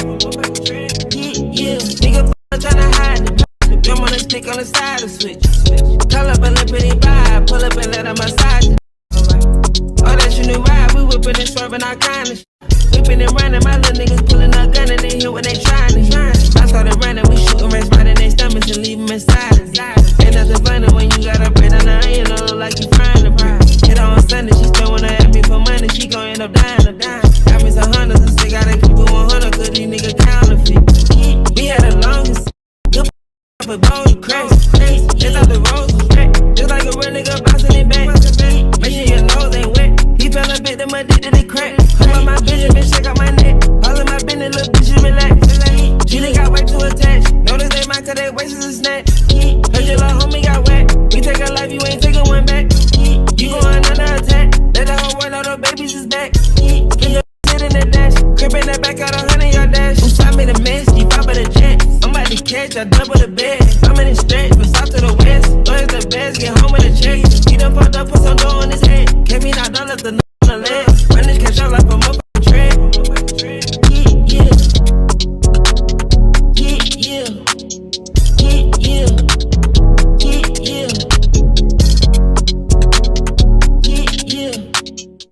What's the word, man? I know it's been a few weeks since y'all last seen me, but my NFL career's been going smooth. And here lately, I just been sticking to the same routine y'all saw at the start of this video. Now, while my life on the field has been nothing short of great, my personal life on the other hand, as y'all should know by now, it seems like I can never escape conflict. And well, once again, I found myself catching a flight back to Milwaukee. After receiving a call from my mom and hearing the shakiness in her voice, without hesitation, I hopped on that private jet and I was on my way to her.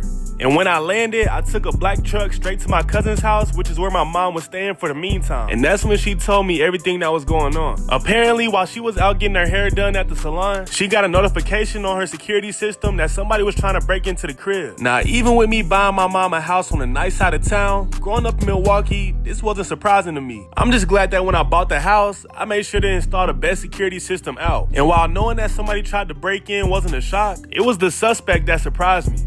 Now, if y'all been watching this series, then y'all should know who this is from a couple episodes ago. His name is Tyron, Stack's son. Now, if y'all remember, I knew not to trust him the moment I seen him. And with him knowing where my mom lived and knowing that I'm in the NFL, I'm guessing he figured she would have a lot of money stashed in the crib.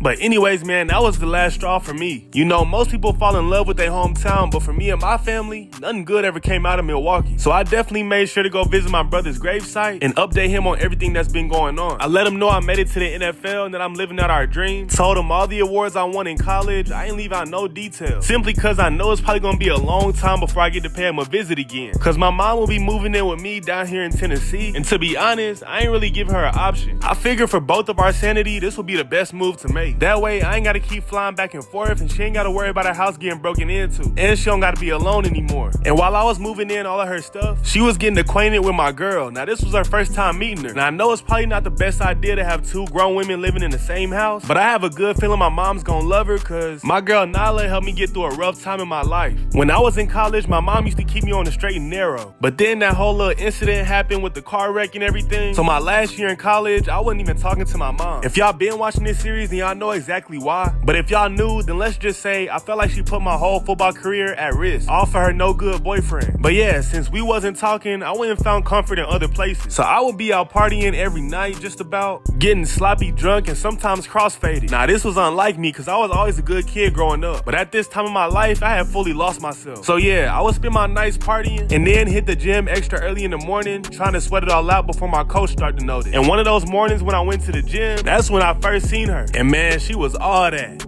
Fat, P-H-A-T, pretty hot and tempting. As y'all can see, man, my eyes latched on and couldn't get off of her. So I knew that was something I had to pursue.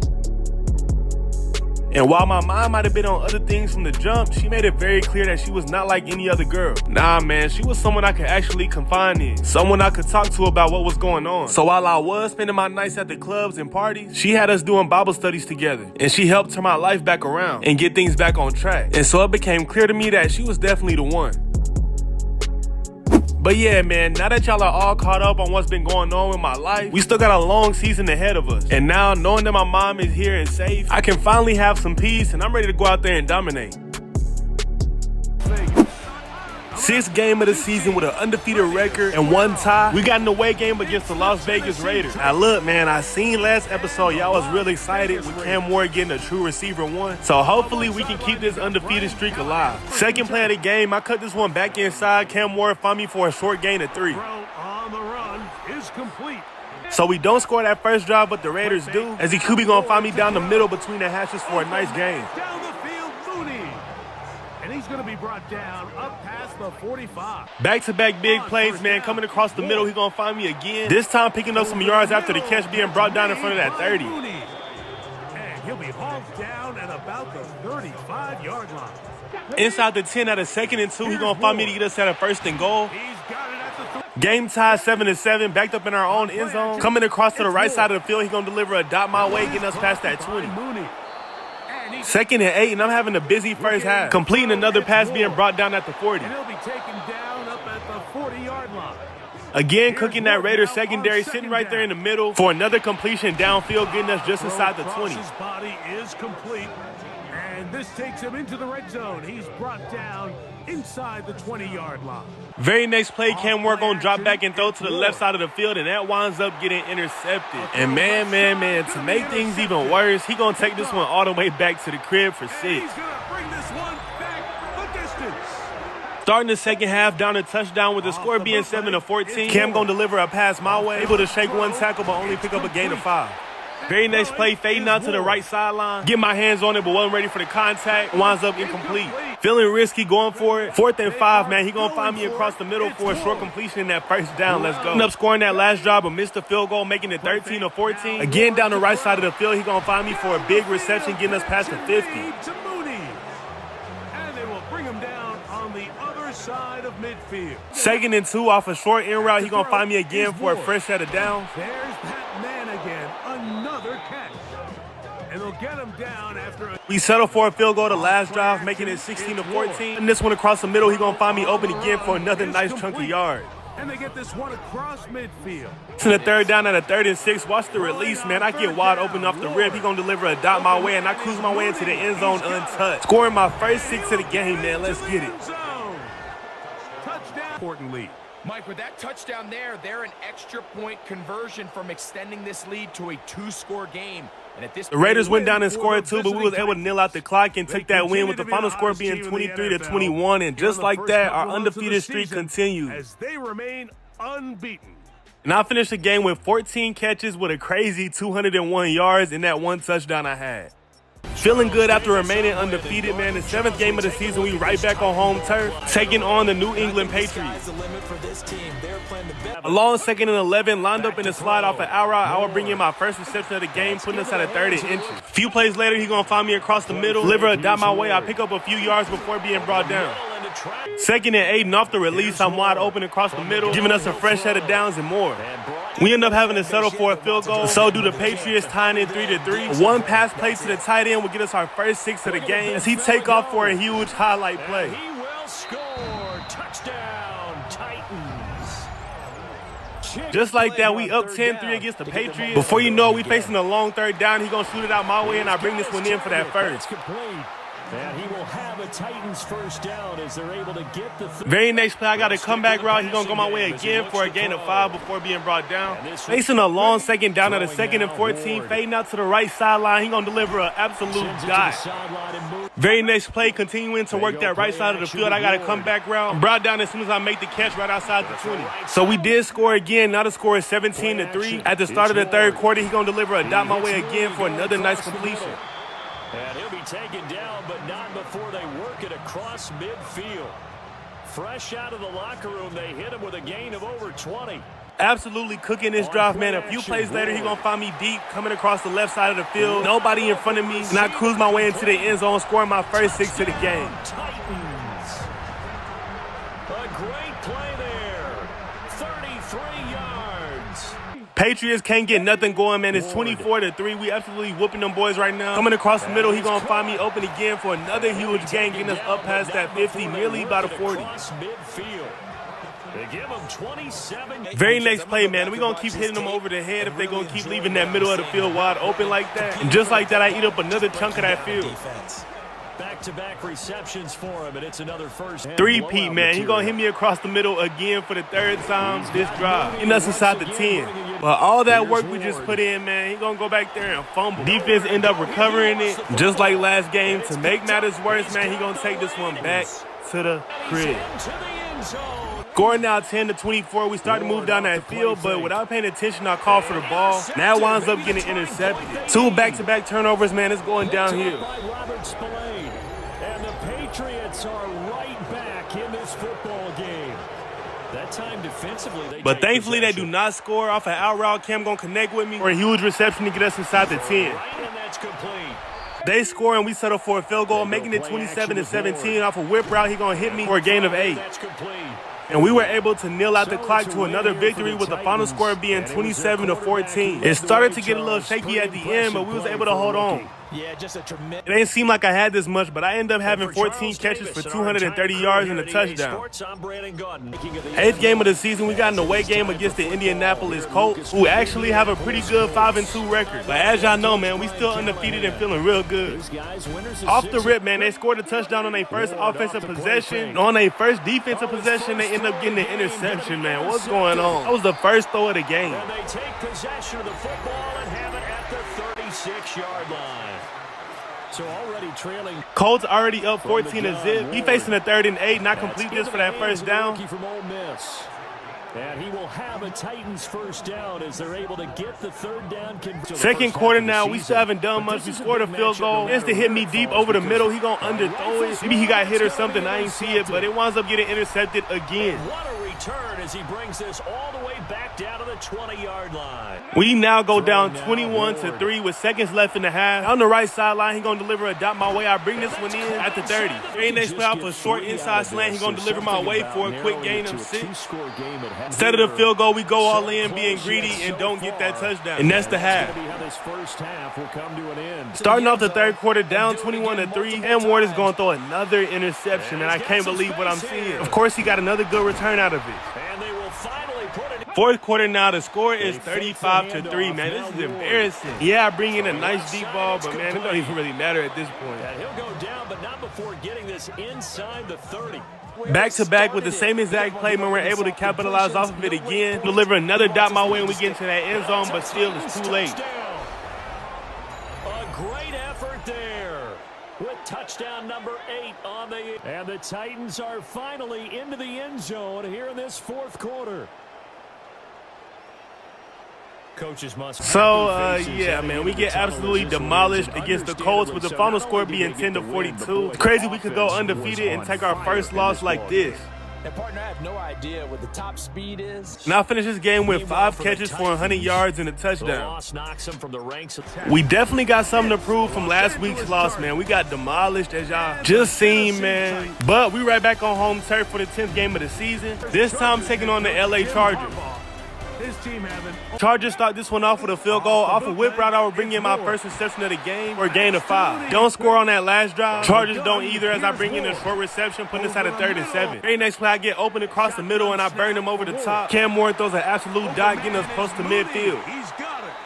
And he'll be taken down up past the 40-yard Before you know it, man, Cam Moore ends up fumbling, and the defense recovers. They go down and add a field goal, making it 6-0. Not gonna lie, I did not see that safety at first, so I'll call for it. But I'm glad I did, because it ended up being the pass interference.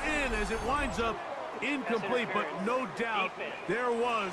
Flipping sides of the field just like that, and on that first down play, fading to the right side of the field, he's going to deliver a dot, and I cruise my way into the end zone, scoring my first 6 of the game. Will score. Touchdown, Tennessee.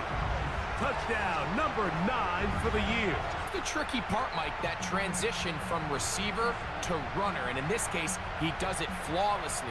Look the ball in, secure. 20 seconds left in the half, at least trying to get this thing in the field goal range. I'm able to get it up past the 30. Coming back from halftime, the score is now 9-7. With an out route, Cam Moore's going to look my way, and it winds up getting intercepted. Chargers go up 16 to our 7. At a 2nd and 10, I'll pick up a gain of 8 off an in route. Lined up on the outside, get a step off the release, so I put my hand in the air, call for it, make an insane catch, holding on to it through the contact, man. Stop playing. Don't that remind y'all of my Ole Miss days?